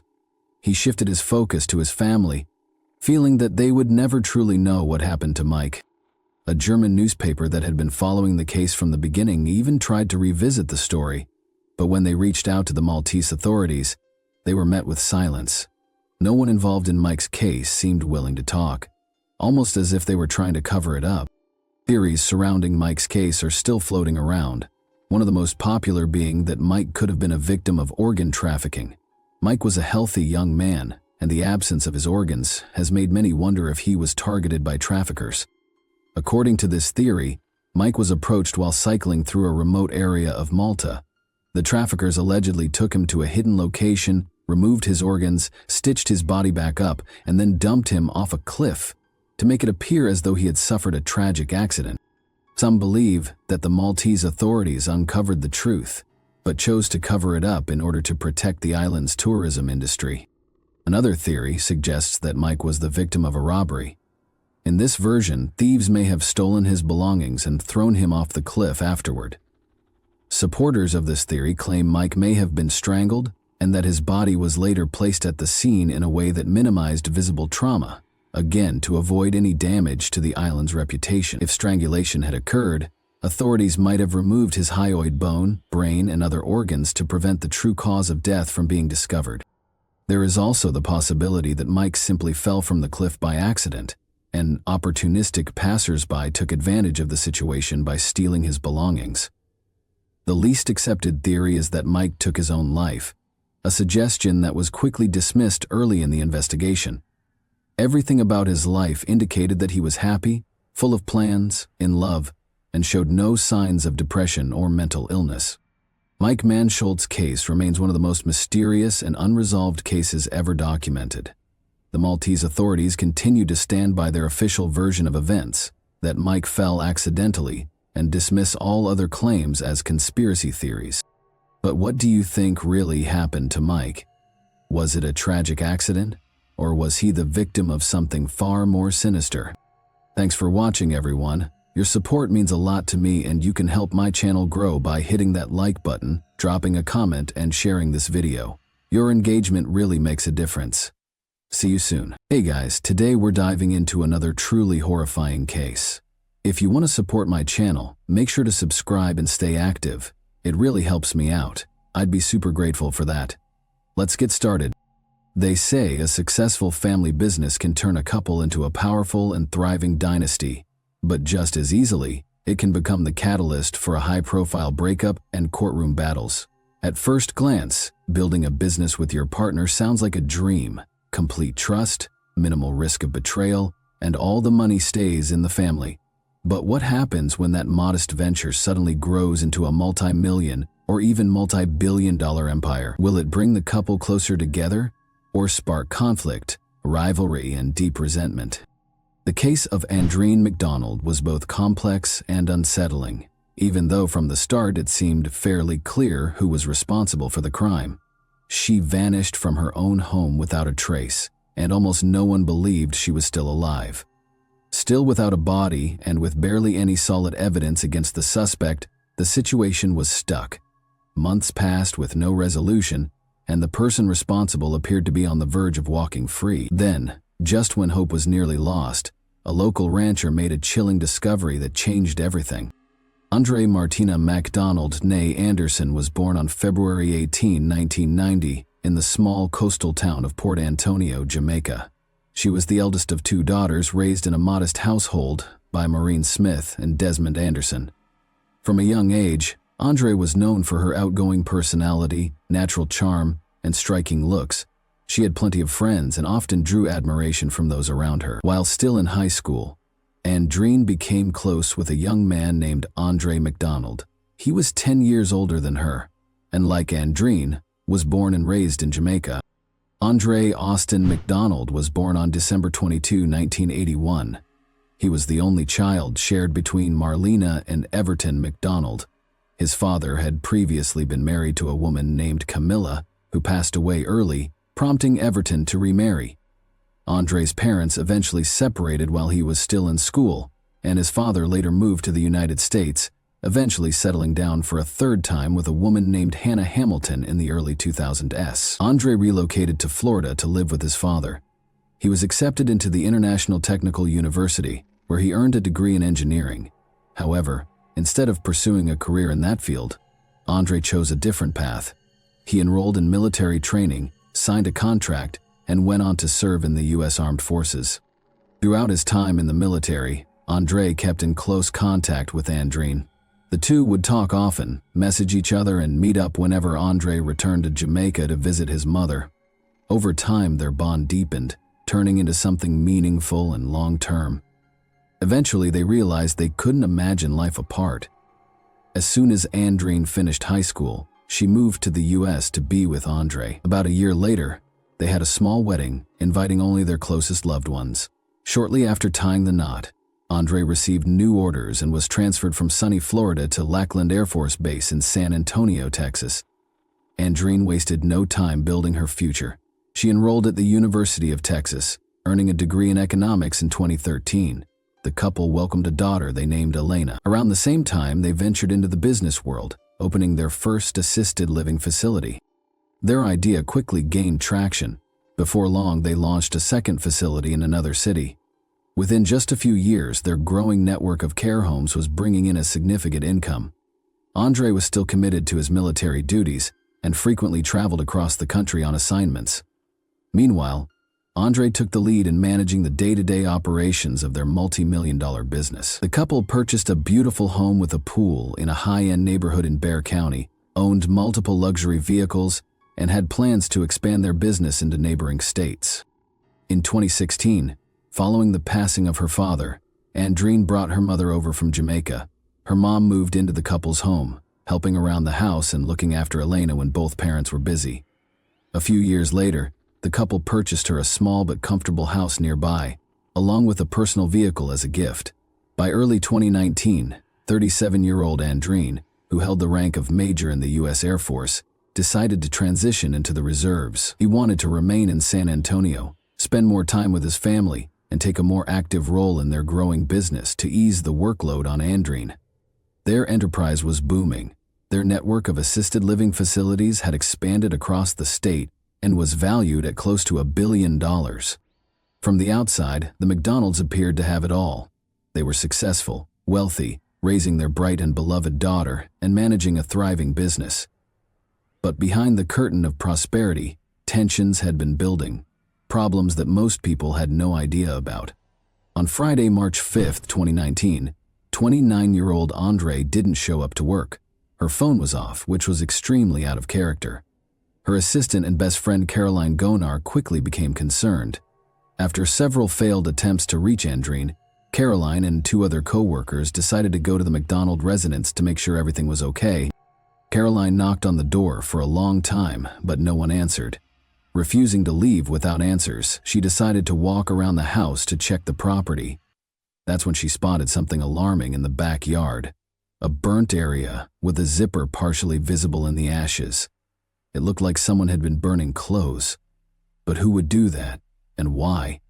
Nothing else seemed immediately suspicious from the outside. When Carolyn tugged on the back door, she found it unlocked and cautiously stepped inside. She called out loudly for both Andre and Andreen, but got no reply.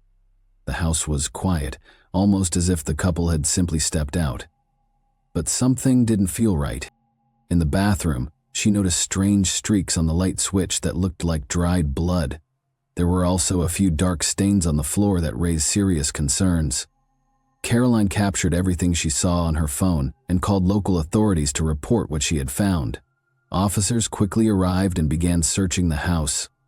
What they discovered only deepened their concerns. The carpet in the master bedroom had been thoroughly scrubbed with what seemed like a large amount of industrial-strength cleaner, the sharp chemical odor still lingering in the air.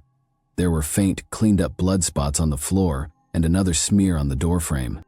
Detectives suspected the home could be the scene of a serious crime, but the limited traces of blood left room for hope that Andreen might still be alive. Andreen wasn't answering his phone, and no one knew where he was. The whereabouts of 6-year-old Elena were also unclear at first, but authorities soon confirmed she was safe, staying at her paternal grandmother's house. All 3 vehicles owned by the couple were accounted for. 2 were parked outside, and the third, a Chevrolet Malibu, was in the garage. It was this car that piqued the officers' interest. It was covered in dust, as if it had recently traveled along dirt roads, and small gravel particles were lodged in the tires. There were no obvious signs of damage or visible blood, but the vehicle's condition was suspicious. While investigators were still going over the house, the man of the house, Andre, suddenly showed up at the front door. He looked visibly anxious and shaken, seemingly confused about why law enforcement was on his property. When asked where he had been and what had happened, Andre claimed he had spent the entire night searching for his wife. He listed several hospitals he said he had visited to check if Andreen had been admitted. A follow-up confirmed that Andreen had indeed stopped by the medical facilities, but not until the following morning.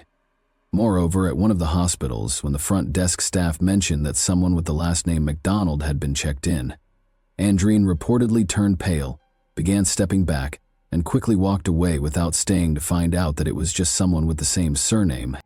From the start, his behavior raised concerns. Officers decided to bring him in for questioning to hear his version of events. Andre told them he and Andreen had gotten into a domestic dispute, after which he left the house to cool off. When he returned, she was gone. He said he tried calling her several times, and when he got no response, he took their daughter to his mother's home and continued searching for Andreen. Tracking his movements proved difficult. His phone had been switched off since the previous evening and remained off until his return. When questioned about why his phone was off, Andre suddenly changed his tone and said he wouldn't answer any more questions without a lawyer. By that point, it was clear to investigators that something wasn't adding up, but with no solid evidence yet, they had no choice but to release him. After the initial interview, he was issued a travel restriction order and placed under discreet surveillance along with his residents. Despite being under watch, Andre managed to slip away from authorities for nearly 12 hours. It was later discovered that earlier that same day, he had made a string of troubling purchases at various hardware stores. He paid in cash for items including a shovel, large heavy-duty trash bags, a small hatchet, work gloves, duct tape, and fire starter fluid. Andre appeared to be trying to avoid leaving a trail, keeping his phone off, and making purchases without using a credit card. Still, law enforcement was able to track him down via security camera footage from those stores. Meanwhile, forensic testing confirmed that the blood traces found in the home belonged to Andreen. With suspicions growing stronger, police decided to detain Andreen for further questioning and obtained a warrant to conduct a more thorough search of the home, including the seizure and review of all digital devices. During the time he had briefly vanished, Andre had returned home, but didn't stay long. He quickly left again, unaware that officers were now trailing him. He made a stop at a gun shop, where he purchased a large caliber handgun and a significant amount of ammunition. He paid in cash again, but just as unexpectedly, after completing the transaction, he turned around and walked out, leaving the firearm and ammunition sitting on the store counter. The man appeared completely detached, his eyes vacant, his movements erratic, as if he'd lost all grip on reality. But seasoned officers weren't convinced. To them, it looked more like an act, a calculated attempt to come off as mentally unstable, potentially laying the groundwork for a future defense. Former military officer Andre was arrested just as he exited the store. He didn't resist this time. Formal charges were filed against him, and during a physical inspection, investigators noticed fresh scratches on his hands and forearms, marks that looked like they had been made by fingernails. Andre failed to provide a clear explanation, though everyone present understood the likely cause: struggle. Nearly 48 hours had passed since Andreen was last seen. Given the growing body of circumstantial evidence, it was becoming increasingly difficult to believe she might still be alive. A massive search effort was launched, involving law enforcement volunteers and hundreds of concerned citizens. Teams combed through the surrounding areas in and around San Antonio, focusing especially on the rural regions of Bexar County, hoping to find anything that could help move the case forward. Unfortunately, nothing useful turned up. Not in the fields, not in the wooded areas, and not in the urban zones. Even a full review of the digital devices seized from the home, including a phone and tablet, yielded no promising leads. But when investigators conducted a second, more detailed search of the vehicles and garage, the case took a dramatic turn. First, they found newly purchased tools and supplies that matched items Andre had bought at various hardware stores. Then, inside the trunk of a Porsche Macan, Andre's car, they discovered an old hammer wrapped in plastic. It had strange dark stains on it, and several long strands of hair stuck to its head. Forensic analysis confirmed that the hammer bore blood and tissue matching Andre's DNA. The strands of hair were hers too. However, the handle had been wiped clean. No fingerprints. When confronted, Andre denied ever seeing the hammer before and claimed someone must have planted it in his car. Despite the mounting evidence, Andre posted bail, which had been set at $500,000. 0 cents. A sum he paid without delay, and was released shortly after. Once back home, he did not participate in the ongoing search efforts. Instead, he continued to assert the same version of events. The two had an argument, he left to cool down, and when he came back, Andre was gone. According to him, he had tried to reach her afterward, sending both voice and text messages. Some of those messages found on his phone included emotional pleas, telling her their daughter was crying and asking her to come home. All of them were sent around midnight.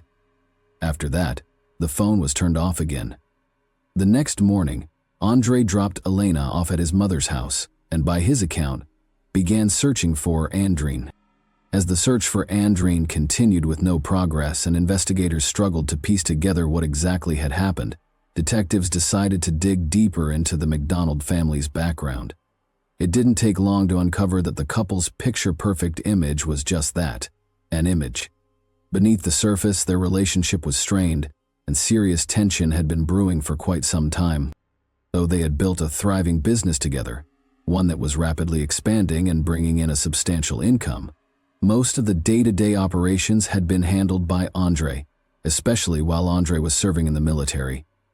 Back in 2016, when Andreen was stationed in Alabama for 6 months, the emotional distance between them grew. Just before he was set to return, Andre messaged him saying it would be better if they went their separate ways and that he didn't need to come back. Upon returning home, Andre learned that during his time away, Andreen had been in a relationship with a man named O'Brien, someone she had known since her early days in Jamaica. This man had a reputation as a dangerous figure in the local criminal underworld. The two reconnected during one of Andre's visits to the island, and their relationship reignited. He began traveling to Texas to visit her, and the two decided they wanted to be together. The couple filed for divorce. Under Texas law, their assets and business would have to be divided equally, a point of serious contention for both. Andreen believed she deserved a larger share since she had been the one managing the operations, while Andreen insisted everything was his, as he had funded the initial startup. About 6 months later, the divorce proceedings were paused. It seemed the couple had reconciled, choosing to give their marriage another try for the sake of their young daughter. But despite the outward signs of stability, tensions lingered. Caroline, Andreen's closest friend and the first to raise the alarm after her disappearance, told investigators that Andre had always been controlling and manipulative.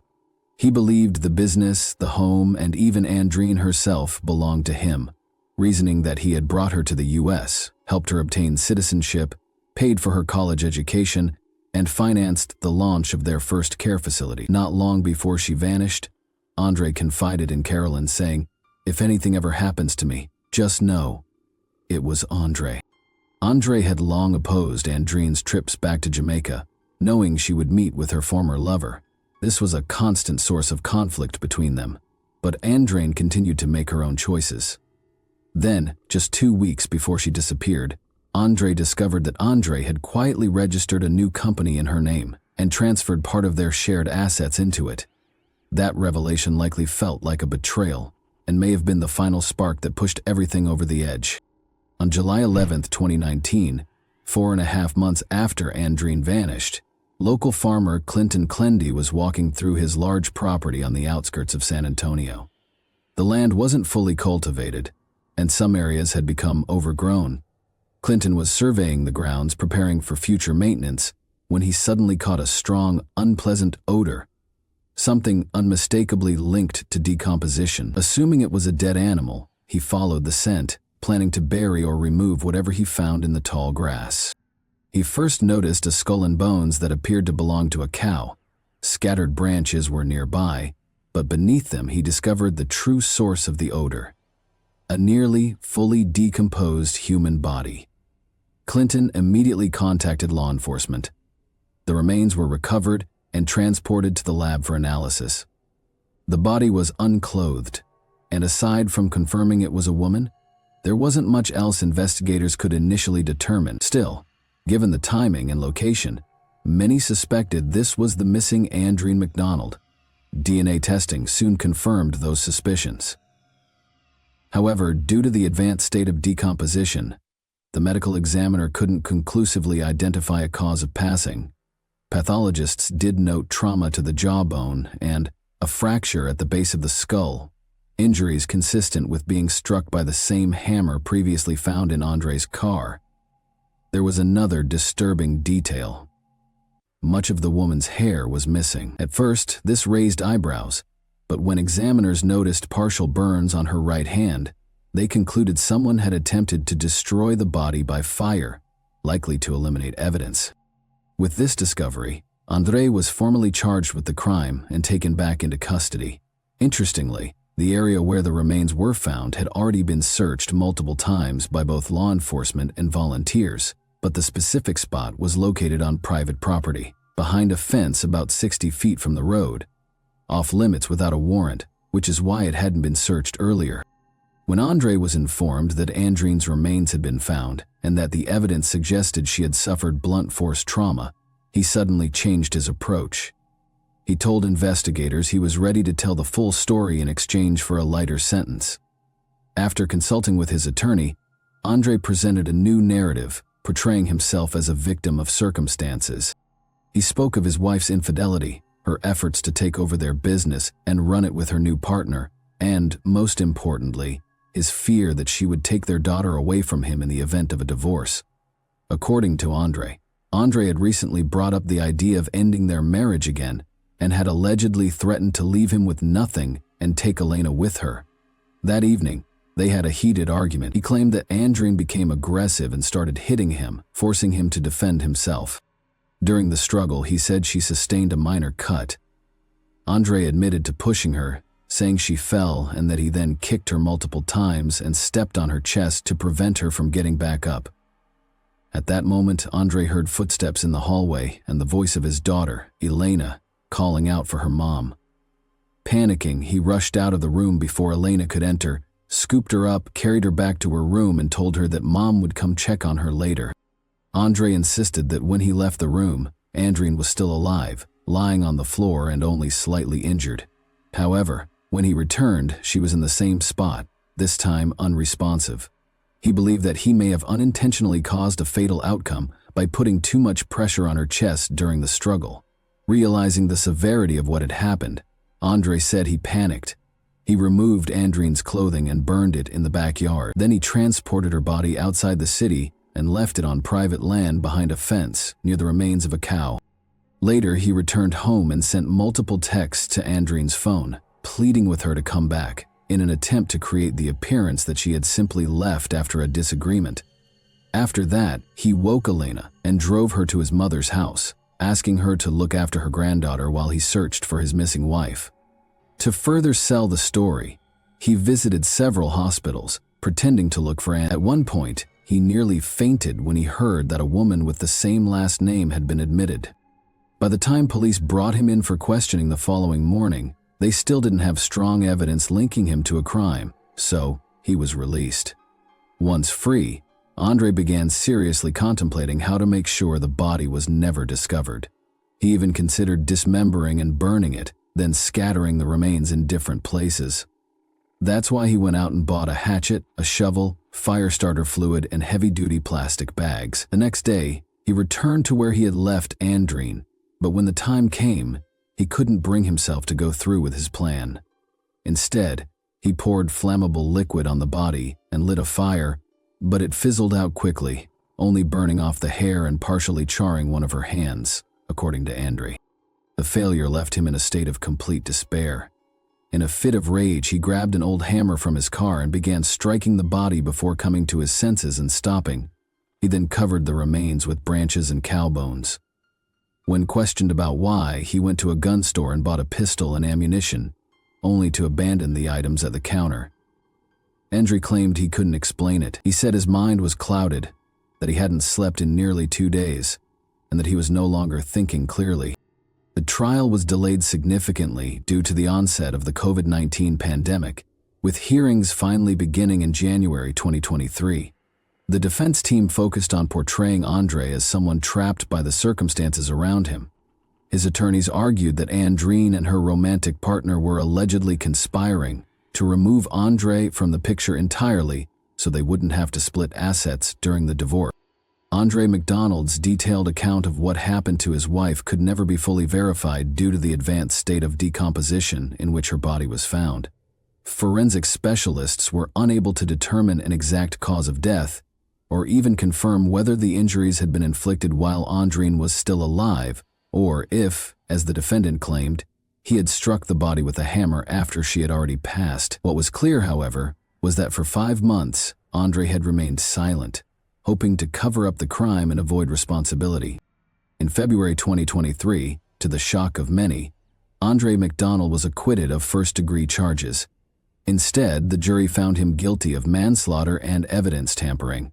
He was sentenced to 25 years in prison with the possibility of parole after 15. Full custody of Elena was awarded to her maternal grandmother. In a striking development, later that same year, Andre's father, Everton McDonald, was put on trial in Jamaica for the crime of his third wife, Hannah Hamilton. Even more disturbingly, this new investigation brought attention to the suspicious death of his first wife, Camilla, an incident that had long been brushed aside. Authorities now believe that Everton may have been involved in her passing as well. If convicted, he could face life behind bars. This chilling twist raised the possibility that Andre may not have been the first in his family to commit such a serious act, suggesting a legacy of violence that spanned generations. Thanks for watching, everyone. Your support means a lot to me, and you can help my channel grow by hitting that like button, dropping a comment, and sharing this video. Your engagement really makes a difference. See you soon. Hey guys, today we're diving into another truly horrifying case. If you want to support my channel, make sure to subscribe and stay active. It really helps me out. I'd be super grateful for that. Let's get started. They say that staying safe from those with bad intentions comes down to a few simple rules. Stay aware of your surroundings. Don't hesitate to ask for help if something feels off, and leave immediately if you sense danger. But do these rules always work? Can they truly guarantee protection?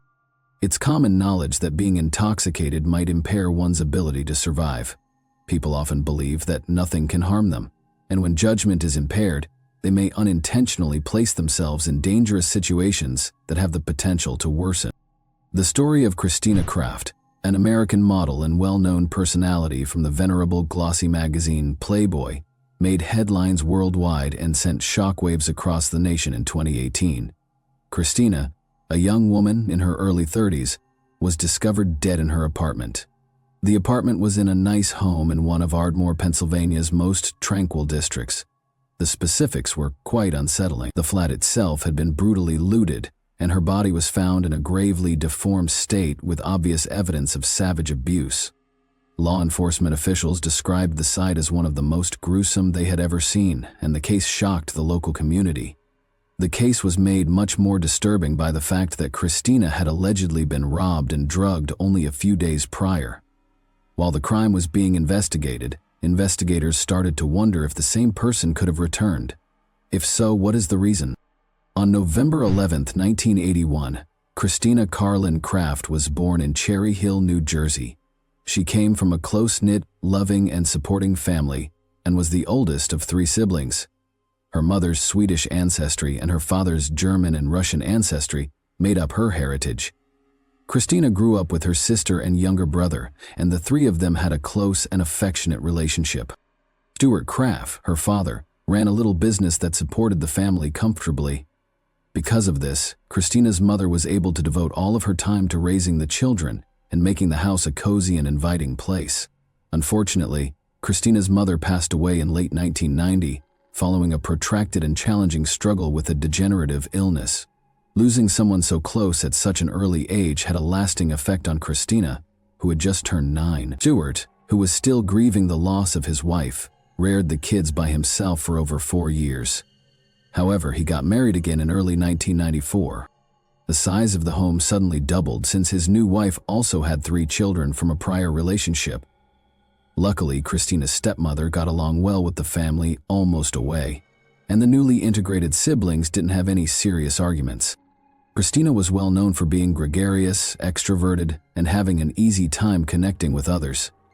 She had no trouble making friends and was frequently the lifeblood of any group she joined. Her positive outlook, excellent sense of humor, and contagious laugh won her the admiration of her peers. She fared well enough academically, but she wasn't at the top of her class. She really enjoyed social studies and literature. Christina had a striking appearance from an early age. When she reached adolescence, she had developed into a beautiful young lady. People always told her that she had the kind of beauty that belonged on the cover of fashion magazines or in Hollywood, so she never lacked attention. Christina longed for a future like that. She started going to casting calls while still in high school in the hopes of getting into modeling. Her efforts were successful. Long-term contracts were still just out of her grasp in those early years, although she did earn a few gigs in advertising campaigns for apparel and accessory retailers. Following her high school graduation, Christina made the decision to live alone in 1999. After relocating to Atlantic City, she accepted a position as a waitress at a renowned casino. She enrolled in a nearby college to study interior design at the same time. Christina cherished the excitement of the entertainment business, the recognition it provided, and the respect she got from everyone. She frequently found herself in brief partnerships, drawing suitors who were utterly enamored with her, and frequently prepared to shell out a lot of money to gain her love.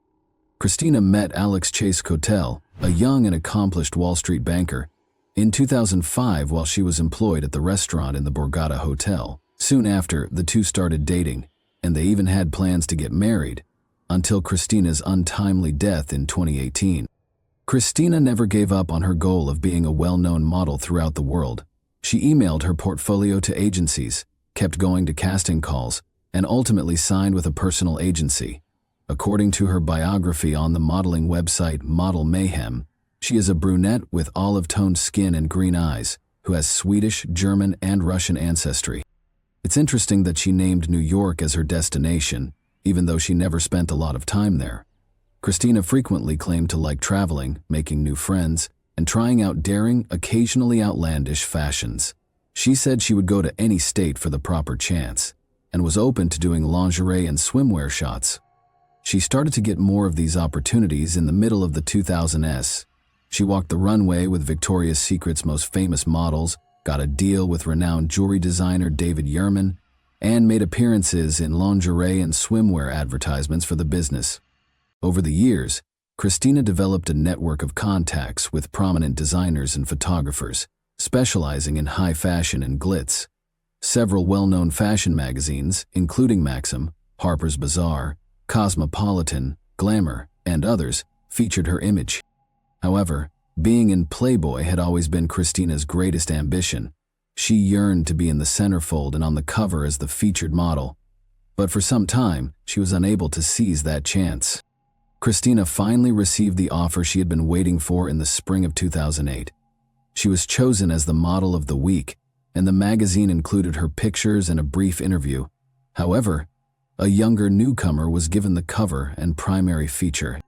At the time, Christina was 27, which is frequently seen as being near retirement age in the modeling industry.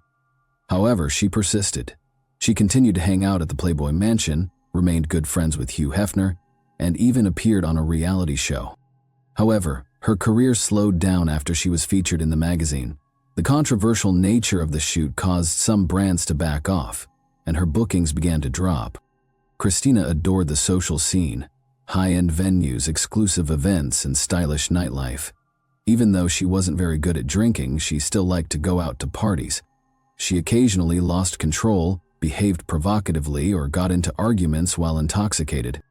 The 34-year-old model was spending the evening at the Upper West Side of Manhattan at a fancy bar in March 2016.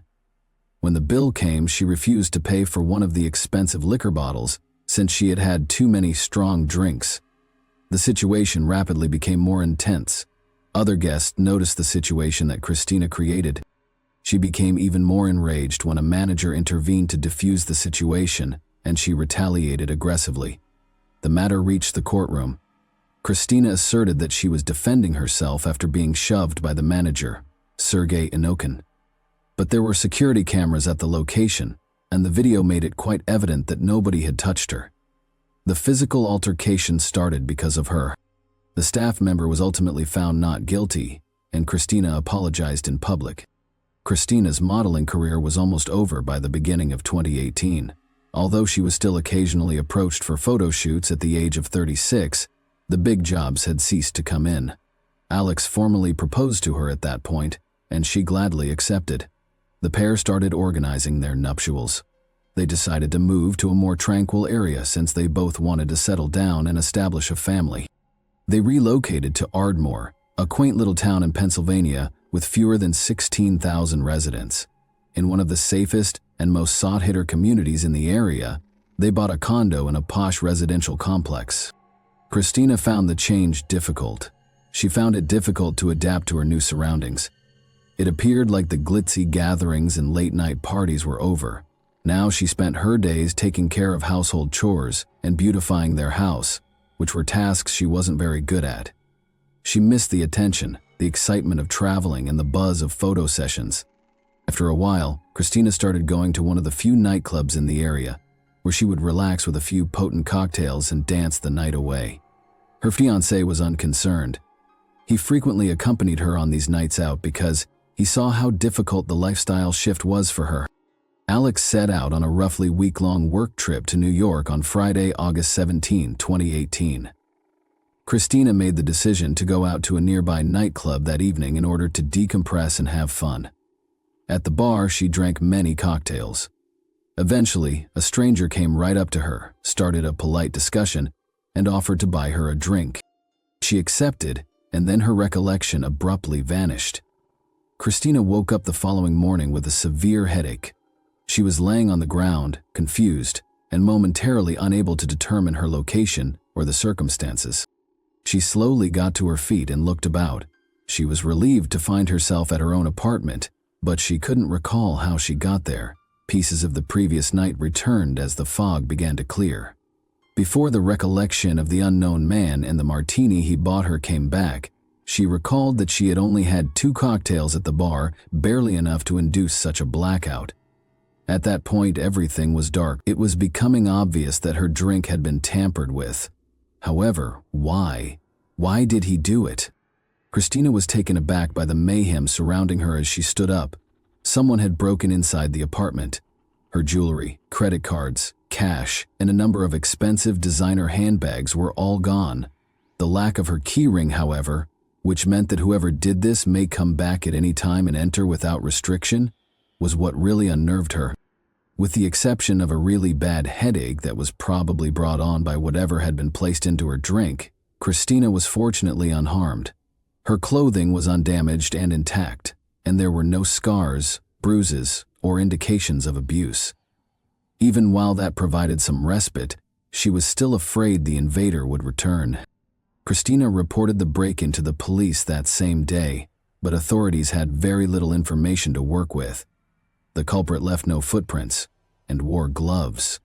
Because of the previous night's blackout, Christina was unable to describe the suspect, and none of the stolen cards had been used yet. She decided not to disclose the incident to Alex, her fiancé. She didn't want to cause him anxiety or interfere with his crucial work trip.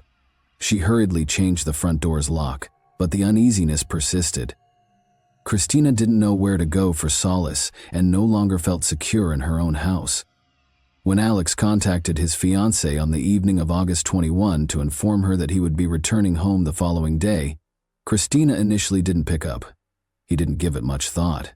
He assumed she was at a club and that the sound would have drowned out the phone call. However, when he attempted to call again the following morning, the phone was off. It was not like that. Alex tried to contact her repeatedly during the day, but she didn't respond.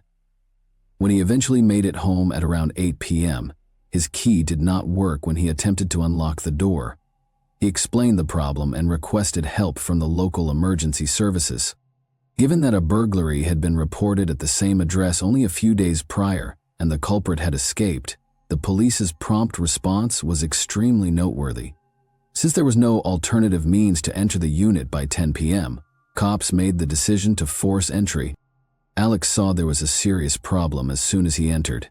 The flat was in complete chaos, with furniture toppled and destroyed, drawers flung onto the floor, and belongings thrown everywhere. Someone had apparently been looking for something desperately. The most unsettling finding, however, was in the bedroom. Christina's lifeless body lay on the bed, under a cover soaked in blood. She had obviously died some time ago because it had been badly scarred. It was already rigor mortis. The floor, furniture, walls, and drapes were all covered in blood splatters and streaks. Christina had been injured in almost every inch of her body. She had endured a protracted beating, been rendered completely deformed, and perhaps even tortured. Multiple ligature impressions on her neck indicated she had been strangled with foreign items, and markings on her wrists indicated she had been confined. Specific bruises and bruising in sensitive places were evidence of multiple acts of violent assault. Her face had been ruined, and her entire body was covered in abrasions and cuts that were probably caused by a knife. Her right cheekbone and lower jaw were broken, her nose was smashed into her skull, and both eye sockets were damaged. She had almost all of her skull's bones shattered, according to an autopsy. Given the extent of her injuries, it was likely that she had been trampled on rather than simply beaten. The official cause of death was determined to be mechanical asphyxia, despite the fact that all of the injuries were severe, given the extraordinary level of brutality involved, which suggested a personal motive. Christina's fiancé was immediately the main suspect, as is sometimes the case in such crimes. That theory was swiftly disproved, though, when officials verified Alex's flawless alibi. He had been in New York since August 17 and had no idea that their house had been broken into. The man Christina was seen with walked her out of the building and put her in the back seat of the car, according to surveillance footage taken outside the nightclub on the night of the crime. It was impossible to identify the man because the license plate was hidden. Meanwhile, a second camera, this one placed at the front door of her apartment complex, captured the same man escorting Christina inside. After about half an hour, he was spotted leaving the building with a big package that was probably full of stolen goods. On August 23rd, the man's identity was eventually verified when he used one of the credit cards that had been stolen, and a clear picture of his face was taken by security cameras at a retail establishment. He was identified as Andre Melton, age 31, who had a criminal history that included convictions for armed crimes and robbery. He had already escaped when a police unit was sent to his last known address. Officers confirmed his involvement by discovering multiple stolen goods from Christina's house inside his flat. Investigators started to question whether Andre may have gone back to the crime scene. If that's the case, how did he enter the apartment after Christina had replaced the locks immediately following the initial break-in? And why would he need to return at all? Surveillance footage from the night of the crime provided the answers. Later, it was discovered that Christina had returned to a neighborhood nightclub on August 21. She used a well-known app to order a ride when it was time to go home. Surveillance footage, however, shows that she wasn't alone when she left. She was with a man who seemed to be the same person who had been spotted with her earlier that night. The rideshare driver, who immediately recognized the two, was apprehended by authorities. According to him, both travelers appeared to be very drunk. He inferred from their chat that Christina had been uneasy at the club and that the man had offered to escort her home to ensure her safety. Together, they got out of the car and walked side by side into the apartment building. It's interesting to note that no CCTV footage showed the guy leaving the structure. Investigators think he might have left through the balcony door because the flat was on the ground floor. There would have been no sign of a forced exit if it had been opened from the inside and closed behind him without locking. Andre Melton was still on the wanted list at this time, while the second person's name was still unknown. Police thought the two might have been collaborating. Both men's photos were shown on the evening news, along with a request for information from the victim's family and police authorities to assist identify the unidentified man. This tactic was more effective than anticipated. Melton himself called the station that same evening. Although he acknowledged the heist, he maintained that he had never met the second individual and that he had no idea who he was. Fearing that he might be held accountable for the horrific act against Christina, he flatly refused to enter. A short while later, a guy called the station again to report that he had shared a hospital room with someone who fit the description of the unidentified suspect. The caller recalled being extremely uneasy due to the other man's unsettling tales. Even though they had only been in the same mental health facility for a few days, he claimed that the individual talked extensively about his preoccupation with violent conduct, particularly his passion with strangling people and witnessing their last moments. The circumstances surrounding Christina's death were uncannily similar to the caller's description. Sadly, there was no helpful information at the clinic. The individual was disoriented and had been brought in under the influence of illegal narcotics. He was admitted using the generic placeholder John Doe since he refused to provide his name, and after a brief stay, personnel decided he did not immediately constitute a threat to the public. On August 29, the matter eventually became public. The police department received a call from a woman claiming to be the sister of the man they were looking for. She identified him as 31-year-old Jonathan Wesley Harris, who had a criminal record that included distributing illegal drugs and several instances of violence against women. Only a month and a half before, he had been released from prison and had spent a brief period of time at the mental institution. According to the caller, Jonathan had taken a bus to Pittsburgh earlier that day to stay with friends and be quiet until the situation resolved itself. Police were able to find him and take him into custody at the bus terminal the same day because of her tip. It's obvious that Jonathan Harris wasn't prepared for law authorities to find him so rapidly. He first denied any involvement in the violent incident when he was taken into custody by the police. He even asserted that he had never visited Christina's flat or met her. However, his tale began to shift once he saw the security footage and heard the rideshare driver's statement.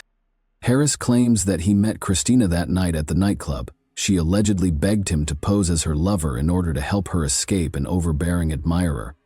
They then drank and, he said, used illegal narcotics together for the remainder of the night. According to Harris, Christina offered they stay the night at her house and invited him back. He consented, anticipating a romantic meeting as well as payment for the drugs he said he had given her. He maintained that there had been no non-consensual interaction between them and that any wounds discovered on her were the consequence of rough play, which he said Christina had asked for following their run-in. According to Harris, Christina told him that their time together was the payment and that she would not be providing him anything else when he sought money for the drugs. He said he was angry by this response. When she started yelling for assistance, he confessed to attacking her out of rage. He said that while she was asleep, he tried to silence her by choking and tying her up. Unaware that the apartment had been looted a few days before, Harris scoured it for cash and valuables. He started destroying the entire home, leaving a path of devastation in each room since he was furious over the lack of money. Although Harris acknowledged that he had attacked Christina once more in a fit of rage and frustration, demanding payment for the items he had brought, he maintained that since Christina was still alive and conscious when he left the apartment, he couldn't be held accountable for a crime as serious as killing her. Naturally, Harris was lying in an attempt to downplay the gravity of his behavior and escape a severe punishment. His account of what happened soon unraveled. First, the toxicology analysis revealed that Christina had only alcohol in her blood and no traces of any illegal substances. Second, she would not have been able to survive due to the severity of her injuries. Third, it was evident that Harris had exploited Christina's vulnerability since, according to the rideshare driver, she seemed scared and drunk that evening, anxious about being followed. According to the inquiry, the suspect volunteered to walk Christina home, but he wouldn't leave the apartment once he was inside. After that, he repeatedly attacked her, severely injured her, and finally strangled her to death. Then he went out the balcony door and threw the apartment in the trash. Jonathan maintained his innocence throughout the trial. His lawyer tried to reduce the accusation to aggravated assault instead of first-degree murder. Nevertheless, the jury unanimously convicted Harris guilty on all counts in spite of their best efforts. He received a life sentence without the chance of release. Andre Melton wasn't taken into custody until January 2019. After he committed another burglary in a neighboring state, authorities were able to track him down. Considering all of his transgressions, he received a 22-year prison sentence. Thanks for watching, everyone. Your support means a lot to me, and you can help my channel grow by hitting that like button, dropping a comment, and sharing this video. Your engagement really makes a difference. See you soon. Hey guys, today we're diving into another truly horrifying case. If you want to support my channel, make sure to subscribe and stay active. It really helps me out. I'd be super grateful for that. Let's get started. This desperate cry for help came from Rachel Hendricks, a woman who was simply in the wrong place at the wrong time. Rachel was one of 3 close friends who gathered at Amanda Cawley's upscale home in a quiet suburban neighborhood on what seemed like an ordinary Thursday morning in August 2015. They were there to comfort Amanda as she struggled through the painful collapse of her marriage, but none of them had any idea that within hours, their lives would be shattered forever. In this sudden burst of chaos and gunfire, their lives were stolen, leaving behind grieving families and 5 young children who would never see their mothers again. A once tranquil community was thrown into shock and heartbreak. But what could have caused such a horrific attack? What led to this moment of terror? This is the tragic story of Amanda Cawley, a woman for whom the help of the courts came far too late. Amanda had been living in her family home in Mirabella, a beautiful and upscale neighborhood in St. Augustine, Florida. She and her husband, James Cawley Jr., had chosen it as the perfect place to raise their children. If you took a walk through their neighborhood, you'd immediately get the sense that the Cawley family was living a good life. To anyone on the outside, they seemed like the perfect, happy, and successful family. Neighbors often saw James laughing and playing with their 2 children, 6-year-old Trey and 4-year-old Avery, in the cul-de-sac. The couple was known for hosting lively gatherings, inviting friends over for drinks and celebrations. Even as their marriage started to unravel, Amanda and James appeared to handle it with quiet grace. Whatever struggles they faced stayed hidden behind closed doors. That's why the events of August 27, 2015 were so shocking. Around 9 o'clock that morning, Rachel Hendricks received a message that something was wrong with Amanda. She and Amanda had been friends for years, having met at a mutual friend's party along with Lindy Dobbins. The 3 women had formed an unbreakable bond. They babysat each other's children, supported one another in times of distress, and were always just a phone call away. So when Amanda needed them, Rachel and Lindy didn't hesitate. That morning, Rachel had just dropped her kids off at school before heading to Amanda's house. She made a quick stop at a friend's home to get her hair done. It was supposed to be a normal day, but for Amanda, the chaos had already begun. Her usually pristine Mirabella home had been completely trashed overnight while she was away. When she returned at 9 o'clock that morning, she walked into a nightmare. Drawers had been pulled out, clothes and papers were scattered everywhere, personal belongings had been tossed aside, and even her TV had been smashed to pieces. Strangely, nothing had been stolen. Everything had simply been torn apart, as if someone had been searching for something.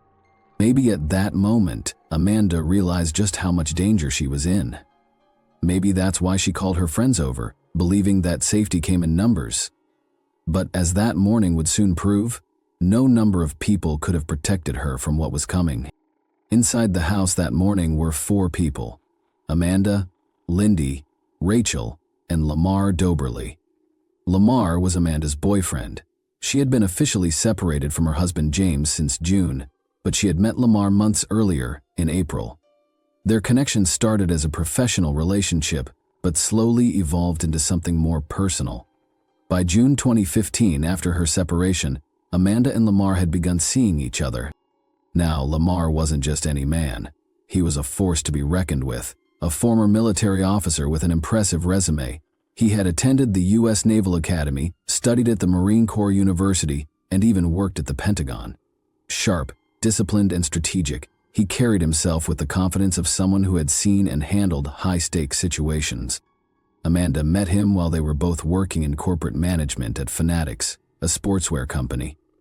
As her marriage with James crumbled, she found solace in Lamar, a man who offered stability when everything else in her life was spiraling. And on that fateful Thursday morning, when she returned home to find her house torn apart, Lamar was one of the first people she called. Lamar, Lindy, and Rachel arrived, each of them hoping to provide Amanda with comfort and a sense of security. Together they walked through the wreckage, drawers overturned, belongings scattered. a silent warning that something was terribly wrong. While Amanda and Lindy stayed upstairs trying to make sense of it all, Lamar took Rachel to the garage to assess the damage. Now, imagine coming home to find your house completely ransacked, drawers pulled out, belongings scattered, a violation of every inch of your safe space. That alone is terrifying, but before you even have a chance to process the mess, gunshots ring out. Suddenly, a trashed home doesn't seem so bad. Amanda barely had time to react before the chaos escalated outside. A man stood in her backyard, gripping a handgun and aiming it directly at the living room. Shattered glass sprayed in all directions as bullets tore through the windows. His furious voice echoed through the air saying, "Where is he?" Over and over again. That man was James Coley, Amanda's estranged husband, and he wasn't just there to scare them, he was out for blood. Inside, Rachel and Lamar froze for a split second.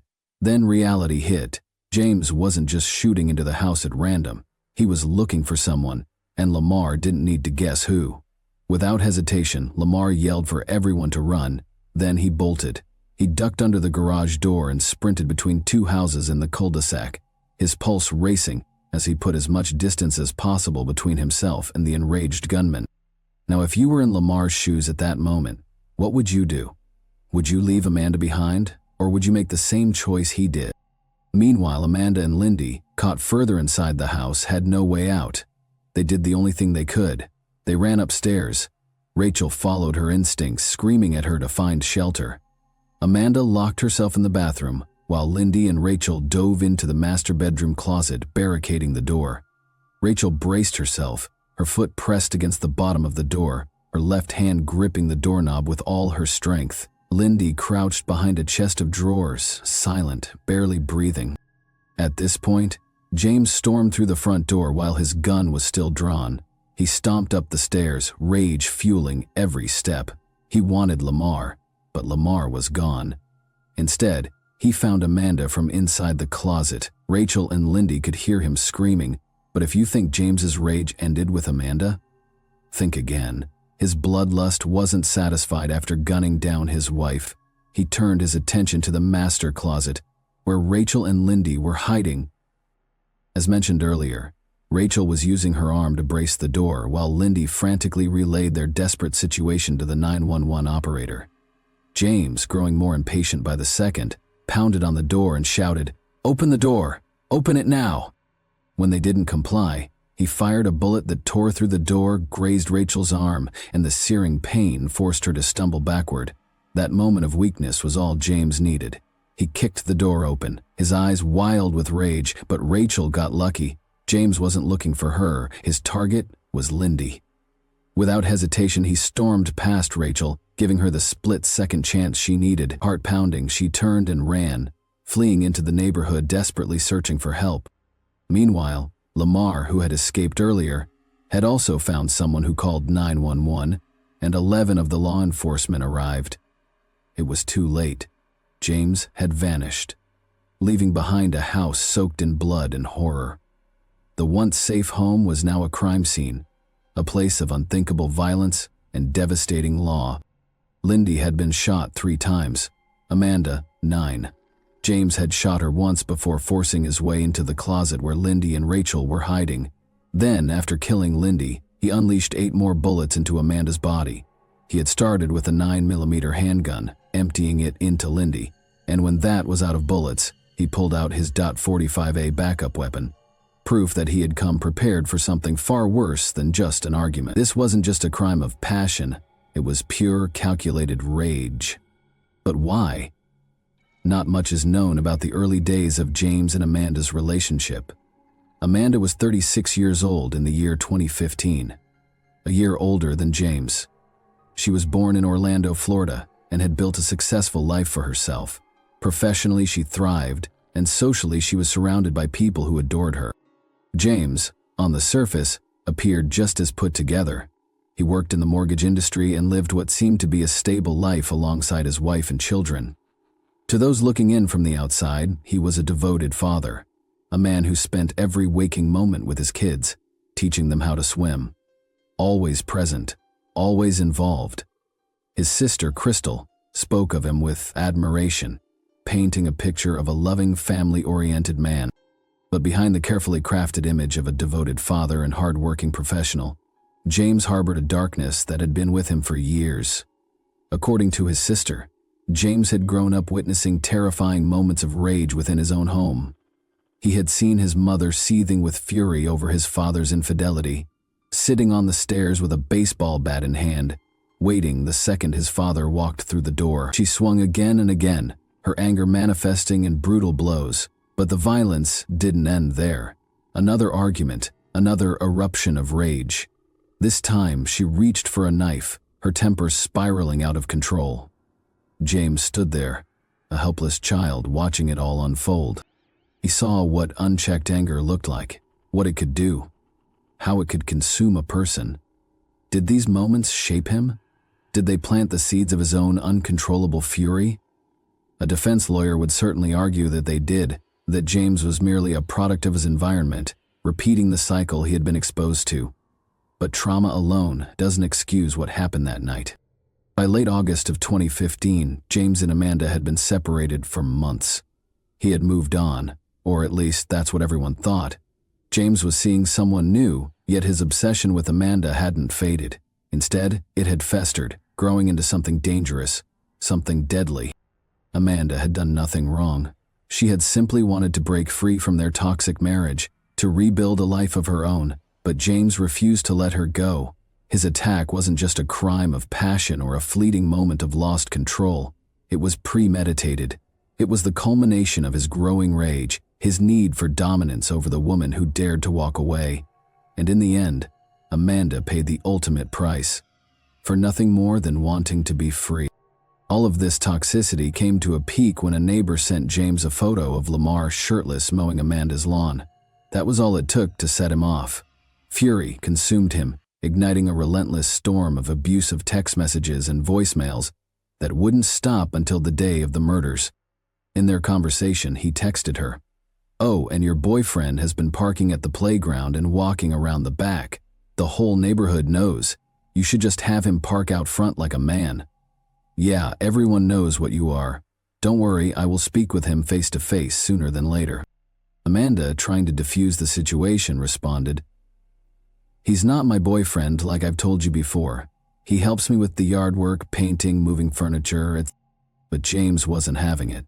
"So, why doesn't he park in the driveway if he isn't hiding? And I guess he is married, right? I have a picture of him."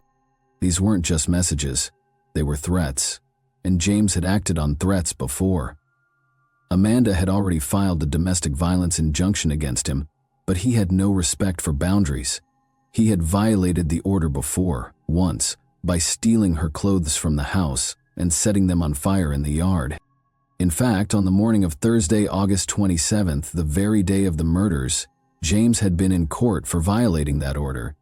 He had sat there calm, composed, no one knowing that in less than an hour, he would commit an unthinkable act. Now, like many abusive partners, James was a contradiction. One moment desperate for forgiveness, the next consumed by paranoia and rage. Just a day before the murders, on Wednesday, August 26, he sent Amanda a message dripping with regret. "Please try to start forgiving me so we can move on. I really miss you and our family being together." But this wasn't love, it was manipulation. His so-called remorse was just another tool to control her, and when it failed, he resorted to terror. In the early hours of Thursday morning at around 4 o'clock, James broke into Amanda's house. He wasn't there to apologize or win her back. He was there to confirm his worst fear, that she had truly moved on without him. As he searched through her belongings, he found all the evidence he needed to send him into a rage. Men's clothing scattered around, adult toys, clear signs that Amanda was seeing someone else. It was the final trigger. Any lingering facade of sorrow vanished, replaced by pure, uncontrollable fury. He tore through the house like a madman, yanking open drawers, flipping furniture, ripping through her most personal possessions. By the time Amanda returned home around 9 o'clock that morning, she walked straight into a nightmare. Her home was unrecognizable, ransacked, torn apart as if a hurricane had passed through. Furniture was overturned, drawers emptied, personal belongings scattered and violated. The place she once considered safe had been transformed into a scene of chaos and destruction. Shaken and unnerved, she immediately reached out for support, calling her friends Lindy and Rachel. Perhaps she was seeking comfort, maybe advice. What she didn't know was that this phone call would unknowingly set the stage for the final tragic moments of her life. But James wasn't done tormenting her. Not satisfied with the destruction he had already caused, he sent Amanda a final chilling text. This time, his words carried a thinly veiled threat. "You're an awesome person. Don't take me from my kids. It's all I have. Call me, or I'm going to come find you." His desperation was palpable, but so was the danger lurking behind his words. It was clear that if Amanda didn't respond, he was willing to escalate things further. Perhaps hoping to de-escalate the situation, Amanda called him back at exactly 9:41 in the morning. She argued with him over the phone, just 10 minutes after James had left the courthouse. It's unclear what was said between them, but whatever Amanda told him, it wasn't enough to stop him. At this point, nothing could. After the call, James moved with calculated precision. He drove to a gas station, then to his sister's house where he had been staying, then back to the gas station, this time to buy fuel. Somewhere along the way, he armed himself with 2 handguns, a 9mm and a .45 caliber. His every move was deliberate. He wasn't acting on impulse anymore.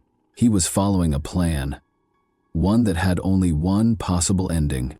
During his drive, James made one last phone call to his father. A woman walking her dog nearby overheard the conversation and later recalled the desperate plea in James's father's voice. Please, son, come back and get your truck. Everybody knows what you've been through." His father was begging him to stop, to turn back before it was too late. But James's response was chilling, filled with a heavy finality that left no room for hope. "I just can't take this anymore," he said, and with that, he continued his deadly course. James didn't pull up to Amanda's house the way a visitor would. He didn't park in the driveway. He didn't knock on the door. Instead, he parked on a nearby street and approached from the rear, moving like a predator stalking its prey. He knew exactly what he was going to do, and he had no intention of leaving until his mission was complete. The first gunshots shattered the morning silence, ripping through the living room with terrifying precision. Rachel and Lamar, caught completely off guard, barely had time to react before James was firing at them.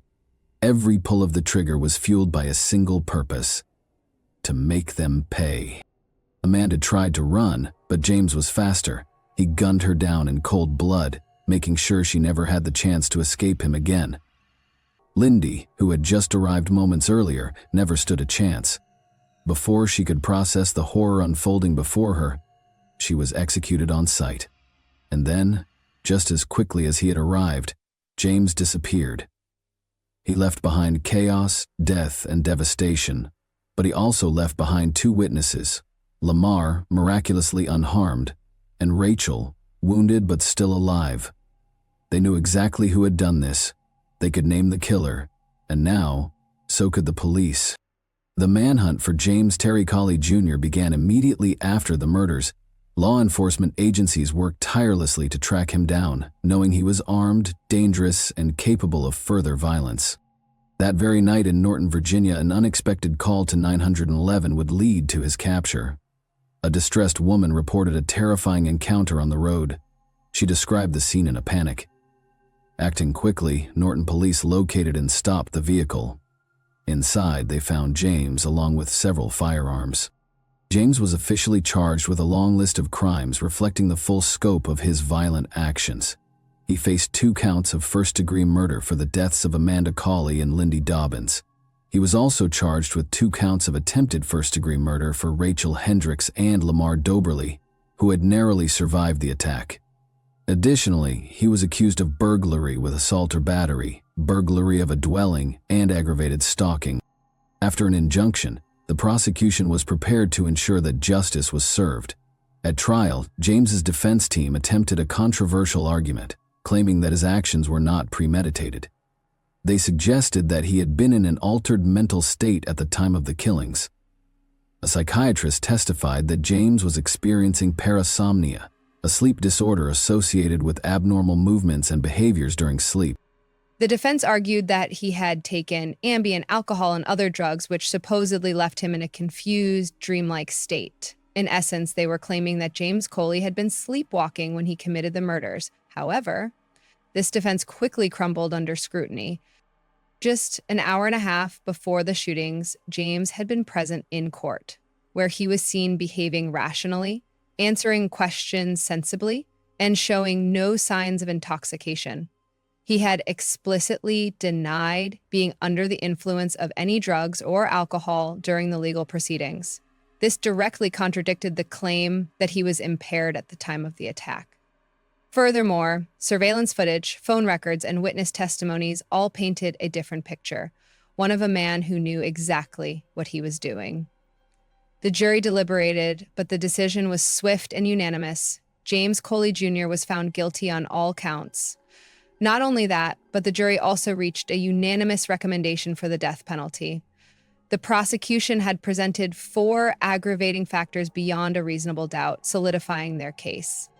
First, James had been previously convicted of another violent felony. Since he had committed multiple murders and attempted murders at once, this applied. Second, he carried out the murders while engaging in burglary.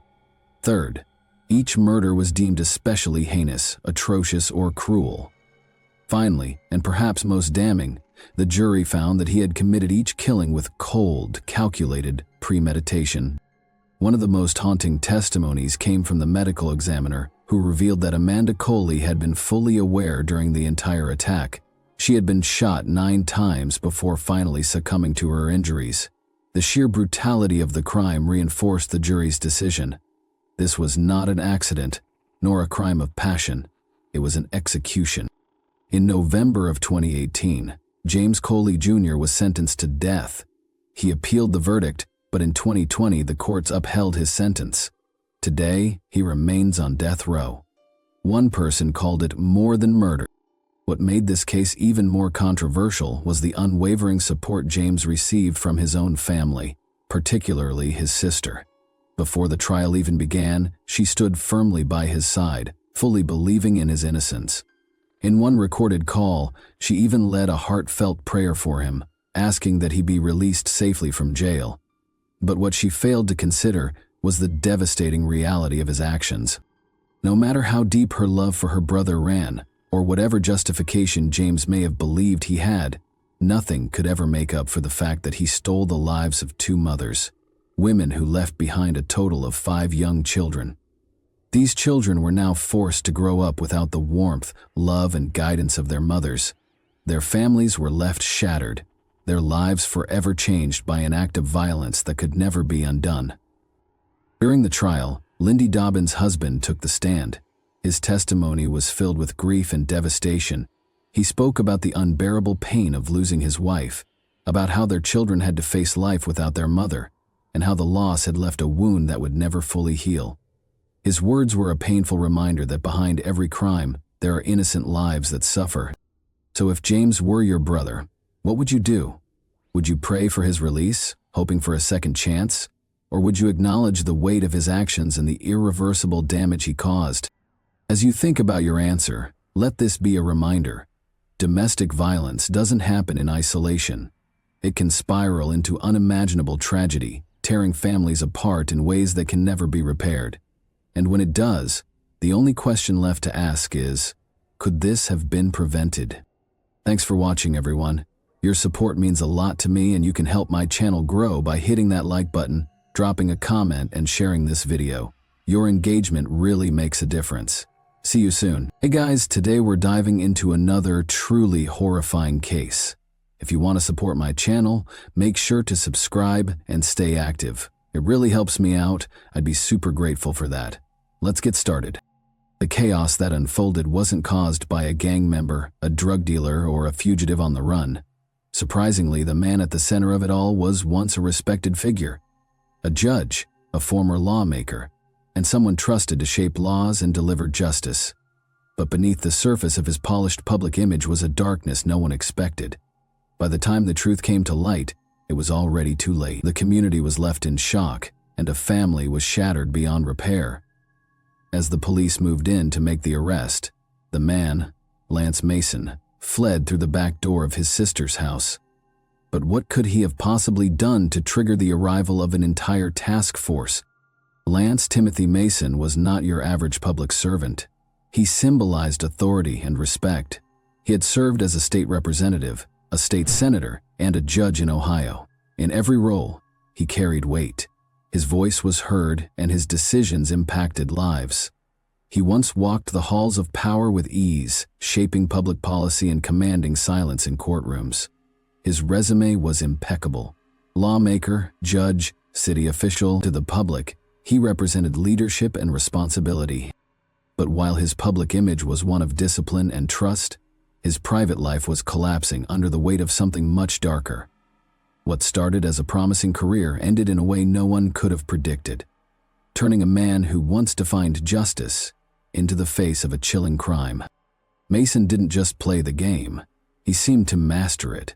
And yet, as he climbed, something else rose with him, something that stayed hidden behind the speeches and handshakes, something that no title could erase. But just when he thought he was untouchable, police were searching his sanctuary, looking for him like a wanted criminal. In the quiet corners of his world, behind closed doors and far from the flash of cameras, tension was building. Those who paid close enough attention might have felt it. The way his polished smiles sometimes didn't reach his eyes, the flicker of control beneath the calm. No one asked, and he never said, but the air around him began to shift slowly. At first, like the hush before a storm. Then one day, that storm came. November 17, 2018. The day was supposed to be like any other, but for Aisha Frazier, it would be the last day she saw her children, the last day she could breathe freely. The two were supposed to meet at a decided place. It was the house owned by Lance Mason's sister, a house that would become the scene of unimaginable horror. Lance had already decided the fate of Aisha Frazier. That day, a knife was used as a weapon to stab the mother of his children. Lance Mason didn't just lose control, he planned it in front of their two children, who could do nothing but watch in paralyzing fear. He attacked her. The sound of the knife cutting through the air was drowned by the agonizing cries of their children. They screamed for their mom, but it was already too late. And then, in a final act of desperation, Mason fled. He didn't stop. He stole Aisha's SUV and sped off, but his attempt to escape wouldn't last long. In his reckless flight, he collided with a police cruiser, slamming into it with brutal force. The officer inside was injured. But Mason's terror was only beginning. He kept running, thinking he could outrun his past, but fate had other plans. It wasn't long before the law caught up to him, and the nightmare he'd set in motion would begin to unravel inside the house. Lynn Mason, his own sister, was on the phone with 911, her voice shaking with disbelief as she watched her brother destroy everything in his path. "He stabbed her and she is dead," she said. The words hung in the air like a death sentence. Meanwhile, in the background, the children sobbed uncontrollably. Their cries were haunting evidence to the horror that had just unfolded. And when it did, it would leave scars so deep that even the highest seat of justice couldn't overlook them. The man who had once delivered verdicts from the bench would soon find himself on the other side of the law, bending his knees on the floor like he never saw what true power looked like. The story hadn't reached its climax, not until the mask slipped, not until the truth clawed its way to the surface. "Okay, have a seat right here," as his hands told the tale of the horrific fate that Aisha Frazier was met with. It was difficult to tell him apart from the charismatic man that he once was. Or was he ever that man? People will be left wondering. But before the horrific scenes of 2018, Lance had already given hints of what monstrosity he was capable of. It was a hot summer day on August 2, 2014, when the image of Lance Mason, the once respected judge and former state senator, was torn apart in a storm of rage and violence that no one saw coming. He wasn't wearing a robe that day. He wasn't behind a bench delivering rulings. He was behind the wheel of a car, his wife beside him, and their children in the back seat. What should have been just another ride turned into a nightmare. Without warning, the calm shattered. Mason began pummeling his wife with his fists, 20 savage blows, one after another, as if he had lost all sense of control, all sense of humanity. But he didn't stop there. With their terrified children watching from the back seat, he grabbed her head and slammed it into the car's center console. Not once, not twice, 5 brutal times.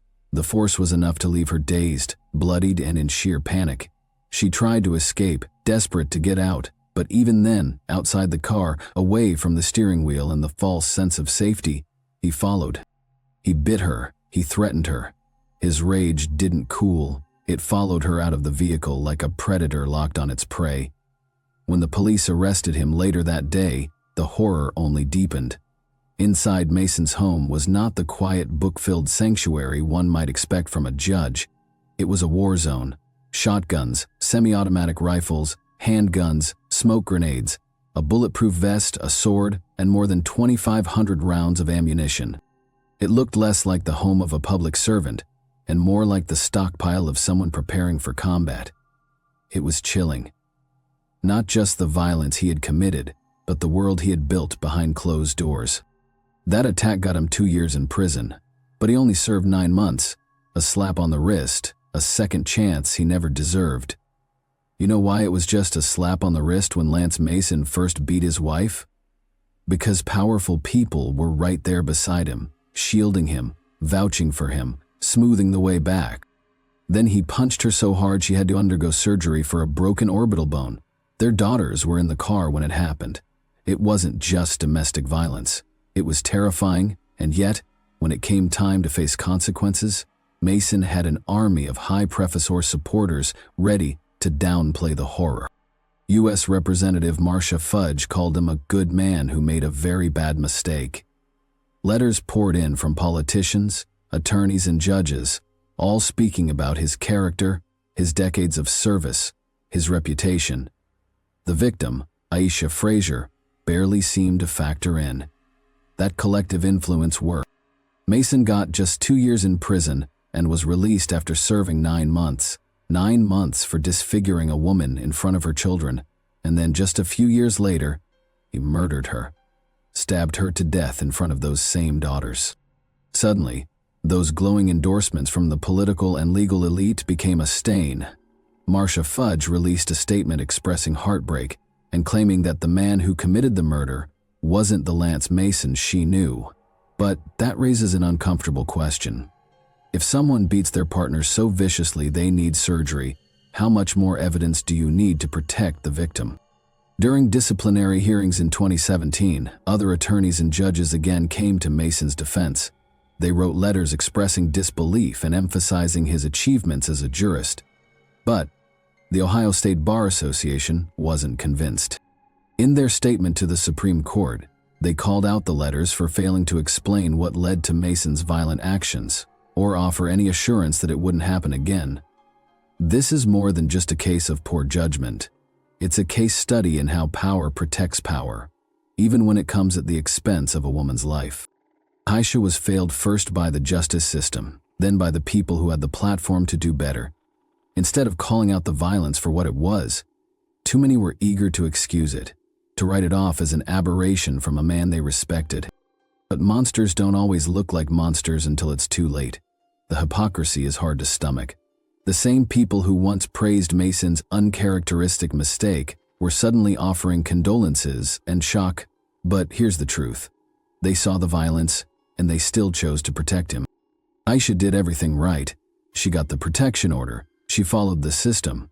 But Lance Mason had already made his choice. And long before the headlines and the whispers, before the scandal shattered the calm and sent shockwaves through Ohio's political circles, Lance Timothy Mason was just a boy growing up in Shaker Heights, bright, ambitious, and already dreaming of something bigger. Born on August 26, 1967, he followed a path that seemed carved out for greatness. From the hallways of Shaker Heights High School to the academic rigor of the College of Worcester, and finally to the esteemed University of Michigan Law School, where he earned his Juris Doctor in 1992. Mason's journey looked like the making of a legacy. Every step he took was calculated. Every role he stepped into only added to his growing reputation. Between 2002 and 2008, Mason served in the Ohio General Assembly, first as a representative and then as a senator, moving through the ranks with a confidence that suggested he wasn't just part of the system, he was built for it. His dedication and charm caught the attention of then-Governor Ted Strickland, who appointed him as a judge to the Cuyahoga County Court of Common Pleas in 2008. A position of weight and visibility, a place where power wasn't just practiced, it was absolute. But the climb didn't end there. Nearly a decade later, in 2017, Mason returned to public service, this time as the Minority Business Development Administrator under Cleveland Mayor Frank G. Jackson. To outsiders, it seemed like a full-circle moment, an accomplished man continuing to serve, continuing to lead. His name appeared in political rosters and press releases, his image still polished and his influence very much intact. This was not a man at the beginning of his fall. This was someone already deep in descent. Mason had married his wife in 2005, but they were preparing for divorce, and by March 2014, they had separated. Still, that separation didn't offer her safety, not truly. Their divorce would only be finalized over a year later, in November 2015. The courtroom fell silent as Lance Mason, once a powerful figure draped in robes and respected in legal circles, stepped forward, now wearing a prison jumpsuit, wrists bound in cuffs. This wasn't a man accused of a mistake or a moment of weakness. This was a man now facing the most horrific charge of all: the calculated, violent murder of his ex-wife, Aisha Fraser. It was a cold, unforgiving day on Chagrin Boulevard when the horror unfolded behind the closed doors of Fraser's home. There were no warnings, no second chances. According to the grand jury, Mason didn't just kill. He planned it with purpose and calculation. He carried out an attack so brutal it sent shockwaves through the very community he once served. Aisha Fraser, a beloved mother and schoolteacher, was stabbed to death. She had trusted the system to protect her. She had a protection order in place. But that paper shield was no match for the man who had already proven what he was capable of. At his arraignment, Mason stood still as the charges were read out, one by one. Aggravated murder, felonious assault, twice violating a protection order, grand theft. Each count painted a clearer picture of a man spiraling deeper into darkness. Each word was a knife to the memory of who he once was, and still, he pleaded not guilty. The judge listened, watched, and responded with a bond that matched the weight of the crime. $5 million, 0 cents. A staggering amount for a staggering fall. But no number could reverse what had happened. No courtroom procedure could bring Aisha Fraser back. But then, things changed for him. Whether it was his ego in the way, or hidden love for his children. Lance pleaded guilty of his crimes in his pre-trial hearing, sitting there in the Cuyahoga County Court of Common Pleas. He looked every bit the man who had shattered so many lives with his actions, with an unsettling calm. He said that he wishes to take responsibility for the crimes he had committed. Those words were heavy, but they didn't feel like remorse. They felt like a man just going through the motions, as if this was some kind of routine procedure, not the acknowledgement of a life-altering, soul-crushing tragedy. But then he dropped a sentence that showed his vulnerability. There was no way I was going to let my daughter testify against me.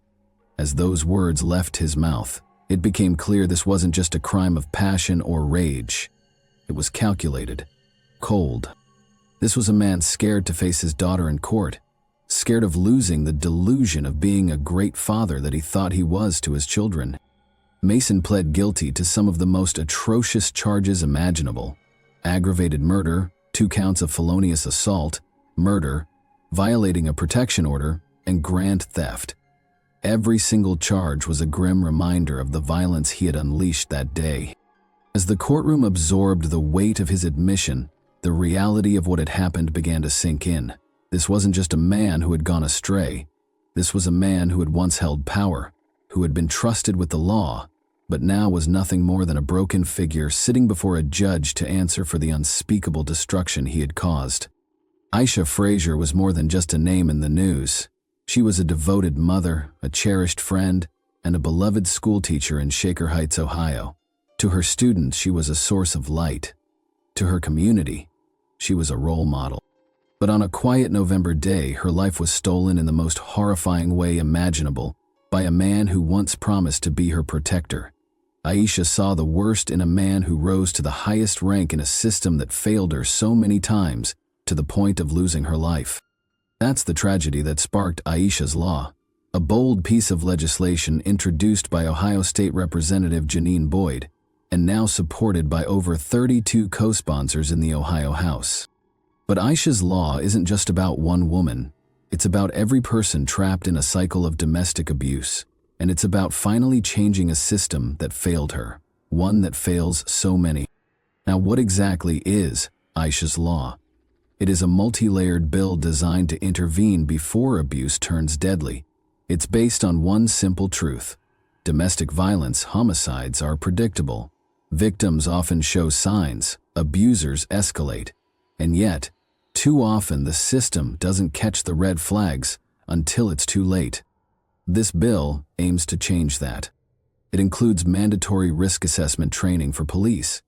Case officers would be trained to identify high-risk abusers, the kind most likely to commit lethal violence. Instead of treating each case as isolated, officers would learn to ask the right questions, recognize patterns, and respond with urgency. This means victims at the highest risk could finally be protected before tragedy strikes. Number 2, 24/7 access to protection orders. If someone needs a protection order at 2 a.m. on a Sunday, they shouldn't have to wait until Monday morning.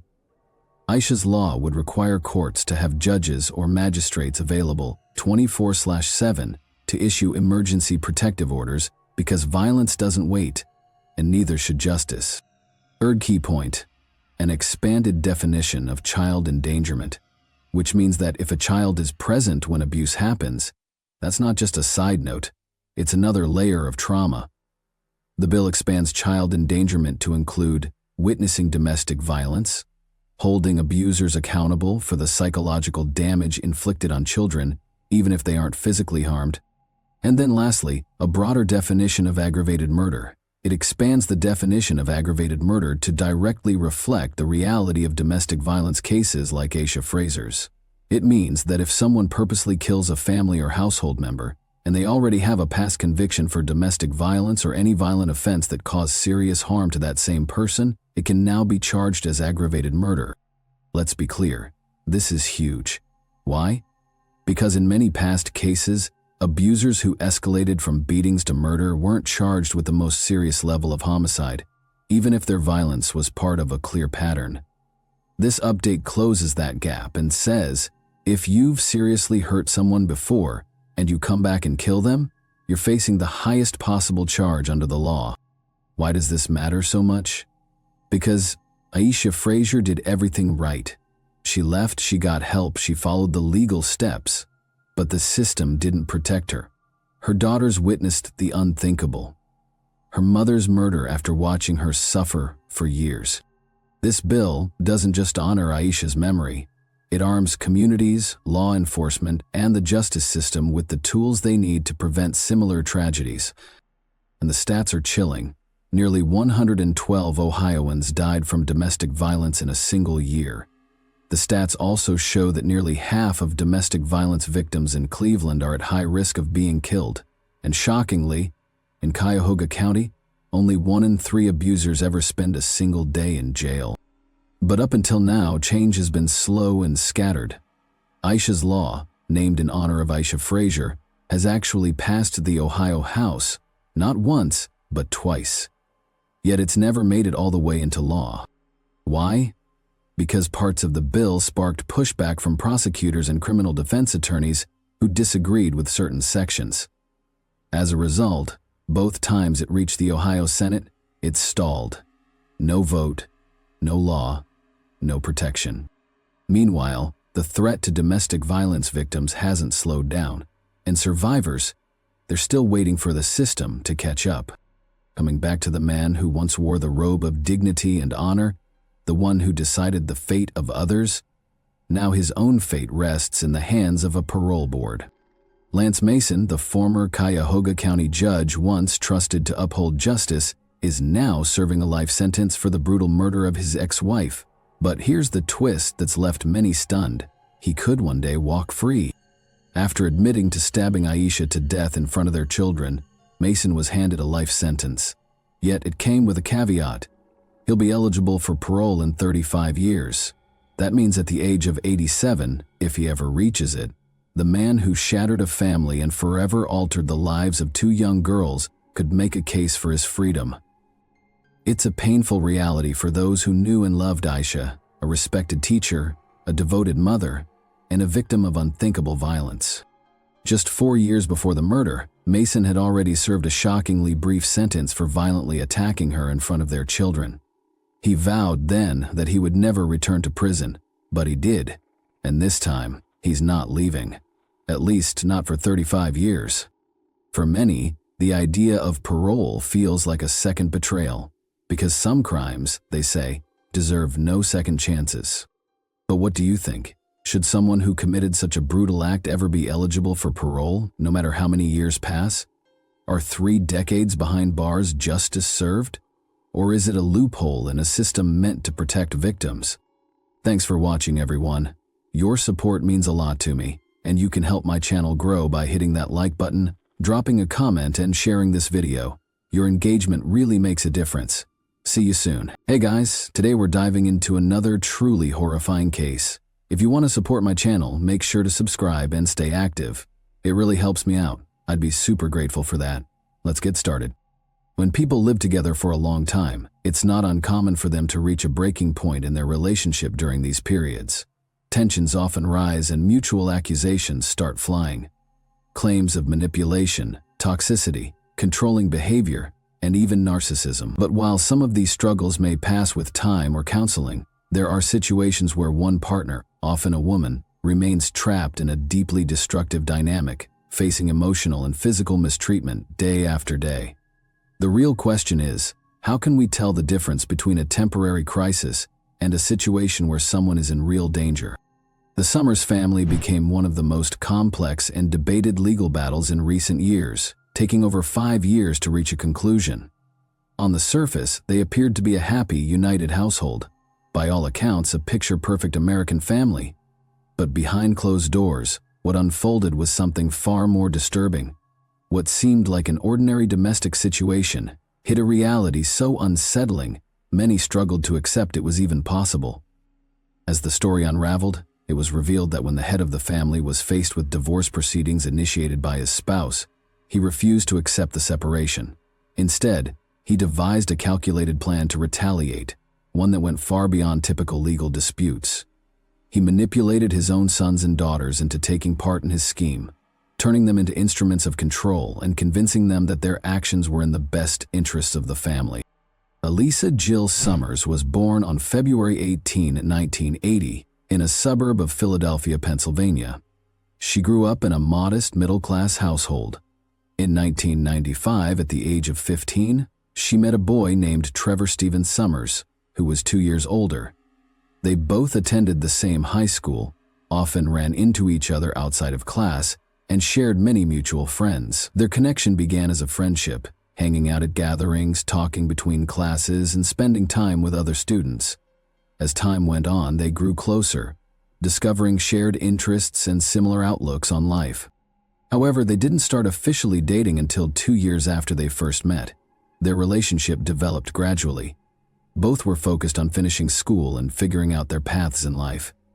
Their parents supported the relationship and approved of the person their son or daughter had chosen. Friends and classmates admired them as a sweet, balanced couple, sociable, kind, cheerful, and loved by many. They enjoyed planning thoughtful surprises for those around them and were often the center of attention in their friend groups, with some people even quietly envying their happiness. In 2001, 4 years after their romance began, they tied the knot. Elisa was 21, and Trevor had just turned 23 by then. They had already been through enough to feel confident in starting a life together. Everyone believed they were headed for a long, happy marriage. The newlyweds moved into a modest home in Philadelphia and quickly began building a life together. In 2003, they welcomed their first daughter, Arden. 3 years later, Elisa gave birth to their son, Landon. Over the next several years, their family grew to include 3 more daughters, Bree, and sons. Elisa chose to put her career on hold and devoted herself to raising their 5 kids and managing the household full-time. From the outside, the Summers appeared to be the definition of a happy, tight-knit family. And to be fair, in the early years that was the reality. But as time went on, things began to change, and not for the better. Trevor had taken on the role of sole provider early in their marriage, and as the family expanded, the pressure on him only increased. Elisa was a full-time stay-at-home mom, and the financial responsibilities fell squarely on Trevor's shoulders. In 2004, they moved to Florida, where he launched a landscaping company, but the business struggled from the start and eventually shut down just 3 years later. Following that, the family relocated to Alabama. There, Trevor opened a small used car rental and sales shop. Despite his efforts, that venture also failed every couple of years. The Summers family packed their belongings and moved to a new state, so Trevor could attempt yet another business. But time after time, those attempts ended in failure. Over more than a decade, Trevor dabbled in a wide range of ventures: real estate, pool maintenance, flower and souvenir sales, but failure seemed to follow him at every turn. Each attempt left him deeper in debt, yet Elisa never lost faith in him. She stood by his side, offering unwavering support through every setback. No matter where they moved, the couple remained outgoing and friendly, quickly building new circles of acquaintances. Their home was always open to guests. Elisa cooked warm home-style meals, while Trevor enthusiastically pitched his next business idea, assuring everyone that this time it would work, that this project would finally bring them success. But as their household grew, it became harder and harder to make ends meet. Due to a poor credit history, Trevor was repeatedly denied loans, and aside from Elisa and their sons and daughters, no one really believed in his entrepreneurial dreams. He even asked relatives to co-sign loans, but most dismissed him as unreliable. In truth, Trevor struggled to commit to any one path and kept hopping from one idea to another, hoping that something would eventually pay off. In 2015, the family returned to Florida, this time planning to settle down for good. The constant moves had taken a toll. Arden and her siblings struggled to adjust to new schools, couldn't make lasting friendships, and were under a great deal of stress from the instability. The parents eventually decided to switch them to homeschooling, thinking it would solve the problem and offer some consistency. Their eldest daughter, Arden, helped Elisa manage the household and often looked after her younger brothers and sisters. She had always been what people might call a daddy's girl, incredibly close to Trevor. She trusted him completely and saw him as the best parent in the world. But over time, the dynamic within the family began to shift. Although things were deteriorating, Elisa continued to pretend everything was fine. As Trevor's business ventures kept failing, he became more frustrated, anxious, and, at times, displayed troubling behavior. He started fearing that Elisa might leave him for someone more successful or financially secure. These thoughts began to consume him. Eventually, Trevor's behavior became increasingly controlling and domineering. He started accusing Elisa of being unfaithful, without any evidence. He grew suspicious of her every move, became jealous of anyone she spoke to, friends, neighbors, even casual acquaintances. Simple greetings on the street would spark confrontation. As tensions grew, Trevor demanded she delete her social media account and forbade her from creating new ones. He regularly checked her phone, reviewed her call logs and messages, and insisted that she remove every male contact, even longtime family friends. He also began controlling what she wore. At first, he told her not to wear certain outfits he considered too revealing, even though they weren't. Then he took over choosing her clothes entirely, forbidding her from using makeup and insisting she wear only modest, dull, and conservative outfits. Fragrances and any kind of jewelry, aside from her wedding ring, were no longer allowed. Trevor didn't stop there. He continued to tighten his control over Elisa in every aspect of her life. He banned her from driving, took away her phone, and eventually stopped letting her leave the house entirely. Whenever he stepped out, he would lock her inside, along with the younger sons and daughters. The only one allowed to come and go freely was their eldest daughter, Arden. Trevor often took her with him and tried to convince her that everything he was doing was for the good of the family. The head of the household monitored every detail of their lives. He knew where each family member was, what they were doing, who they spoke to, and what they ate. It seemed this control gave him a sense of power and satisfaction. Elisa, more than anyone else, bore the brunt of this environment. She was constantly criticized, emotionally pressured, and blamed for everything that went wrong in Trevor's life. After 15 years of marriage, Elisa finally told Trevor she wanted a divorce. She said she couldn't continue living under such oppressive conditions. His reaction was immediate and cruel. He slapped her across the face, hurled insults, and told her she was worthless, that no one would want her as a single mom. From that moment, the household rules became even more restrictive. Around the same time, Trevor came under police investigation for financial misconduct and was placed under house arrest. Being trapped in the house with him became unbearable for Elisa. It was during this time that she realized she could no longer share a home with this person. In October 2016, Elisa found herself once again confined within the walls of their home for 2 full weeks. Trevor didn't allow her to set foot outside. The situation had become extremely dangerous, and he watched her constantly, with no access to the outside world. She had no way to seek help or even alert anyone to her circumstances. Then came a narrow window of opportunity. One day, Trevor, no longer under investigation, left the house for a few hours. During his absence, Elisa managed to find a phone and called emergency services. She reported ongoing mistreatment and said that her husband had been keeping her locked up. The call was cut short when Trevor returned unexpectedly, but authorities had already recorded the address and dispatched officers immediately. Law enforcement arrived at the Summers residence just as Trevor had resumed verbally and emotionally berating his wife. It's important to note that he had learned to avoid leaving visible injuries. His methods were primarily psychological, though he occasionally used physical intimidation.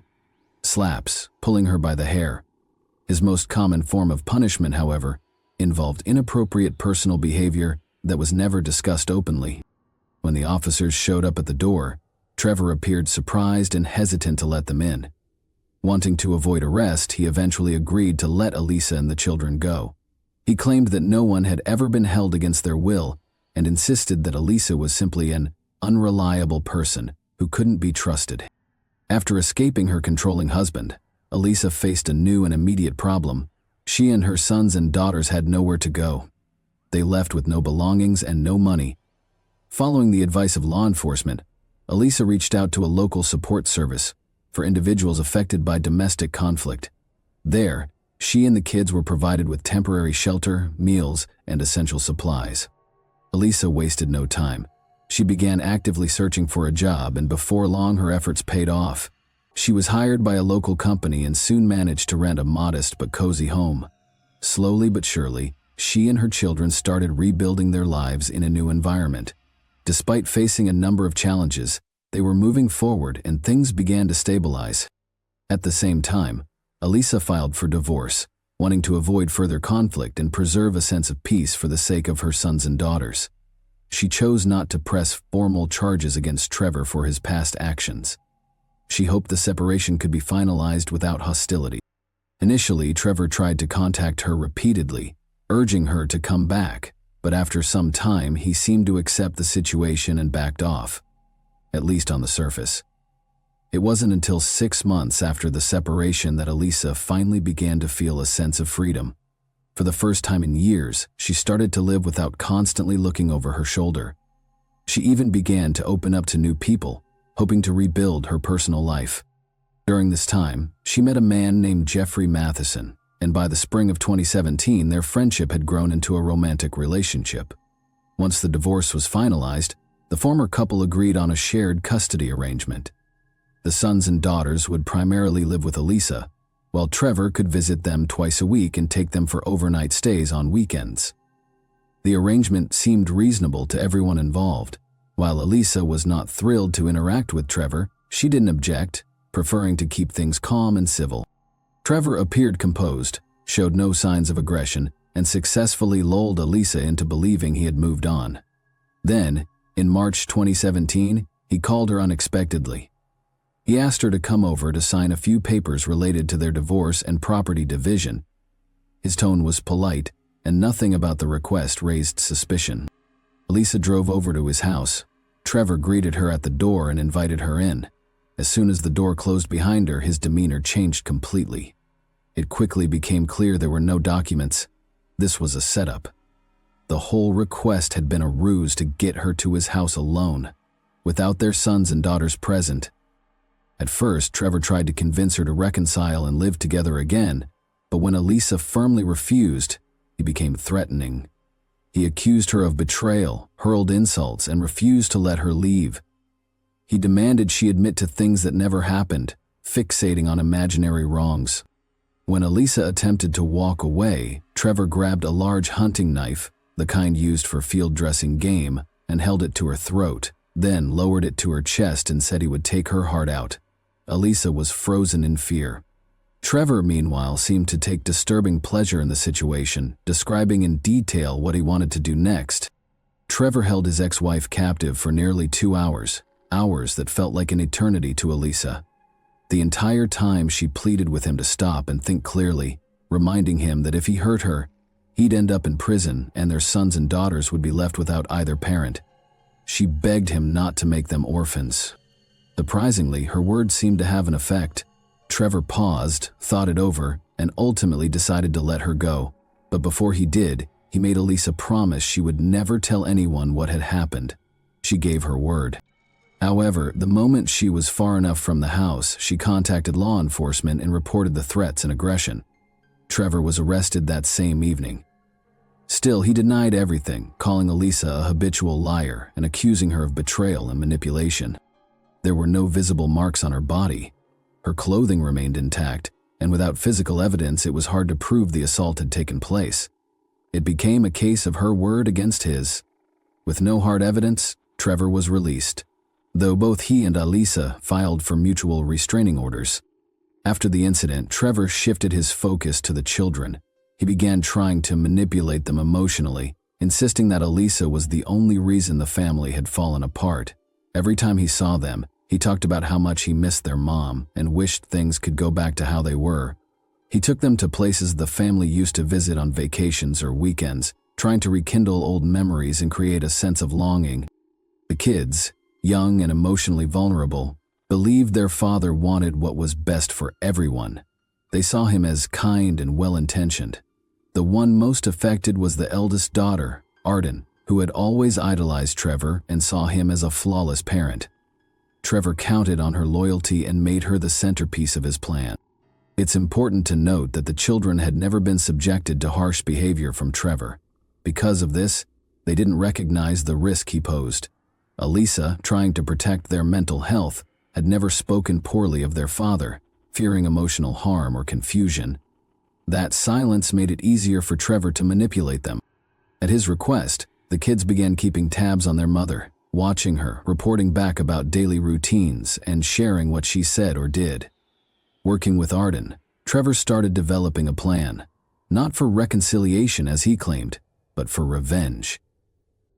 On Saturday, March 11, 2017, Trevor picked up the younger kids for their scheduled weekend stay, but later that night, he returned to Elisa's house with the car lights off and parked on the side of the home. He waited patiently for a signal from Arden, who was supposed to crack open Elisa's bedroom window and let him know when she and the middle kids had gone to bed. Once he saw the agreed signal, Trevor told the younger ones to stay quiet in the car, saying he was about to surprise their mom. Then he slipped into the house through the unlocked window. In the dark, he ambushed Elisa. He dragged her out to the living room, took her phone, and used a cable tie to bind her wrists. When the frightened children followed after them, Trevor told them to go back to their room and assured them everything would be okay. After restraining Elisa, Trevor turned to Arden, his 14-year-old daughter, and instructed her to take her siblings and drive them to his house using his vehicle. Although Arden didn't have a driver's license yet, Trevor insisted it was necessary and told her she could handle it. He reassured her that he and her mom would follow shortly in Elisa's SUV, and that from that night on, their family would be back together. Once the car with the younger kids pulled away, Trevor returned to Elisa to subject her to hours of unimaginable suffering. He injected her with a sedative he had prepared in advance, aiming to weaken her resistance. When the drug took effect, he dragged her into the bedroom, restrained her to the bed, and committed a disturbing act of aggression. Elisa drifted in and out of consciousness, but Trevor deliberately kept her alert, ensuring she was aware of everything happening while she lay helpless. He began speaking about having large sums of money in offshore accounts and claimed he had purchased a yacht. His supposed plan was to take her and the children away to a remote location where no one would ever find them. He told her the family belonged to him and that he wasn't letting anyone go. Meanwhile, Arden had managed to drive safely to her father's house with her brothers and sisters. Fortunately, it was late at night and the roads were empty, which helped the young teen avoid any accidents. She parked in the driveway, and the kids went inside, waiting for their parents, who never showed up. Around 5 p.m., Trevor began suffocating Elisa with a pillow, tightening it around her face, then briefly letting go so she could catch her breath, only to start again. This terrifying pattern continued for about 30 minutes until Elisa, physically and emotionally broken, agreed to comply with whatever he demanded. He then untied her, placed her in the car, and drove off down a quiet road leading out of town. At about 6 a.m., a car pulled into the parking lot of a small 24-hour convenience store on the outskirts of the city. A man exited the vehicle and walked into the store. Just minutes later, a barefoot, partially clothed woman with her hands bound managed to escape from the passenger seat. She ran toward an employee who was standing outside, begging for help. Suddenly, the man came rushing back out of the store, grabbed Elisa mid-run, and forced her back into the car. The vehicle sped off before the stunned witness could react, but he had seen enough to understand that he had just witnessed an abduction.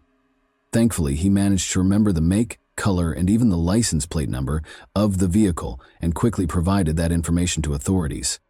Law enforcement tracked the car owner using the license plate. What they discovered raised immediate concern.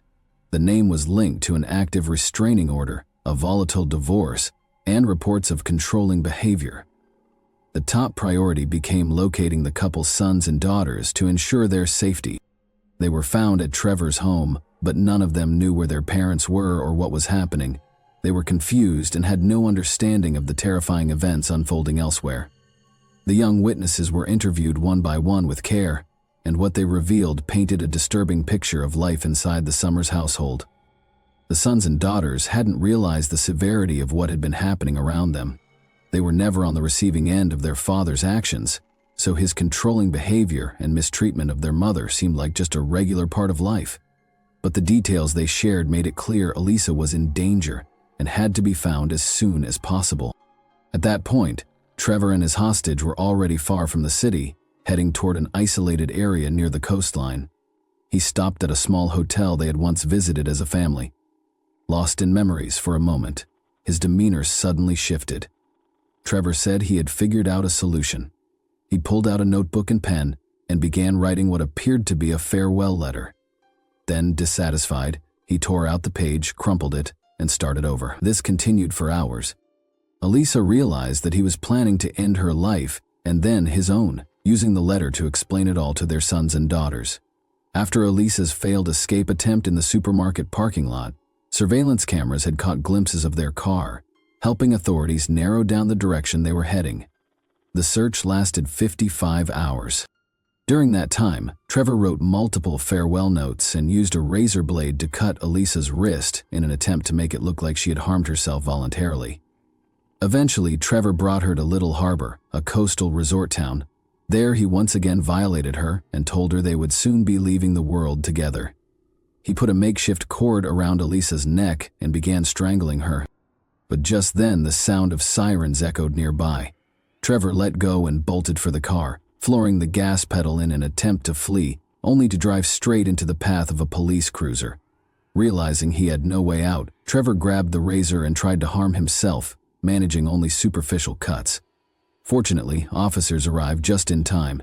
They disarmed him, pulled him from the vehicle, and rescued Elisa.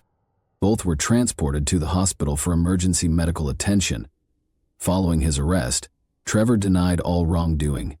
He claimed Elisa had voluntarily gone with him and even alleged that she had asked him to tie her up, choke her, and engage in violent behavior, framing it as part of some shared interest in danger and control. Unsurprisingly, no one believed him. Prosecutors filed 11 charges against him, including abduction, assault, and attempted murder. The legal process dragged on, and with the onset of the pandemic in 2020, the trial was delayed indefinitely. Fortunately, Trevor was denied bail and remained behind bars, where he stayed for nearly 5 years awaiting trial. During that time, Elisa found a new beginning. She married her partner, Jeffrey Matheson, who stepped in to help raise her sons and daughters as his own.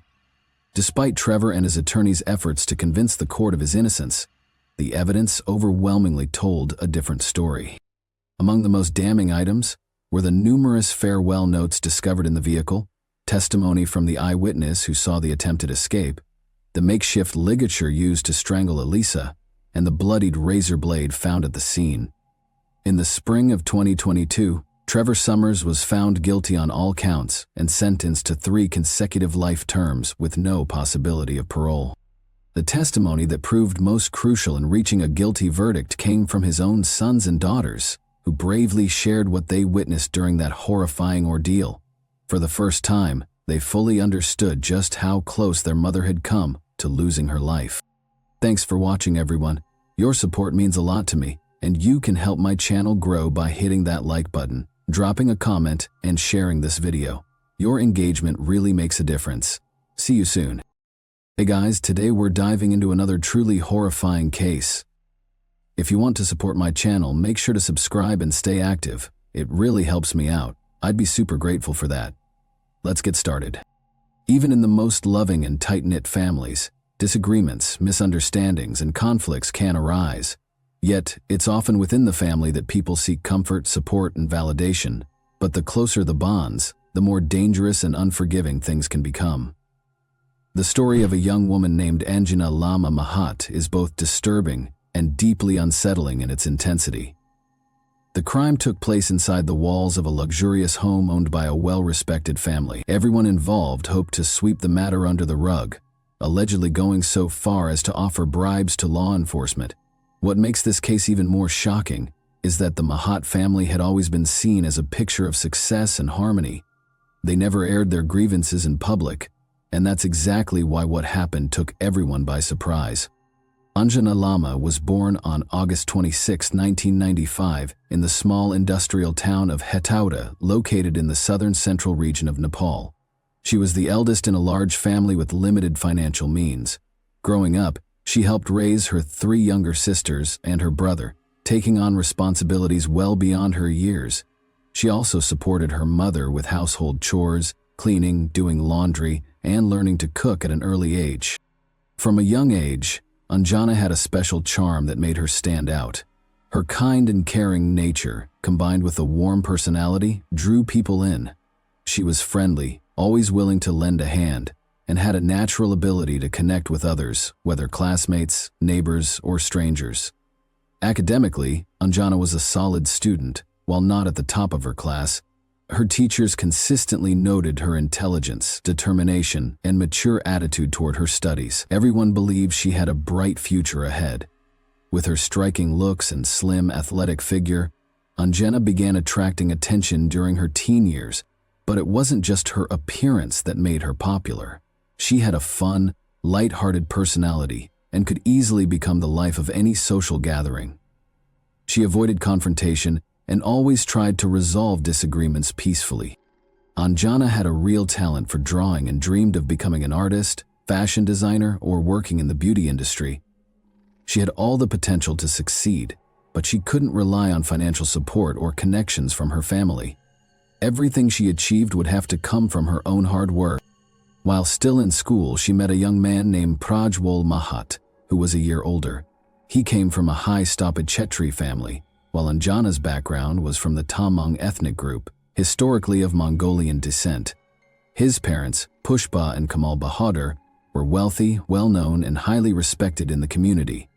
His older brother Ujjwal was a successful sound producer and had even worked on promoting one of Nepal's most famous songs, Suna Seli. From the start, there was a strong mutual attraction between Anjana and Prajwal. They became close friends and started spending more and more time together. They shared many interests, hobbies, and ambitions. Still, they initially kept their distance, knowing that their different backgrounds made any relationship between them socially unacceptable. But as time passed, their bond deepened into something much more than friendship. They couldn't imagine being apart and made a promise to stay together no matter what, even if it meant going against deeply rooted traditions. Naturally, when their relationship came to light, both families strongly opposed it and forbade them from seeing each other. Ujjwal, Prajwal's older brother, was the only one willing to support the couple. Touched by their story and believing in the sincerity of their feelings, he agreed to help them. They came up with a plan to leave quietly and arranged a private wedding. Ujjwal even paid for the ceremony out of his own pocket. His intentions were noble, but once news of the marriage broke, it sparked a serious family scandal. The couple tied the knot in late 2016. Anjana was 21 years old at the time, and her new husband had just turned 22. For the first few months, the newlyweds had to move from one low-cost rental apartment to another without stable jobs or reliable income. They relied heavily on Ujjwal's financial help. Prajwal was doing his best to find employment, but the only opportunities he could secure were short-term and low-paying gigs. In early February 2017, Prajwal received a call from his mother, Pushpa. They talked for several hours. She tried to convince her younger son to come back home, but he made it clear he wouldn't go anywhere without his wife. Eventually, it was agreed that both he and Anjana would move into the Mahat family home, a large estate located in the bustling city of Lalitpur. Prajwal was the youngest child in the family. His two older sisters were already married and had moved in with their husbands at the Mahat residence. The household now included his parents, his brother Ujjwal, Ujjwal's wife Ashwarya, and their son Santosh. Anjana's first few months in her new home were far from welcoming. She constantly felt out of place and sensed an unspoken hostility from almost everyone around her. She had no idea how to earn the approval of her in-laws, and it was clear she wasn't fully accepted. Things were made even more difficult by the fact that she had no one to confide in. Her own parents were still upset with her and weren't even speaking over the phone. During a major holiday, when the Mahat home was filled with extended family, longtime friends, and business associates of Kamal Bahadur, Anjana wasn't even allowed to come out of her room. It was painfully obvious that the family was ashamed to introduce her to their guests due to her less prestigious background. The slight was devastating, and she spent the entire evening alone, crying behind closed doors. Despite everything, Anjana tried her best to be kind and respectful. She never raised her voice, never argued, and did all she could to fit in.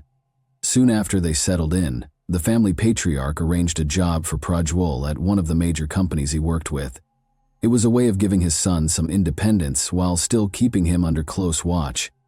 Prajwal quickly began to succeed, earning respect, climbing the corporate ladder, and bringing in a decent income. The Mahat household ran on strict rules that applied to everyone, even with house staff and domestic help. Every family member had specific responsibilities. Disrupting the order was not acceptable. Each morning, the adults left for work, and the kids went off to school. Only Anjana stayed behind. She had yet to find a job, and her in-laws didn't seem in any hurry to assist her in getting one. In May 2017, Anjana told her husband that she was finally ready to chase a dream she had carried with her for years, opening a small beauty salon in their neighborhood. She had already found a location for lease, researched the details, assessed the market demand for the services she wanted to offer, and even put together a business plan. But there was one problem. She didn't have the startup capital to make it happen. At that point, Prajwal had started earning a decent income and had managed to set some money aside, but it still wasn't enough. He turned to his parents for help, but they refused, skeptical that Anjana's idea could succeed. Once again, Ujjwal stepped in. He believed in her vision and provided the funds she needed to get her business off the ground. Anjana threw herself into the project with incredible passion. She poured her heart into the salon, and it didn't take long before it started to pay off. The business became profitable rather quickly. Her success didn't go unnoticed. Her in-laws, who had once doubted her, now saw her in a whole new light. They began to recognize her as an independent, ambitious, and intelligent woman with a natural talent for business. Over time, the Mahat family's attitude toward Anjana changed. They started to value her opinions, show her genuine respect, and eventually accepted and embraced her as part of the family. For the first time, she felt a sense of peace and belonging. However, one thing still weighed on her. She hadn't reconnected with her own parents, and the silence between them remained unbroken. That's when Anjana came up with an idea. Her younger brother had just graduated from school, and she suggested he move to Lalitpur to attend one of the city's universities, where he would have far more opportunities than in their rural hometown. The plan was for him to live with Anjana and Prajwal in the Mahat family home, under her care and guidance. Prajwal's parents didn't object to the idea. In fact, they were open to welcoming the teenager into their household. To finalize everything, both families decided to meet in person. During this conversation, Anjana's parents saw firsthand that the Mahats were supportive and willing to provide a good environment for their son while he pursued his education. This meeting opened the door for reconciliation. Anjana was finally able to reconnect with her parents, and the misunderstandings and tension between them began to fade. From that point on, the two families stayed in close contact. Anjana and Prajwal made regular visits, and Anjana spoke with her mother almost daily. Her brother enrolled in a respected university, and the Mahat household welcomed him with warmth and kindness. As social media began to take off in Nepal, Anjana created several personal accounts across different platforms. The one that really stood out to her was TikTok. She began posting short videos showing the day-to-day life of her beauty salon, sharing skincare routines, product reviews, and tips on creating stylish looks. With her striking appearance, charisma, and confidence, Anjana quickly gained attention online. Her content started to go viral, and her follower count climbed into the tens of thousands. Viewers admired her radiant, almost Hollywood-like beauty, flooded her comment sections with compliments, and trusted her advice. Her online presence became an extension of her growing influence in both business and lifestyle. At one point, Anjana caught the attention of a modeling agency. They began offering her opportunities to participate in various photo shoots, promotional campaigns, and runway shows. For Anjana, it felt like a dream come true, something she had only fantasized about in her younger years. She seized every chance to put herself out there and quickly became a local celebrity. Confident and composed in front of the camera, Anjana embraced her new role. She experimented with a wide range of styles, including some daring and bold looks. Her modeling fees increased rapidly, and before long, her beauty salon started taking a back seat. Eventually, she closed the business altogether. Modeling had become her full-time career, and it was significantly more lucrative. Her popularity continued to soar, reaching far beyond the borders of Nepal. International modeling agencies began expressing interest in her work, offering attractive contracts and opportunities abroad. She and her husband started seriously considering a move overseas. Their top choice was Canada, and soon the couple began preparing for the transition. When they broke the news to their families, the reactions were calm but cautious. While neither set of parents was thrilled about the idea of them moving so far away, no one tried to stop them. In fact, both families offered their support in helping the couple pursue their dream. Back in 2018, Ujwal had begun facing serious health complications following a prolonged illness. He started losing his hearing at a rapid pace, and by the end of the year, he was no longer able to work as a sound engineer. It was a devastating blow, but during this difficult time, Prajwal was his greatest support, helping him stay afloat. Emotionally, news of Prajwal's potential move to another country came as yet another emotional shock to Ujwal. Adding fuel to the fire was Ujwal's wife, Aishwarya. It's important to note that their marriage had been arranged. His parents had selected Aishwarya from a wealthy and influential family. She carried herself with pride and a sense of superiority. From the moment Anjana moved into the Mahat family home, Aishwarya took a strong dislike to her.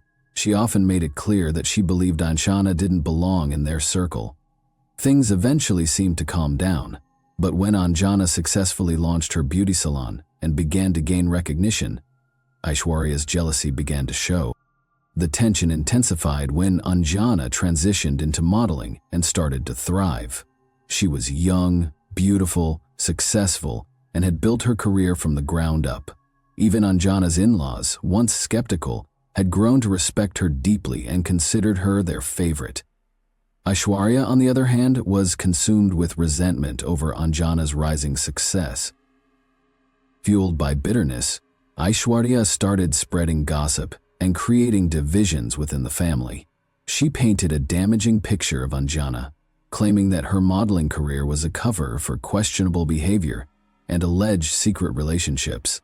To back up her claims, she showed the in-laws photos of Anjana from swimsuit advertisements and insisted that such images were inappropriate for a married woman. Aishwarya had stirred up family drama on more than one occasion, but each time, Anjana's husband stood by her and managed to de-escalate the situation. Over time, the rest of the family grew tired of Aishwarya's provocations, and her emotional outbursts were no longer taken seriously. That's when she shifted her focus to her own husband, Ujjwal, trying to turn him against Anjana. The situation worsened dramatically when Ujjwal's illness forced him to stop working. Now spending most of his time at home, he became a captive audience for Aishwarya's ongoing complaints. She continually painted Anjana in a negative light, accusing her of causing rifts within the family. When she learned that Anjana and Prajwal were preparing to move to Canada, her frustration boiled over.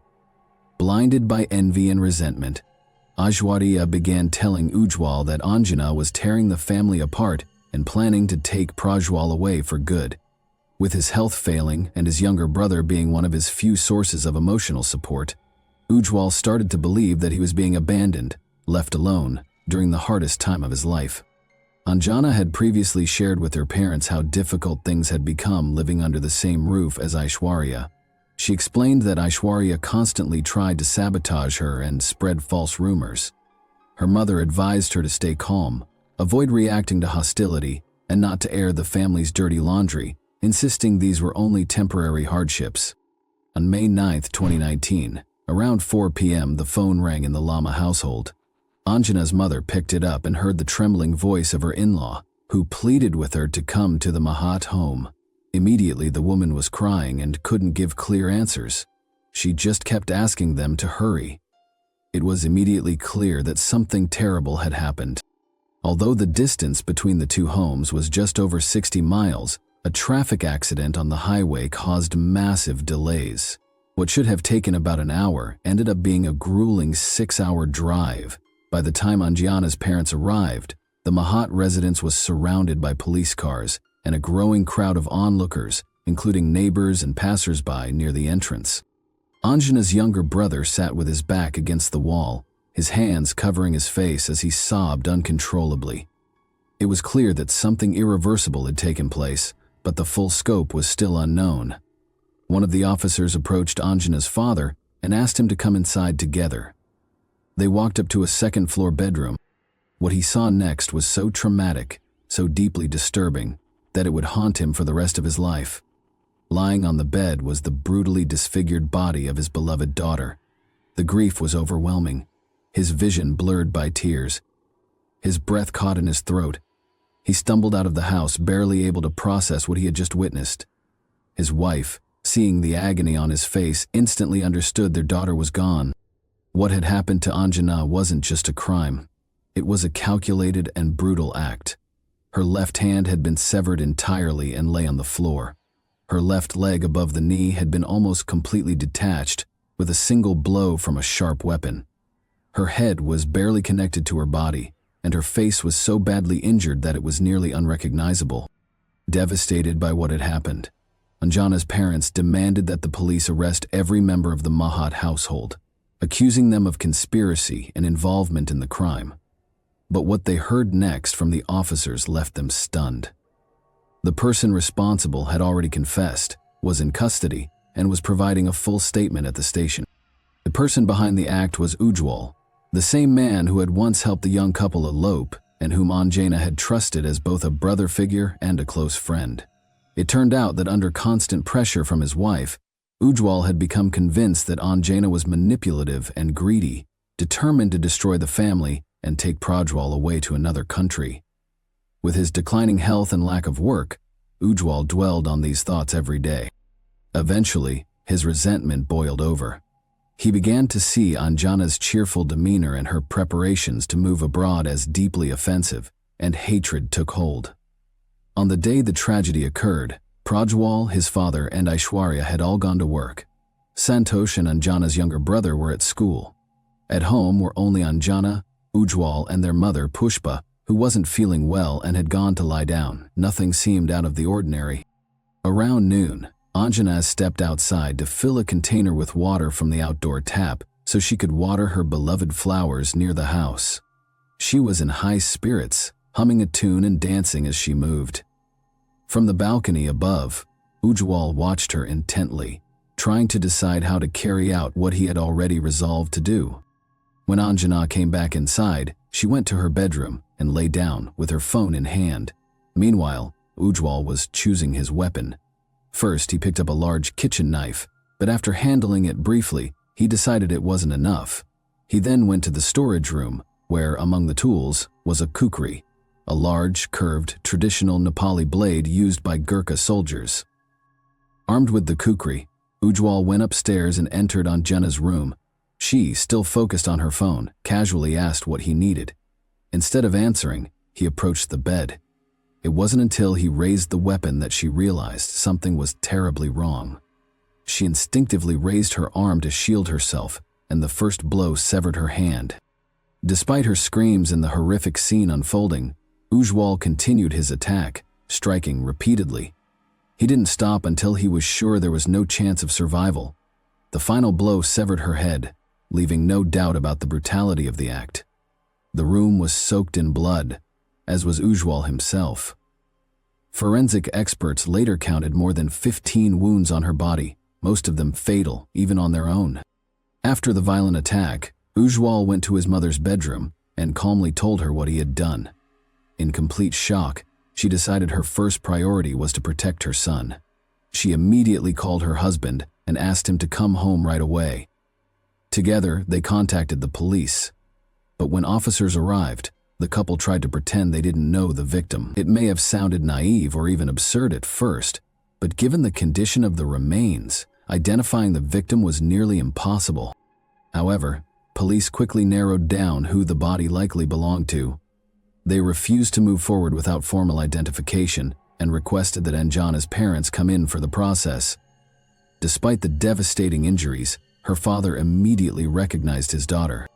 Suspicion initially fell on all members of the Maha household, but Ujwal, realizing the legal danger his family faced, chose to confess. He claimed full responsibility, stating that he acted alone and that no one else in the home knew of his intentions. He gave a detailed account of what had happened, turned over the weapon used, and even handed in his blood-soaked clothes. In a disturbing twist, Ujwal had become so consumed by what he was doing that he failed to notice he had severed part of his own finger. It apparently happened during the final moments of the act, and he only realized the injury after stepping out of the room, trying to decide what to do next. Anjana's parents had long known about the toxic environment in her marital home. They were aware that Aishwarya, her brother-in-law's wife, held deep animosity toward her and had influenced others in the household against her. They believed she may have played a role in fueling Ujwal's anger and driving him to commit the crime. The Lama family demanded that Aishwarya also be arrested for incitement, but authorities declined. Ujwal continued to insist he acted alone and bore full responsibility. Ujwal's wealthy parents hired one of the top attorneys in the country, sparing no expense in hopes of reducing the consequences their son faced. They were willing to go to great lengths to protect their eldest, even if it meant interfering with the justice process. Prajwal, however, stood firmly with Anjana. Grieving parents, he demanded the harshest penalty for his brother, refusing to accept what had happened. The betrayal was immense. This was the same man who had once supported his marriage, shown kindness to Anjana, and played a key role in their early happiness. Prajwal simply couldn't comprehend how someone so close to them could transform into someone capable of such cruelty. What hurt him most was seeing his parents rally behind the person responsible. Their loyalty to Ujjwal and their efforts to shield him from justice felt like a betrayal of both their daughter-in-law and their surviving son. Feeling abandoned by his own family, Prajwal joined Anjani's parents in their fight for justice. The attorney hired by the Mahat family worked tirelessly to delay the proceedings and protect his client, but Ujjwal remained firm in his original confession, afraid that any change in his story might draw his wife or parents into the case. It took 2 full years for a verdict to be reached. When the trial finally concluded, Ujjwal was found guilty on all counts and sentenced to life in prison without the possibility of parole. But the story didn't end there. Ujjwal, along with his legal team, filed an appeal with a new legal strategy, hoping for a different outcome. This time, the defense attorney claimed that his client was suffering from a psychological condition that had worsened due to his hearing loss and the emotional toll of losing his career. The court ordered a series of psychiatric evaluations to assess the validity of the claim. However, after thorough examination, mental health professionals concluded that Ujjwal was mentally stable, fully aware of his actions, and capable of understanding their consequences. As a result, the original sentence was upheld, and Ujjwal was sent to prison to serve his life sentence, without the possibility of parole. As for Prajwal, he remained in Nepal until the legal process was over. He stood by Anjana's grieving parents, offering them support, and even testified in court against his own brother. Once the final verdict was delivered and justice had been served, Prajwal left the country. He flew to Canada, fulfilling the dream he and Anjana had once shared together. Thanks for watching, everyone. Your support means a lot to me, and you can help my channel grow by hitting that like button, dropping a comment, and sharing this video. Your engagement really makes a difference. See you soon. Hey guys, today we're diving into another truly horrifying case. Driving under the influence has always been treated as a grave offense in the United States, one that carries life-changing consequences. Whether it's alcohol, illicit drugs, or even prescription medication, getting behind the wheel in an impaired state puts lives at risk. And when that impairment leads to a deadly crash, the law does not take it lightly. These aren't just traffic violations anymore. They're felonies that carry years, even decades behind bars. The case of Macy Lathers is a prime example of how quickly a moment of recklessness can turn into tragedy, and how the fallout can echo far beyond the crash site. Macy Lathers wasn't just any driver. She was a public figure, a model, and an influencer with thousands of followers. Her life looked picture-perfect online, but on one shocking day, all of that came crashing down, literally. In a popular resort city buzzing with vacationers, Macy caused a devastating multi-car collision. 2 people lost their lives, 2 more were left with serious, life-altering injuries. But what made this tragedy even more disturbing was what happened next. When police arrived on the scene, they found Macy in a dazed, erratic state, clearly under the influence of psychoactive substances. The body cam footage captured her incoherent behavior. Witnesses filmed her staggering, yelling, and resisting officers. What was already a heartbreaking crash spiraled into a viral media storm. Overnight, Macy's name was everywhere, from news headlines to heated social media debates. Was this the fall of another influencer blinded by fame and excess? Or was it a deeper reflection of how privilege and recklessness collide? To understand how it all unraveled, we need to go back to where Macy came from. Macy Marie Lathers was born on July 16, 2000, in Fort Plain, New York, a quiet rural town nestled in Montgomery County. She was the middle child, the only girl among 3 siblings, raised in a home filled with warmth and stability. Her parents weren't wealthy or famous. They were ordinary people who worked hard, loved their kids, and built a life of modest comfort. Their house sat near the peaceful Mohawk River, in a town so small that everyone knew everyone else. Fort Plain wasn't the kind of place you expected scandal to come from. It was safe, slow, predictable. The kind of town where nothing much ever changed, until Macy changed everything. Macy grew up in what many would call a sheltered environment, largely disconnected from the outside world.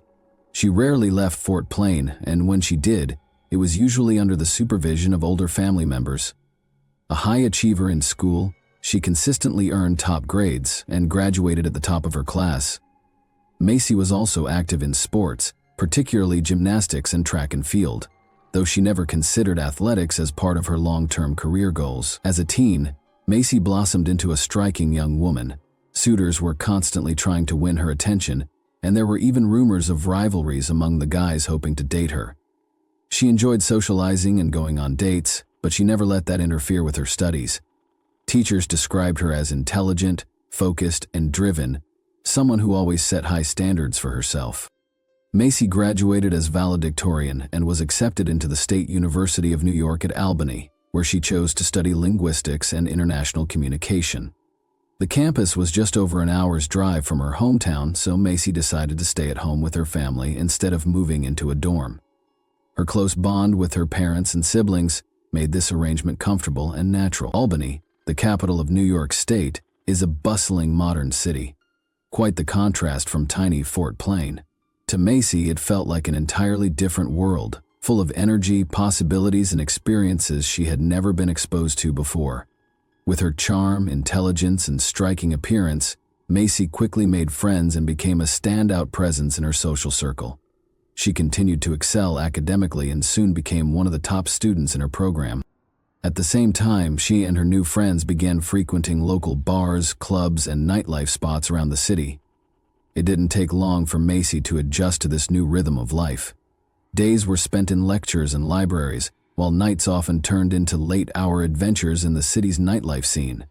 Despite her increasingly active social calendar, Macy showed up for class, passed her exams with flying colors, and looked effortlessly put together. As is typical in many college nightlife environments, there was frequent consumption of alcoholic beverages. Over time, Macy began drinking more regularly, and what started as casual, social drinking gradually became a daily habit. Still, her young, healthy body seemed to handle the lifestyle well. She maintained excellent academic performance, and her professors continued to praise her intellectual gifts and talent. At home, her family didn't notice anything particularly alarming in her behavior or lifestyle.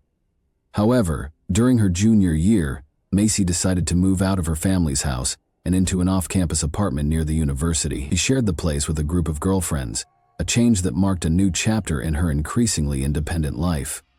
Around this time, Macy began experimenting more actively with a range of powerful and mood-altering substances.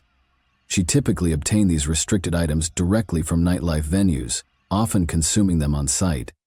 Despite the growing frequency of her use, she didn't see it as a problem. In her mind, she could stop anytime she wanted. By the time she graduated from college, Macy had fully embraced the party lifestyle.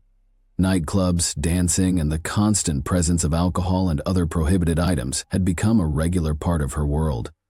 Nevertheless, she managed to complete her degree, defend her thesis successfully, and receive her diploma. Even then, though, she already knew she didn't want to spend her life behind a desk in some stuffy corporate office. Macy came of age at a time when social media platforms were exploding in popularity worldwide. Unsurprisingly, she created profiles on several major platforms while still in high school. Back then, living in the quiet and remote town of Fort Plain, her online presence was modest, just a few dozen followers, mostly people she knew. She occasionally posted family photos or scenic shots from the area, but never cared much about likes or follower counts. Everything began to change drastically after Macy moved to the city for her 18th birthday. Her parents gifted her a luxurious white Mercedes-Benz, something she had dreamed of for years. They also continued to support her financially, which allowed Macy to enjoy a carefree social lifestyle and showcase it extensively on her social media accounts. With her stunning looks, vibrant personality, and high-energy lifestyle, Macy quickly gained traction online. Her social feeds painted a picture of nonstop parties, fun, and glamour. Her follower count skyrocketed, and soon she had developed a loyal following that made her something of a local celebrity. During her final years at the university, Macy had already realized that she wouldn't be pursuing a traditional career in her chosen field. She was more interested in finding ways to turn her passion for fun into a source of income. She began taking dance lessons and sent out her modeling portfolio to various agencies, hoping to catch the attention of professionals who might offer her a lucrative contract. Despite her good looks, slim figure, and strong charisma, Macy wasn't able to break into any major modeling circles. However, her online popularity continued to soar. She portrayed a glamorous lifestyle, talked about her success, and occasionally promoted products or services on her platforms for small fees. After graduation, Macy informed her parents that she was planning to move to sunny Florida and settle in Miami. Her goal was to work as a hostess at one of the city's trendy nightclubs while continuing to pursue opportunities in modeling. Naturally, her parents were both surprised and disheartened by her decision.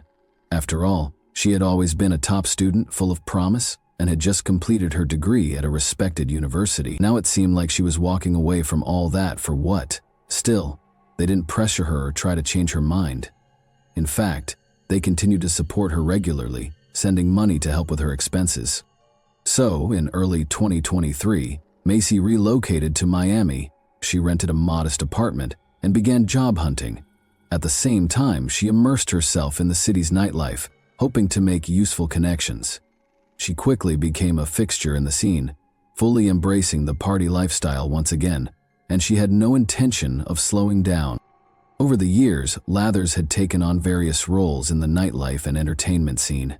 She worked as a promotional model, a dancer, and even served as a ring girl at combat sports events, stepping onto the mat in a skimpy outfit to display the round numbers to the crowd.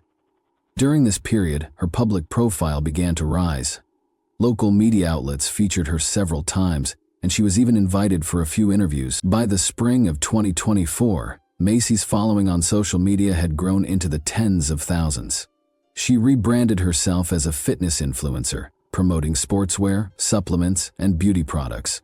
However, behind the carefully curated image, her real lifestyle was far from the clean and healthy image she projected online. She was a regular at nightclubs and parties, frequently indulging in strong alcoholic drinks, and was often open to trying new restricted substances offered in those settings. Over time, this pattern of behavior began to catch up with her, both personally and legally. At one point, Lathers was caught driving under the influence and had her driver's license temporarily suspended, but she violated the law again, this time resulting in her license being permanently revoked. Still, that wasn't enough to make her change course. On the morning of August 10, 2024, around 6 a.m., the streets of busy Miami were unusually quiet. Suddenly, the stillness was shattered by the screech of brakes and the sound of multiple loud impacts. A major collision had occurred at an intersection involving 3 vehicles. Bystanders rushed toward a black Range Rover, which had taken a heavy hit on the driver's side. The man behind the wheel had a bloodied face but was conscious. Witnesses carefully helped him out of the twisted wreck. He had suffered head trauma and broken ribs and could barely remain standing. Good Samaritans provided first aid, doing their best to stop the bleeding while waiting for emergency responders. The second vehicle was a Suzuki minivan, which sustained even more severe damage. The frame was crumpled and the doors were jammed shut. Inside were 3 individuals, a middle-aged woman behind the wheel, a man in the front passenger seat, and another man seated in the back. All 3 were seriously injured. The driver and rear passenger were unresponsive, while the front seat passenger appeared to be in shock. Since there was no immediate fire hazard, rescuers avoided pulling them out through the windows, fearing it could worsen potential head or spinal injuries. The third vehicle, a white Mercedes-Benz, was barely damaged. It had swerved off the road, lightly clipping the other 2 vehicles before striking a curb. When witnesses approached it, they found it empty. The driver was nowhere in sight, and the interior, covered in pale leather, showed no signs of injury. No blood, no visible struggle. It was clear the person behind the wheel had left the scene voluntarily, either unharmed or with only minor scrapes. Soon, eyewitnesses came forward. Several had seen a young woman leaving the Mercedes-Benz just moments after the crash. She exited from the driver's side, moving carefully and trying not to draw attention. She wore blue jeans and an oversized hoodie with the hood pulled low over her face. She crossed the street and quickly walked away from the scene, vanishing into the early morning quiet. The unidentified young woman attempted to blend in by joining a group of early morning joggers passing nearby.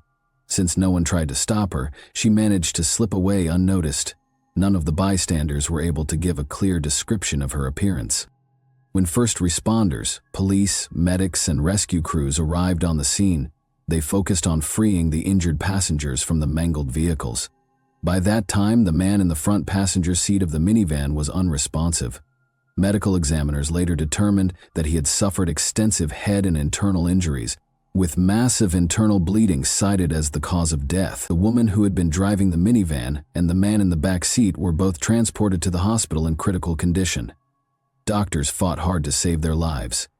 The driver of the Range Rover was also hospitalized with moderate injuries. His life was not in immediate danger, though he had sustained a serious head injury and damage to one of his lungs. After speaking with witnesses, investigators determined that the person behind the wheel of the third vehicle, believed to have caused the crash, was a young woman who fled the scene.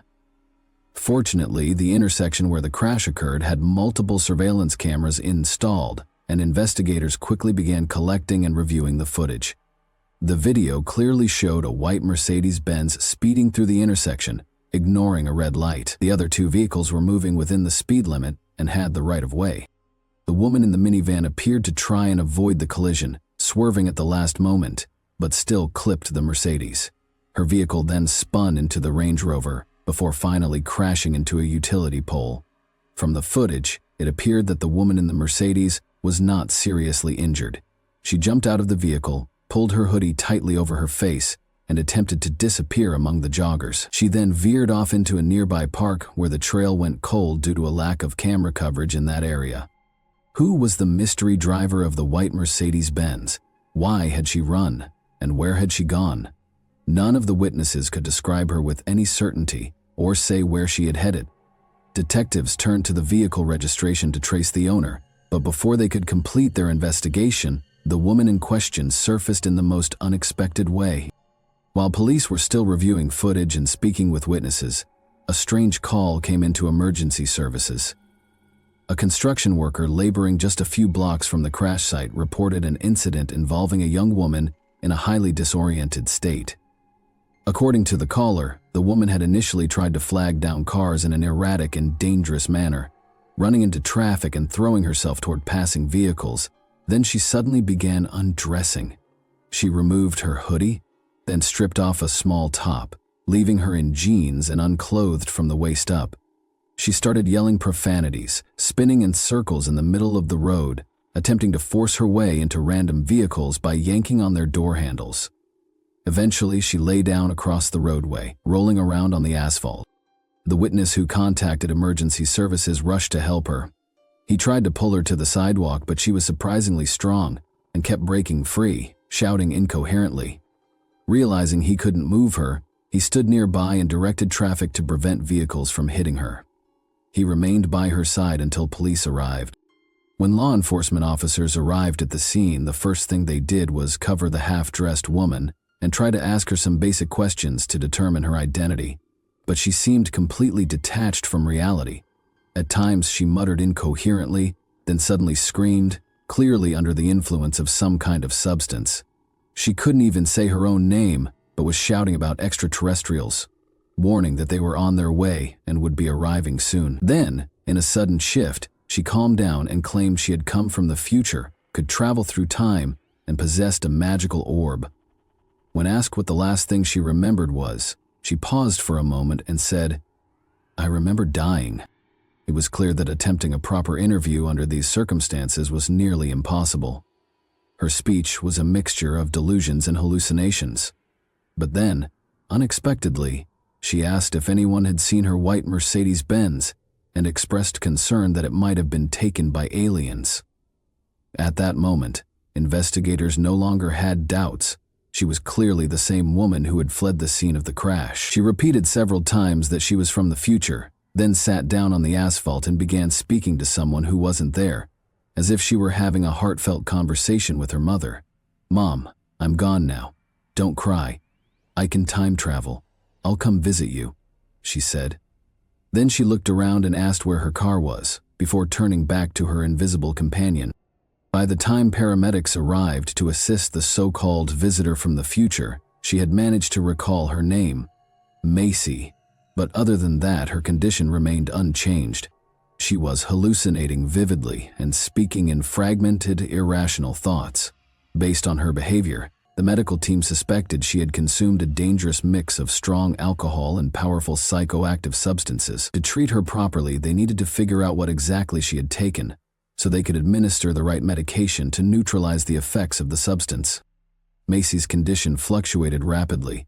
At moments, she seemed coherent and aware of her surroundings, and then she would drift off into conversations about aliens and time portals. When asked directly what she had taken, she couldn't provide an answer. In fact, she didn't even seem to understand the question. Then suddenly, she started making sprinkling motions with her fingers, as if tossing glitter, whispering, "Pink, pink, pink, powder." It sounded like more nonsense, but one of the medics recognized the reference immediately. She was likely referring to a potent street substance, often nicknamed pink cocaine, a synthetic blend of various psychoactive chemicals. The danger of this mix lies in its unpredictability.